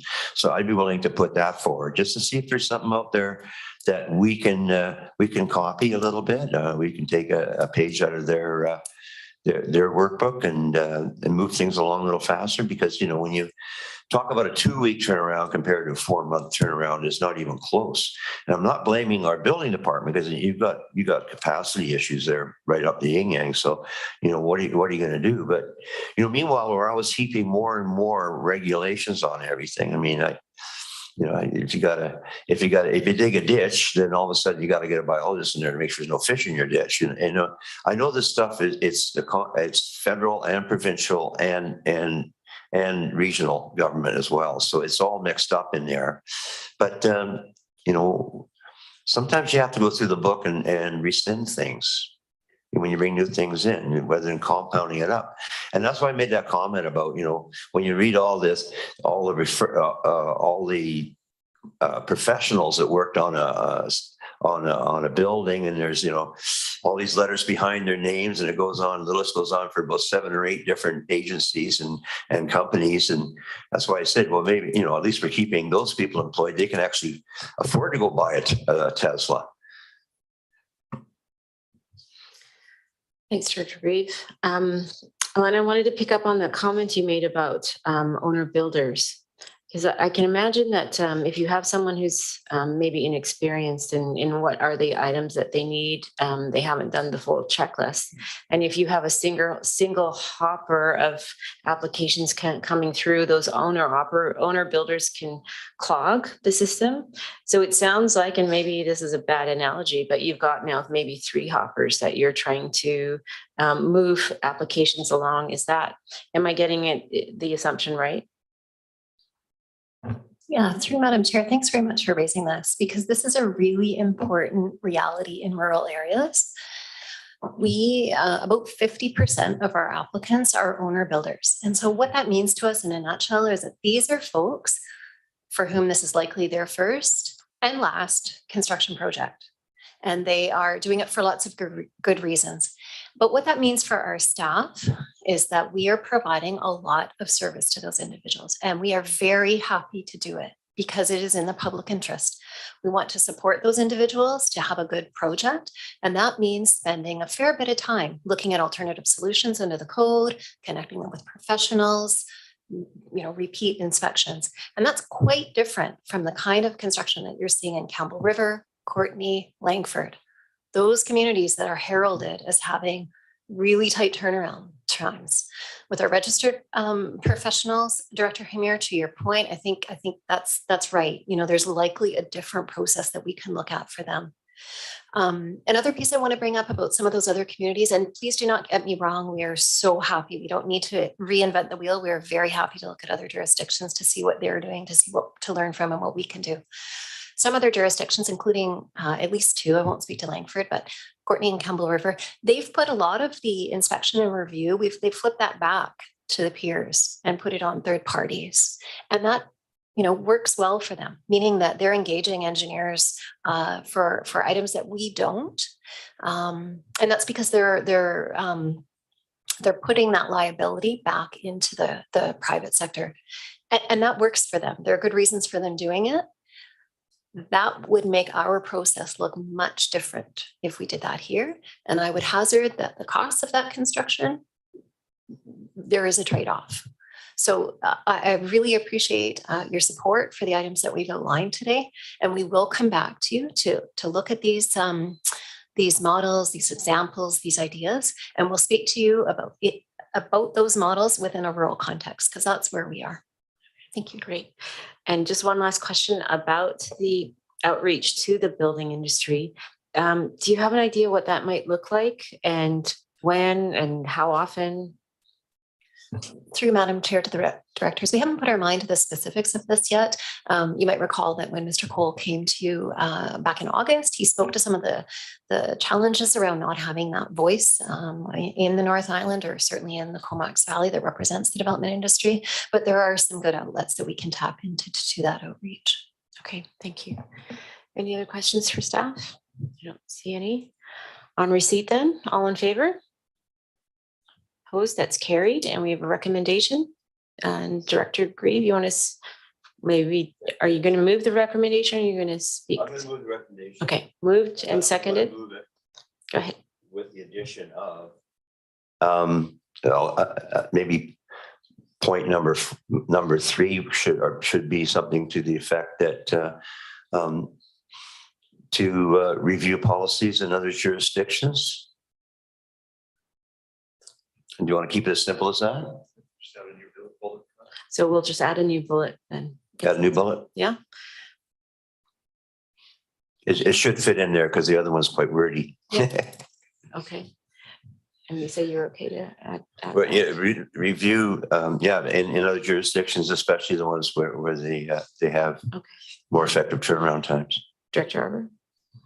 If we're going to go that route, I would like the Hornby and Denman Islands Trust to be included to understand what does a jurisdiction that doesn't have any building permit look like, and is the sky falling on the islands? Thank you very much. Yeah, thanks for that.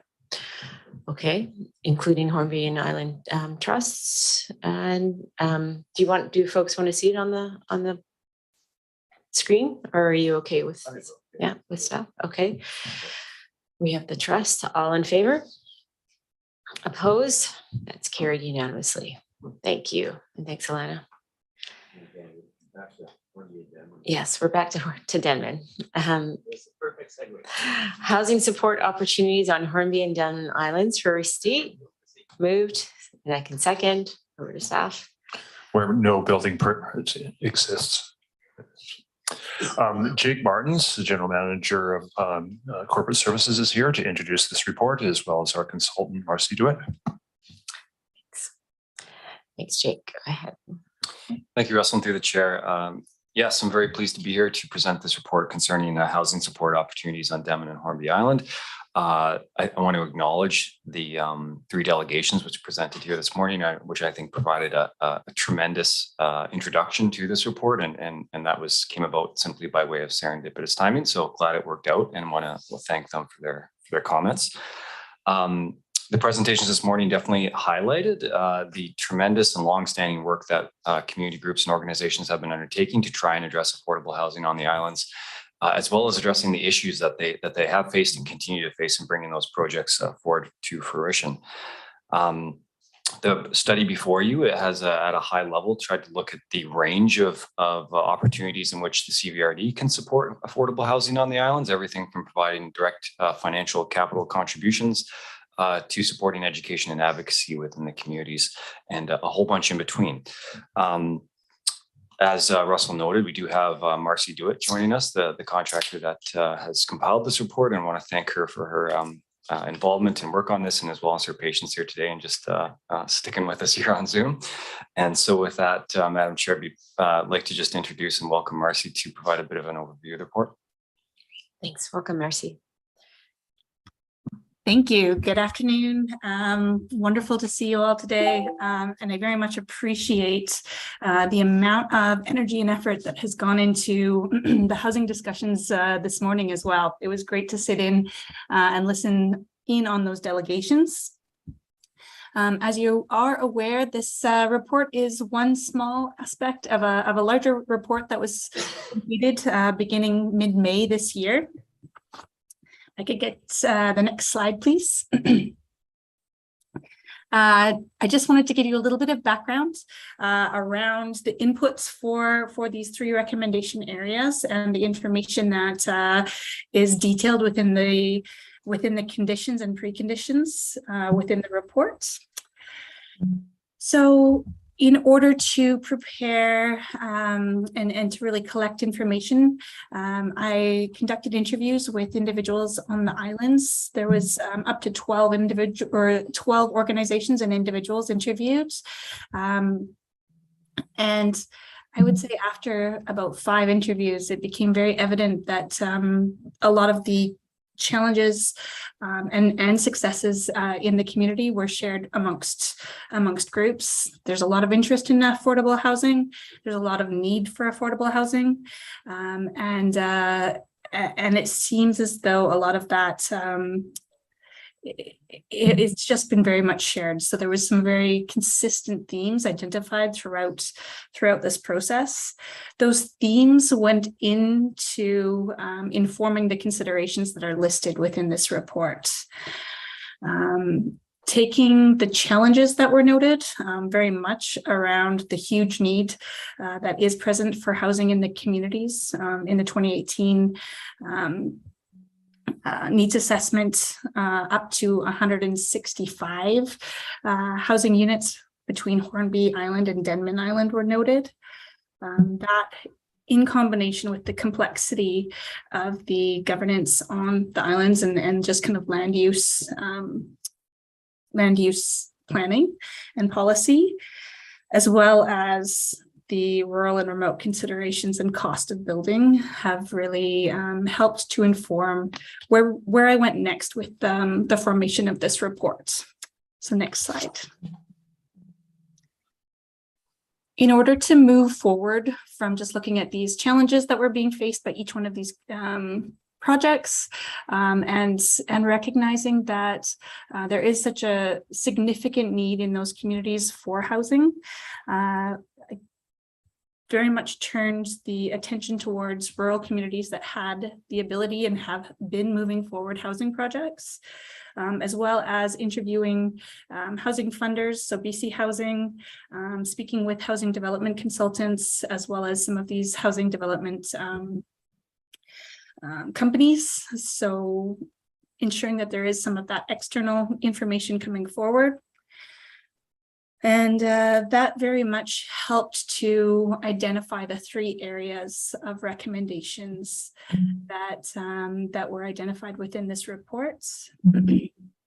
So communities that were seeing shovel-ready plans or actual units being delivered in community had the ability and had secured capital funding, had this ability to coordinate and navigate the system, coordinate their projects in a concise way, and had taken the time to do some education with community, as well as had these, very much like yourselves, dedicated elected officials that were doing advocacy out into the provincial and federal levels. So next slide. So looking at those 3 main areas, ideally, what really emerged was a need for specific funding for the islands that would be able to recognize the unique challenge of developing housing in rural and remote communities and increase the capacity of what is the great work that's already happening. A big piece of that was really looking at strategizing, ensuring that there is a housing strategy, ensuring that there is shared resourcing throughout these projects, and ensuring that there is, I guess, a greater capacity in looking at the variety of different opportunities that there are to support housing unit development. Not just affordable housing units, but other ways and means and modes of ensuring that some of these needs on the islands are met. So, yeah, from the analysis, from interviews and the analysis of other initiatives, those 3 major trends were quite consistent within any of the successful projects, and really pointed towards having that ability to provide capital. There is a variety of different ways in which capital can be created, and some of which are already happening within community, but just having that increased consistency between the projects was a really kind of crucial piece. I think rather than kind of beat all of the recommendations to death, I'd like to turn it over to questions and maybe explain any areas that might need some additional clarity. Thank you for that. Director Arbor has a question. Yeah, thanks for the report and the work. I think it's good to. To be honest, I think that with your presentation and the presentations we got this morning, we're getting a pretty good rounded, and especially for staff to get a pretty good rounded understanding of the uniqueness of the islands in regards to not being included in our housing functions, while the issue, as with most communities, is like at the top. And I think the Islands Trust has stepped up a bit this past term in terms of moving along their development permits and assisting nonprofit organizations through their processes. We're seeing BC Housing, so there's some hope at the table. But I will cue in on your. I think the housing strategy is a piece of work that we should do because beyond the projects that exist, we need a roadmap to create those other 80 homes. And we heard from all the delegates that came here. About the availability of land and all those key hurdles that are so difficult. Like we need some kind of strategy that also looks at existing stock and different things. So the developing capital, I think you're right. The staff, I don't know how you arrive. There's a staff report and then there's the report and the executive summary has some cautions in it, and there were some cautions around testing a housing service through either referendum or the rest of it. I think the quote was because of the number of homes and the prevalence of low-income households. If we were going by that mentality, we would not be doing the South Sewer project if we were looking at the number of homes and the prevalence of low-income households. So I don't think it's necessarily an impediment. I think there's a lot of support on the islands for resourcing the nonprofits that we heard from today in an appropriate capacity. So going into next term, I wouldn't definitely not nix that option. But in the short term is how do we utilize our limited resources on the capital side to support what they're doing? So we heard of a couple of additional projects. I think what we're hearing from Beyond the Housing in regards to Beulah Creek is hopefully that 100 grand will carry them there. But what else can we do? Community Works is not a ton of money. And so, so I think a more fleshed out strategy would help even at the regional district better understand the pathways. So, so from a staff perspective, what would you see happen after today in regards to that report? Because there's not, it's basically up for receipt and it'd be referred to the strategic plan. So what you're saying is that once we get together, I remember last term strategic planning happened in around December, and that's when the key issues were identified. My recommendation, whether I'm here or not, is that the future electoral area director for aid definitely brings that to the table for the December session, I assume. And in terms of a housing service, because my question to staff, then I'll turn it a little bit over and feel free to jump in, Marcy, but this one is more technical. Like it says it's an unusual feasibility in the sense that we're painting a picture, but we're not arriving at an AAP or anything like that, right? So what additional pieces would the CVRD require if we wanted to create a housing service for those two islands? And the housing service, I think, it's a minimum amount of money that could sustain coordination of the nonprofits, staff time, somebody that can actually advance new projects and the rest of that. So that's my question to staff. Thanks, James. Thanks through the chair. The reference to the formal establishment of a housing service, I suppose that's one area I think that's worth exploring through that strategic planning session. What is the exact interest of the board? Is it around providing capital funding only? Is it more about focusing on education advocacy? This study, in my view, really presents that full scope, a full suite or a menu of options for the board to consider. And so in the sense of your question around not being a typical feasibility study, it's not zeroed in on a particular activity and outlining all of the nuances and considerations with respect to it. It more in broad strokes says, here's the whole suite of options, then leaves it to the board as far as where your interests may lie, in which then some activities may require formal service. Others potentially may not. I don't want to prejudge that it's automatic that a housing service would be a given, but we certainly want to hear back from the director, the board around what is the specific interest and focus, and then we can come forward with those details following that. And in the context of that decision, we feel like that should be made in the full context of all of the corporate initiatives that we're undertaking to ensure that it's a matter of priority and significance, and one that we can resource and effectively action. Sure.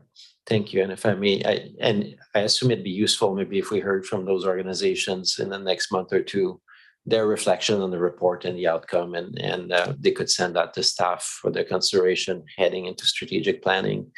I think that'd be valuable.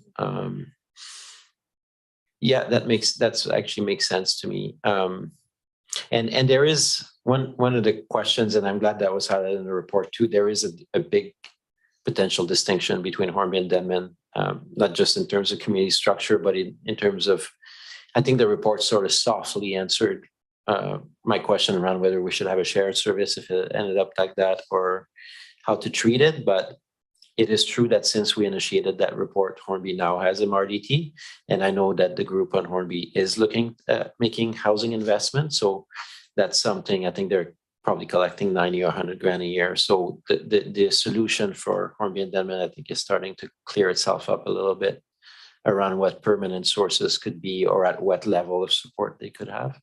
In the short term, I think I really like to hear the specific requests from the groups today, because I think they're all very legitimate. And then if we build that housing strategy in the next year or so, then that might clarify the pathway, and also whether the service gets put to a test as a referendum or not. Is that fair? Yeah, Madam Chair, yeah, certainly fair from my perspective. Not sure if Marcy, if you had anything further you wanted to add as far as the considerations referenced by Director Arbor between the island communities, the differences or distinctions. Not sure if there's anything further to add, but just want to open up that opportunity. Thank you. I don't think I had anything further to add. I do believe that just with rural and remote, smaller rural communities, it is powerful to have them working together and to harness some of that joint capacity.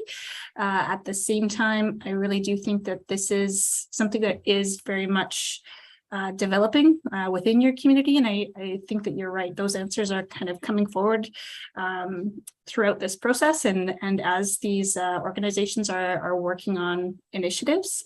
So I think that that's an important kind of component of this. Additionally, those education, coordination, and navigation components of the report can each be, supported individually through the CVRD, and can certainly lead to, I guess, those answers around whether it's a shared service, or if there was a service to be developed, or if it is something that is individual to each one of the islands. Certainly, ways to increase capacity is definitely the best way to go.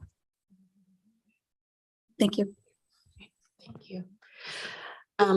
Marcy, I know in the report, you reference service, the function 451, the homelessness support service, and maybe you've highlighted some potential issues around Hornby and Denman joining the service, but I wonder, I didn't see reference to the Coalition to End Homelessness. And can you see a potential of working together with that organization, but not joining Function 451? Is there an opportunity there, or is there interest in that? Yeah, I believe that the Hornby Island Housing Society already is working with the Coalition to End Homelessness. Okay. And so there is already some strong ties there. Certainly could be strengthened, but I do think that just in terms of looking at funding and those kinds of components, sometimes it's challenging to integrate the more rural aspects into the urban and urban adjacent consideration. Yeah, I can see that. And is there potential competition then for dollars, because everyone's going after the same pot? Yeah. Okay. Yeah. I get that. I don't see any other comments, but I'd like to echo Director Arbor's comment about, us coming back to this in future. I know In rural areas, we often look at the municipalities as the site for more affordable housing and concentration because services are there. But I think for the islands, it's something very different. You know, we don't want to be forcing people off of Hornby and Denman to come to the more urban municipalities here. So, you know, thanks for this report, and I look forward to, you know, potential future strategies on specifically for the two islands. So on receipt then, all in favor? Opposed? That's carried, and there is a recommendation that the report attached be referred to the board's 2023 strategic planning process. Moved and seconded, and any comments on that, Director Arbor? Yeah, and since they made a day out of it, I'll definitely encourage our friends in the nonprofit sector on Hornby to send further thoughts to staff. Even though we're going through the electoral process, I think it shouldn't stop the efforts to strengthen the relationship with CVRD and also have specific asks as they arise. Thank you. On that, all in favor? Opposed, and that's carried. UBCM Community Emergency Preparedness Fund application for fire departments for receipt. Moved and seconded, and over to staff. Thank you. And Bruce Green is here to present this report and answer your questions. Great, thanks, Bruce. You've already been welcome, but welcome again. Thank you through the CEO to the Madam Chair and the directors. UBCM has allowed us through the Community Emergency Preparedness Fund application to apply for $30,000 for each fire department within the regional district. So the intent is with this application to apply for up to $210,000 for each of the 7 services that are under the CVRD. In Appendix A, there's a detailed list of what each fire department is applying for. The one exception I have to say is we reached out to Rebecca Bishop to make sure everything was there, and I guess the water tanks that Devon Island was asking for, because it's capital item, isn't allowed. So they changed that. They're planning on bringing in 3 sea cans to make a training facility on their ground. So that it's changed, tweaked a little bit to make sure we're through Rebecca. I want to make sure everything we apply for is eligible. So it gives us the best opportunity to get it. So we've tweaked the Appendix A is tweaked to remove the water tanks and put sea cans in there. It's just operational equipment, our training that the fire department needs that to better serve the community, especially in wildfires. Like Union Bay is looking at updating their structural protection unit. Oyster River's getting SCBA's. It's stuff that we're all looking at buying, but if we can get this stuff through the grant, it makes it easier on the taxpayers as a whole for here. So with that, I'm open to questions. Great. Questions? You gotta go.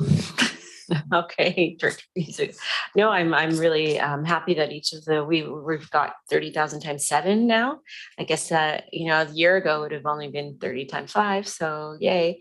And it sounds like would there be?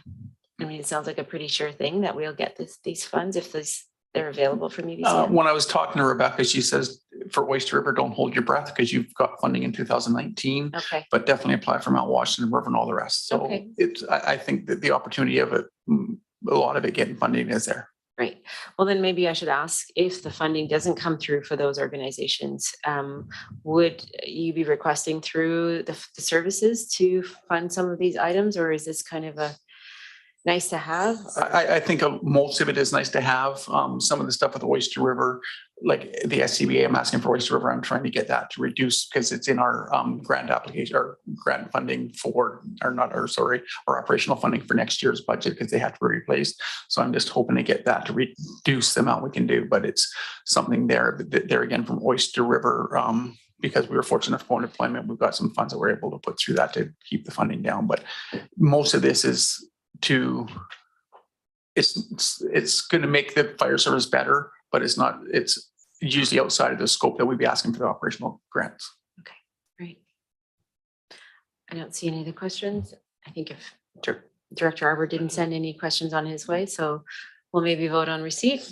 All in favor? Opposed? That's carried. And we have a recommendation. Move, and I can second that we support the application to UBCM for up to 210,000. Any comments? Seeing none, all in favor? Opposed? And that's carried. Do we need another break or do you want to keep going? Let's go. Okay, keep going. So thanks, Bruce. Right on, we're going to go to the 2022 Electoral Areas Arts and Culture Grant, Additional Rural Community Grant Consideration, and Merville Hall request for receipt. Moved, and I can second, and to staff. Thank you very much, Chair and Directors. And Kevin Duval is here to present this report and outline the 3 recommendations included. Thanks, Kevin. Go ahead. Thank you very much. Good afternoon through the chair to the directors. So yes, what we are presenting here today are a group of requests and recommendations with respect to 3 of our electoral area granting and or support programs for your consideration. The first one being brought forward is with respect to the Puntledge North Community Hall or Community Facility Support Service, and specifically the Merville Hall. As the directors may recall, back in May, an allocation from our $80,000 allocation into this service of BC Safe Restart funding was allocated to the Merville Hall to assist them with their septic system upgrades. So that was $35,000. As many of these projects have encountered, they've encountered some cost escalation increases, and therefore they are requesting an additional commitment of $15,000 to help complete that work. Currently within this particular service, we do have $35,000 remaining of unallocated funds from the BC Safe Restart.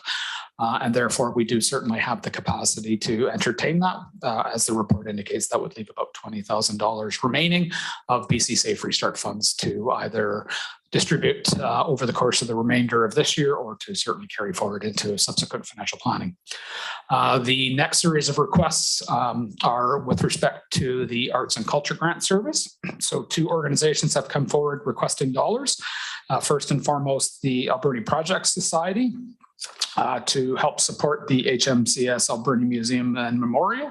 So they are looking for $2,000 to support that work. And then further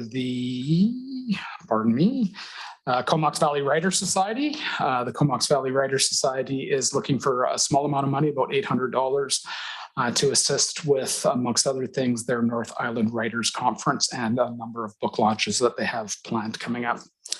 And then lastly, with respect to the Rural Community Grant Program, there are 3 applications that we've received since the initial allocations back in the spring. And those new requests are coming forward from the Guardians of the Mid-Island Estuary Society to the tune of $10,000. $2,500 to support Scouts Canada Camp Gilwell, and $1,500 to support the Macaulay Road and Area Neighborhood Association as outlined in the report.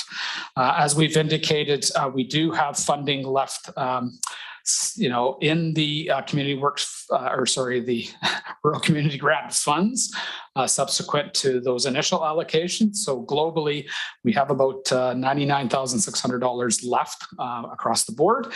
Certainly, based on the specific allocations, we have about $388 remaining for Denman Island, about $14,000 for Hornby, close to $16,000 for Area A, about $18,500 for Area B, and about $51,000 for Area C. So we do certainly have some capacity at the director's discretion. So perhaps I'll leave it there and certainly welcome any questions. Okay, well, let's start with the easy ones, I think, first. So any questions to Kevin or staff, first of all, on the report? Director Grieve? Thank you. Great. Then on receipt, all in favor? Opposed? Carried. And so let's start with recommendation 1 for the funding for the Merville Hall. Anyone like to move? Moved. I can second, and this is to allocate $15,000 from the Safe Restart to the Puntledge North Community Facility Support Service. Anything else? Any other comments? Okay, it still leaves us $20,000 in that grant. Okay, all in favor? Opposed? Carried. Item 2 has been moved for a number of the organizations to be funded out of the Electoral Areas Arts and Culture Grant Services, leaving us with $2,200. Any comments? Seeing none, all in favor? Opposed? And that's carried. I think we may need to wait for Director Arbor to come back for item 3. Do you want to take a break, or how would you like to proceed? We do have one item that is specifically Area C. Do you want to approve that one under your Area C grants for the Macaulay Road one? I'll move that one by itself. Okay. All in favor? Opposed? That's carried. The 2,500 for Scouts Canada. Bill Wilson, Area C. Yeah, I'll move it. I can chip in 500. I was a Girl Guide, so I feel. All right, 500 from Area B, 2,000 from Area C. All in favor? Opposed? And that's carried. And Kevin, is that all right? You've got that. So that just leaves us with the larger Guardians of Mid-Island Estuary Society. Shall we wait? I haven't either. Does staff have any comment on who they are? I'm assuming it is a registered society, so. Through the chair to directors, unless other staff do, unfortunately, with the Marshall Way, I don't have a lot of information as to who this organization is, but certainly could reach out and provide that. So it sounded like they were doing mostly their work around Canada geese. And yeah, and they were working with the Comox Water Guardians. So, you know, it sounds like they have been around, and if that's my recollection. I don't think there is a geese lobby.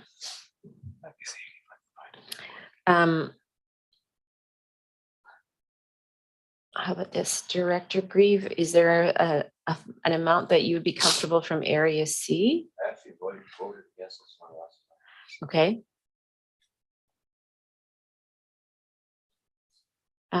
I believe I did speak to them myself, and especially I think I had a chat with Corey Frank around the impact that Canada geese were having on the ecosystem. So I would be comfortable with a third of it.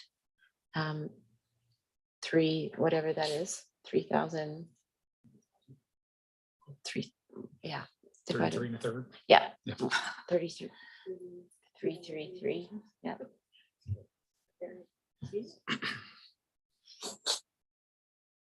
I think it's probably best to wait. Why don't we just take a 5-minute break, and then we'll come back and regroup and finalize that last number.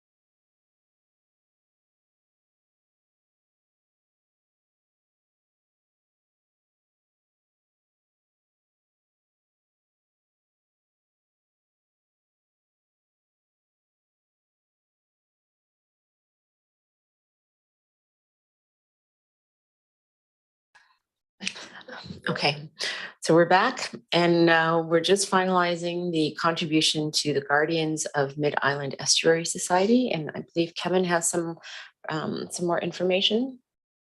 Thank you, Madam Chair, to the directors. Yes, so I've pulled up the specific application by the Guardians of Mid-Island Estuary Society. They are working in partnership with the Comox First Nation Guardian Watchmen, and since 2015 have worked collaboratively to protect remnant estuary habitat and restore tidal marsh vegetation. And their restoration efforts led by these two groups are now expanding to include control of overabundant populations of resident Canada geese, which threatens habitats within conservation lands and successive restoration efforts. Great. And I've committed a third of that amount from Area B. Director Arbor, do you? A third? So 666. And 2,000 from Area C. Okay. Kevin, you have that? I do. Okay. All in favor? Opposed? One. And that carries. Yeah, one opposed. All right, and I think that's it for that item. We're going on to Union Bay Water Master Plan for receipt. Moved and seconded. Over to staff. Thank you very much. And Kaylee Martin is here, engineering analyst, to present the report and answer any of your questions. Chris LaRose is also available online too. Great, thanks. Welcome. Thank you. In October 2021, the CVRD retained Coors & Associates Engineering Limited to complete the water master plan for Union Bay local service area using grant funds provided by the Ministry of Municipal Affairs. A draft of the plan was reviewed over spring and summer with multiple departments, and staff feedback along with additional and updated information has been incorporated into this finalized document. Key findings of the document include the following. The water system is currently operating well within its water license withdrawal limits, but future development potential within the service area significantly exceeds the Langley Lake water licenses. The new Union Bay treatment plant is very close to its capacity based on the max day demand experienced in the summer of 2021. A new hydrological assessment of Langley Lake is recommended to better understand the maximum number of connections the lake can sustainably provide prior to exceeding the doubling of the treatment capacity. The water system is currently losing a high amount of treated water to non-revenue water sources, and several significant upgrades will be ultimately required to increase the system's capacity to provide adequate fire flows for existing service members and future development. This document aggregates a significant amount of historical and technical information and would be a useful tool in the current operation and future planning of the Union Bay water system. Staff are able to initiate a number of the recommendations utilizing existing staff resources, and will be developing cost estimates to implement the other recommendations, and will embed within the financial planning process for the service with a detailed update in the annual financial plan report in early 2023. Thank you. I think we'll give directors a bit of a chance to digest that. We have Director Arbor. Yeah, thank you. And I'm so happy to see this this document, which really, I think we knew through the conversion process, and that was known by the improvement district as well, that there was a lot of lingering questions around both the state of the system and the future requirements and the capacity. And I think the report does a good job of highlighting all that. And for us to, even though there'll be a need for maybe some future study, maybe around hydrological, maybe, or things like that, this gives us a really good roadmap for the long term. A couple of questions is when you say that that the system currently leaks and flush 41% loss. How does that compare to other water systems we manage, or what would be the typical loss in the average water system out there? A more reasonable number might be around 25%. That's what we're hoping for, at least in the future. But we're more than most systems. There's a detailed summary of other systems in the area and we're the highest. Right. And some of that revenue, do you think it gets, with some of the questions I could expect in the community, do we have a good handle on leakage or whether people are paying for water that is actually leaking that may be attributed to their homes or anything like that? Like, do we have a sense that those leakage are in the main pipes or on lots or? This the 41% non-rev or of the non-revenue water is either through leakages in the system. It's not, wouldn't be through leakages on people's property. Thank you. A broader question I have, I had noted is how to voice it. People will have questions around what does it mean for development in the area. So in terms of our larger projects or some of the applications currently underway or new connections. I know we've tracked the Black Creek Oyster Bay issue with interest in the last year. So are you able to provide commentary on what would be the policy implications around development for Union Bay? I mean, that could be to other staff if need be, but. Yeah, sure. It's Chris here, calling over from Hornby through the chair. Good afternoon, everyone. I can speak to that one.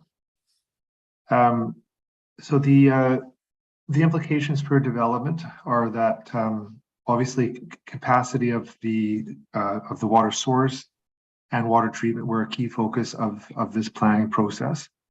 And the conclusions and the implications of those for development are that we're not in a position as we were in Black Creek Oyster Bay, where source water was providing a constraint on development and prompted that implementation of the connection suspension.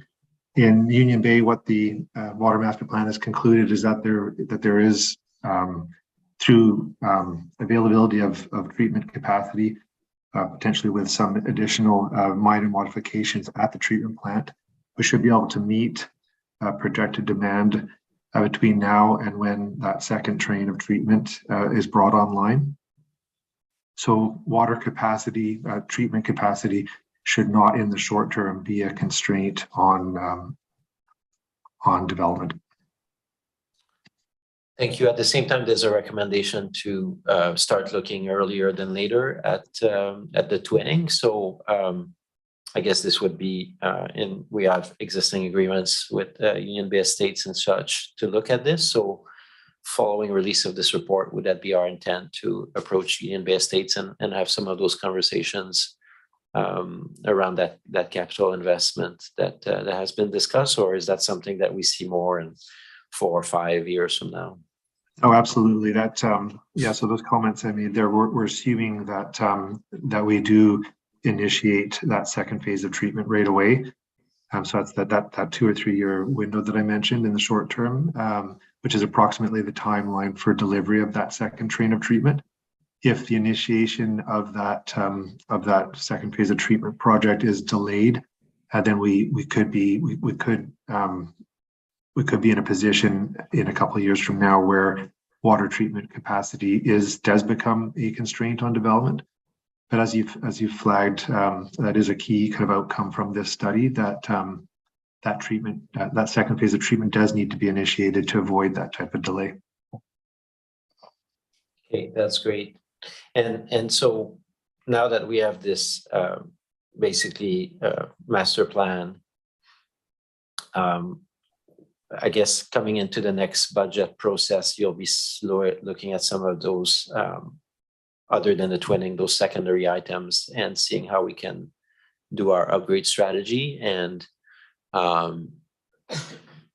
from your professional opinion, like reading this report, do you think there'll be a significant impact on the rates that Union Bay residents will be, or are we getting some better news than anticipated in terms of some of the items that were analyzed? Yeah, we'll have a much better idea by the time we bring forward the proposed budget to the EASC early in 2023. But at this point in time, we're not foreseeing any hugely impactful items for the 23 to 27 financial plan for Union Bay. There will be some cost implications, but at this point, from our perspective now, it doesn't look like there'll be, we're not going to break the bank on these items. That's great, because I remember early in my term, when we did the Royston plan, that it did call for a bit of a bigger jump year to year. And it wasn't, it didn't kill us. It didn't, I didn't hear too many complaints from people because it was well explained when you're trying to do asset management.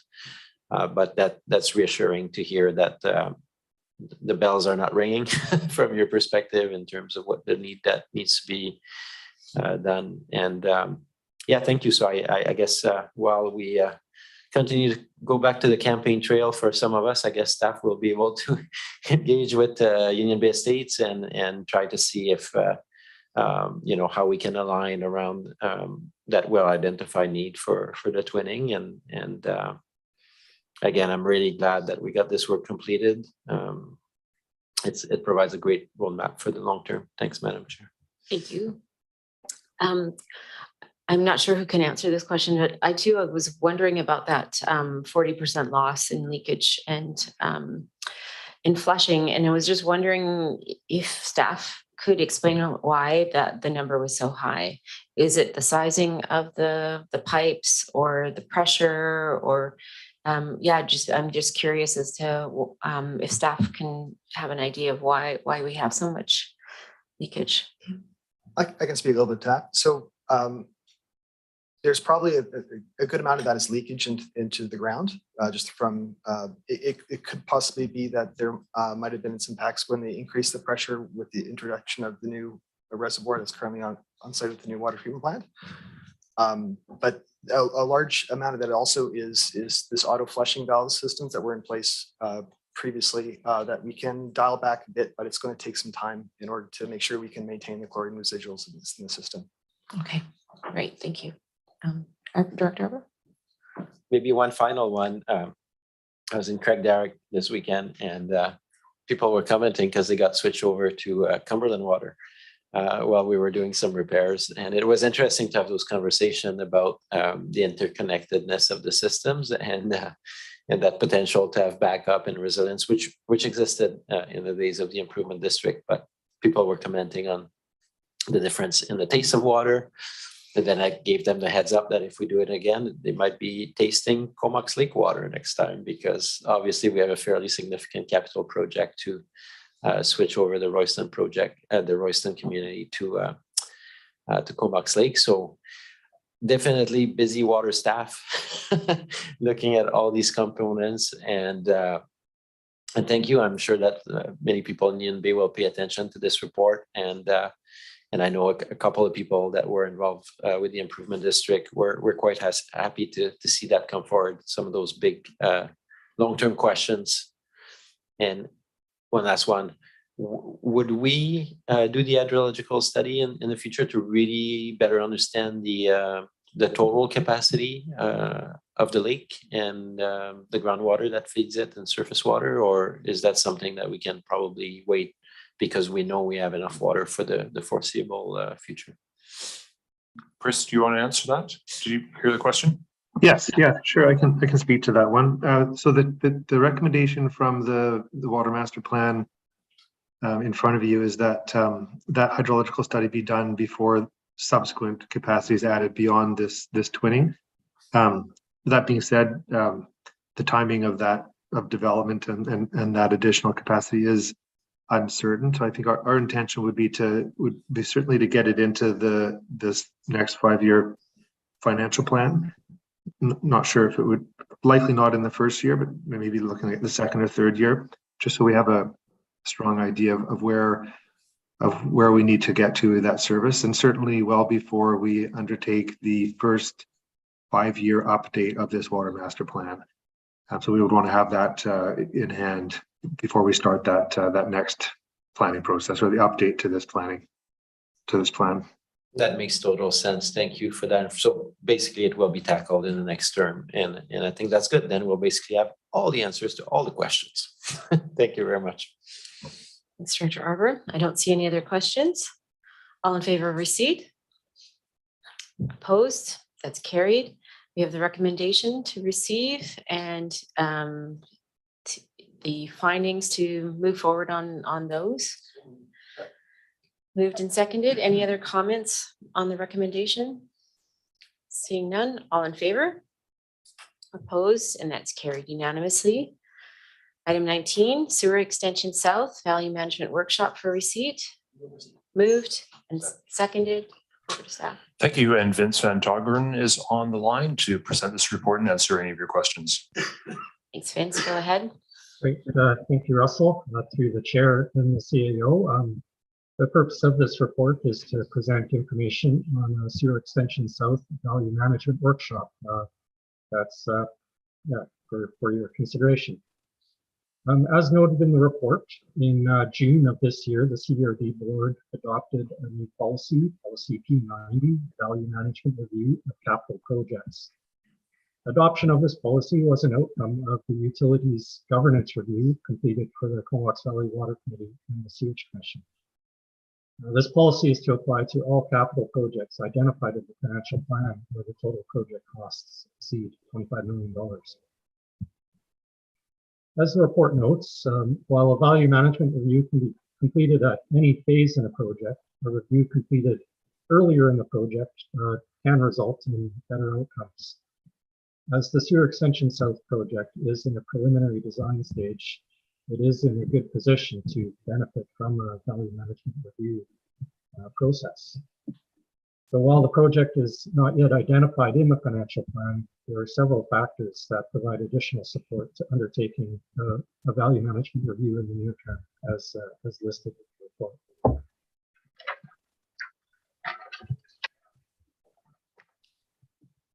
So further to this, we've been working with Strategic Value Solutions. They're the value consultants that were used for the sewer conveyance project to have a value management process completed this fall.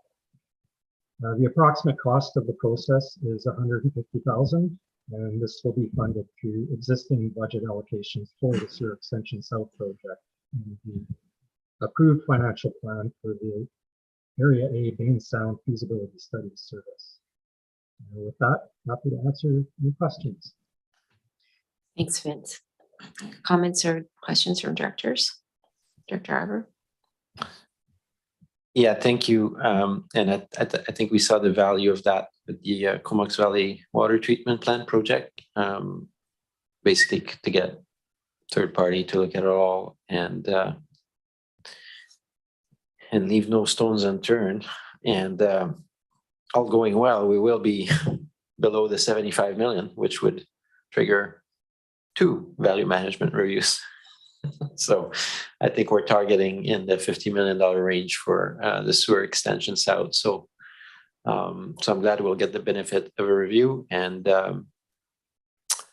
maybe can staff comment because now it's a discussion in the community while we're on this topic around the work that's about to start with the Public Advisory Commission.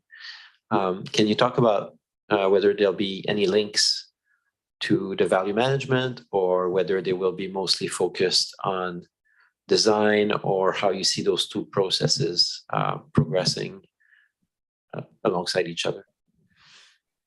Yeah, sure. What we're hoping for timing for the value management review is that it will be complete while the technical public advisory committee process is underway. And that provides us an opportunity to feed any implications if need be of the value management process. And we'll get the technical and public advisory committee input into those outcomes from the value management review. So yeah, having these two processes happen somewhat concurrently does provide some benefits in being able to do that. Okay. I don't see any other questions. All right, we'll vote on receipt. All in favor? Opposed? And that's carried. Thanks, Vince. UBCM convention follow meetings follow-up. Move follow-up. Moved and seconded. Over to staff. Thanks. And Christian Wall is here to present the report and probably hear your input as well from the convention. Great. Thanks, Christian. Okay, thank you. Pleased to present the 2022 UBCM Convention report summarizing meetings with the Ministers of Land, Water and Resource Stewardship, Environment and Climate Change Strategy, and the Minister of Forests, as well as summarizing a meeting with BC Hydro and separate staff meetings with the Ministries of Transportation and Infrastructure, Indigenous Relations and Reconciliation, and Ministry of Environment and Climate Change Strategy. All feedback from these meetings are detailed in the staff report, as well as planned next steps, and I'm pleased to take any questions or feedback that you have. Director Creed, or sorry, Director Over.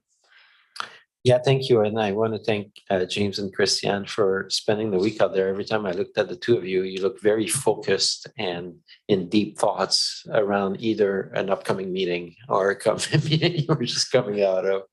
And it was great to have your support too in the minister meetings and to get this document, which really allows us to have everything well documented. And yeah, there was a lot of really great meetings. And I'd like to draw attention that I was so happy to see that meeting that I wasn't at, but you know, that you did follow up for active transportation plan and safety concerns in the Royston and Arden school areas. So it was nice to see one of our recommendations get picked up at the staff level. And according to your notes, I think it's promising. I mean, I'm always an optimist, but I think that Modi staff seem interested in the project and learning more, and maybe having us that if we had it advanced in design and more shovel readiness, that they would be quite interested in talking with us. So great news for Director Grieve and I think.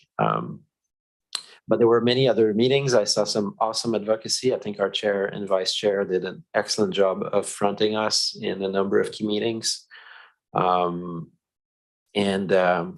only thing that's not in those notes, and I don't know if Christiane and James were still there, but I'm not sure if you caught the protest song on the last day that we started singing in relation to climate change. So that was a cool moment. And I don't know if Director Grieve was still there. Anyways, obviously a week back with things, and thanks to staff for doing such a great job of assisting and going above and beyond.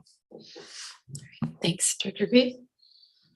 Yes, thank you, Madam Chair. Yeah, they're always interesting, even though they're only 15 minutes long or so. But what astounded me, of course, not really, because I've seen it before, is that, you know, senior ministers and cabinet don't really know what the other senior ministers in their ministries are doing half the time. We heard a few things about, you know, unaware of the fact that you're allowed secondary dwellings in ALR and things like that. So, but the one thing was the BC Hydro meeting, Ted Olnick, and oh God, I can't remember her name now. But anyway, she was obviously the communication person, because you know, everything was all sweetness and light. But I think when you do these things, you have to take everything with a little bit of a grain of salt, because you got to remember they're in there advocating for their ministry or advocating for their corporation. And one of the things I actually heard said was the fact that BC Hydro wants to disincentivize people producing their own electricity. So if you got a solar panel on your roof, you used to get 9-10 cents a kilowatt hour. Now they get down to 2. And of course, the reason is because we have an excess of power, and the rain's going to rain forever, at least till 2080, our hydrologists say. Well, you know, maybe don't be quite so sure about that. I think that, you know, one of the good things was the fact that when we talked about electric car charging stations, Director Arbor was trying to micromanage this from his house while he was on an FCM meeting or something. But we did bring it forward about the libraries. And they thought that was a fantastic idea, because it hits all the right things. They've got a place you can go and spend a couple hours when your car's charging. You got facilities there, and you know, even though I'm not a fan of moving into an electric bus charging station just yet, with our ridership so low, I did go to bat on that too, and we could possibly get up to 15,000 from BC Hydro. In grants to 50 million, sorry, say quick, $15 million in grants to build one. But one of the things they did recommend is we work very tightly with BC Hydro on that, because you have to be near a primary source of power. You can't just be, on 600-volt regular, single phase lines. So that was interesting. And again, you can hear them advocating for, you got BC Hydro, as you probably know, is a very opaque, vertically integrated pseudo crown corporation. So, they're obviously going to be looking at, centralized power generation distribution all over the province, because that's their model. But, really, in the end of the Oops. Is that my 2 minutes? You shut yourself off. I didn't cut you off, Director Grieve. Do you want to finish? I think you got my gist. You got your gist. Thanks. Okay, Director Arbor. Yeah, thanks. And we're so busy right now trying to both work in campaign, but one that I slip is, I'm supposed to send a follow-up email, and maybe if I don't do it, James and Christian can mail me, or Russell, because I was corresponding with the CEO of Vancouver Island Library on that 2 weeks ago, and the executive libraries past encouraged us to raise this. So the fact that there's receptivity, I think we should get back to the CEO of library to let him know. And then at that point, it can actually just be a direct conversation between him and the people involved. He was really keen on it. He's an electric car driver as well. So he was like, oh, wow, what a great idea. The other part for the buses that you mentioned, the charging facility, and you'll see how I answered the decaffeination or record. I can't remember who asked what now, but it's going to come out this week. One of the things that I've thought about being at a UBSCM is, I think if we're going to look at the bus charging facility, we have to do it with SD71. They're already contemplating to electrify their fleet at some point. This could cost share. This would create the right type of conversations around that we've had for the last 4 years, also around integration, better integration between the organizations. So that's something I would push next term for sure, as a way to both reduce costs, create efficiencies, working with BC Hydro, school district, BC Transit, ourselves. It seems like it'd be just a natural partnership. So many good ideas over there, and including a productive side talk I had with the Chief Forester of Mosaic. So, you never know what you're going to encounter at those meetings. And it was a super, to use Bob Wells' words, it was a super awesome week. Thanks, Director Arbor. I'm just going to reiterate a couple of points. That BC Hydro meeting was actually probably one of my highlights, along with the meeting with Director Osborne with Minister Osborne. One of the things I see, like the benefit of going in person, and I know, we get questions from the taxpayer, including my dad. He's always wondering what we're doing on his dollar. But it's really, I see the role of elected officials. We are there to try and break down the silos that we see, right? We went to BC Hydro and we talked about our BC Transit issues, and told them our problem and asked, and they offered to collaborate and fund. We went to other ministries, forestry, and talked about issues on the agricultural water side. And in many times, as much as we know that government tries to break down silos, it's often we at the local government level that know about all of the projects that are happening in our community. And when we bring up these projects at ministerial meetings, it's sometimes the first that the minister's heard of them. And it gives an opportunity for the ministry to then do that cross ministry work that they're meant to be doing. But it's often the prodding of the local government that really enlightens them to what's happening. So, it was an intense 5 days at UBCM, but I think extremely worth it. And I look forward to some of the follow-up reports on how the different ministries and crown corporations have reacted to our advocation. And Director Grieve. Yeah, one of the things I did hear, and I brought it up at the BC Hydro meeting, was the fact that when you talk about air heat pumps, they're all just fine and dandy on the coast. but you get upwards 40 below and they really don't work that well. So they, one of the directors from the East Kootenays was saying, I put in a geothermal and there's absolutely no grants for it. And they're much more expensive, but they heat your hot water and everything, and they're unaffected by 40 below weather. So that's one of the things maybe we can bring up. I did bring it up with hydro, but they're not doing the rebates on the heat pumps, right? It's not hydro's doing the rebates. So bring it up with the minister, I guess. So there's something that maybe you want to look into. Also, some of the air ones, you know, I've made this point before. It's like buying some of the new refrigerators and it breaks down in 10 years and they say, oh, that thing's 10 years old, throw it away. We don't have parts for it. Well, we're still living in this throwaway society, even we're trying to be sustainable. So it doesn't really square.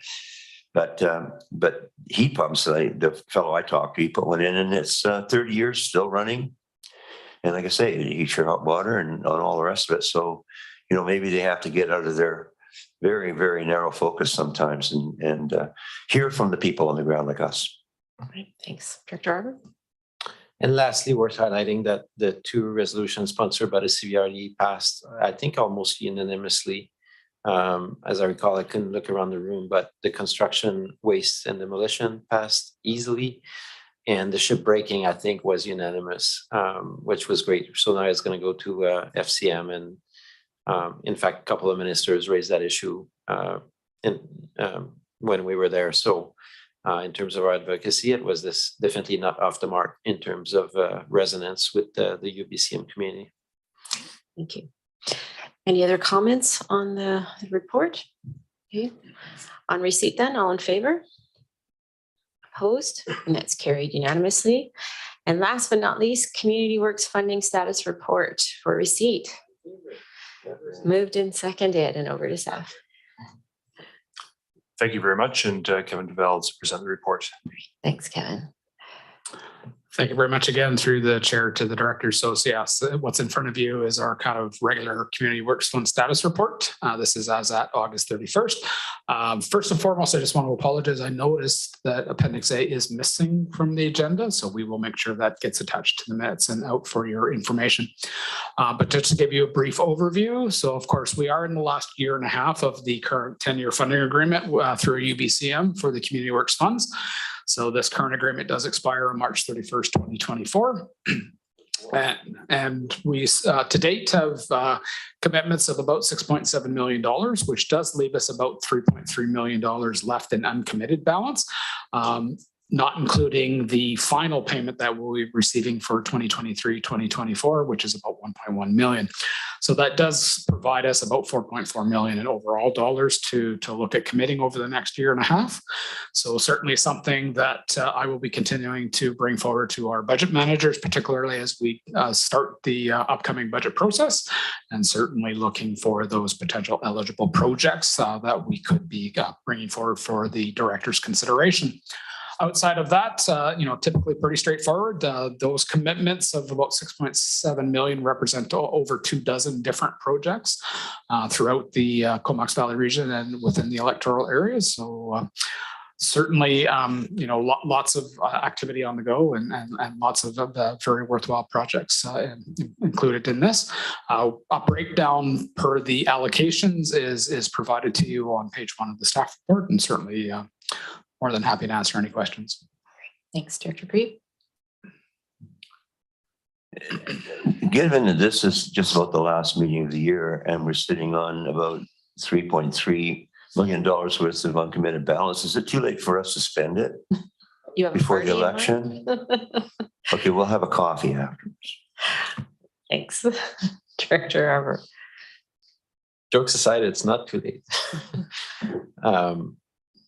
Yeah, and it is the last item. And to be honest, just as you were giving your report, I was thinking about this, and I, before I comment on Community Works, I really want to say, maybe there'll be time after, but how much I've enjoyed the term with this group, and the staff has been amazing coming into the organization, and we've had.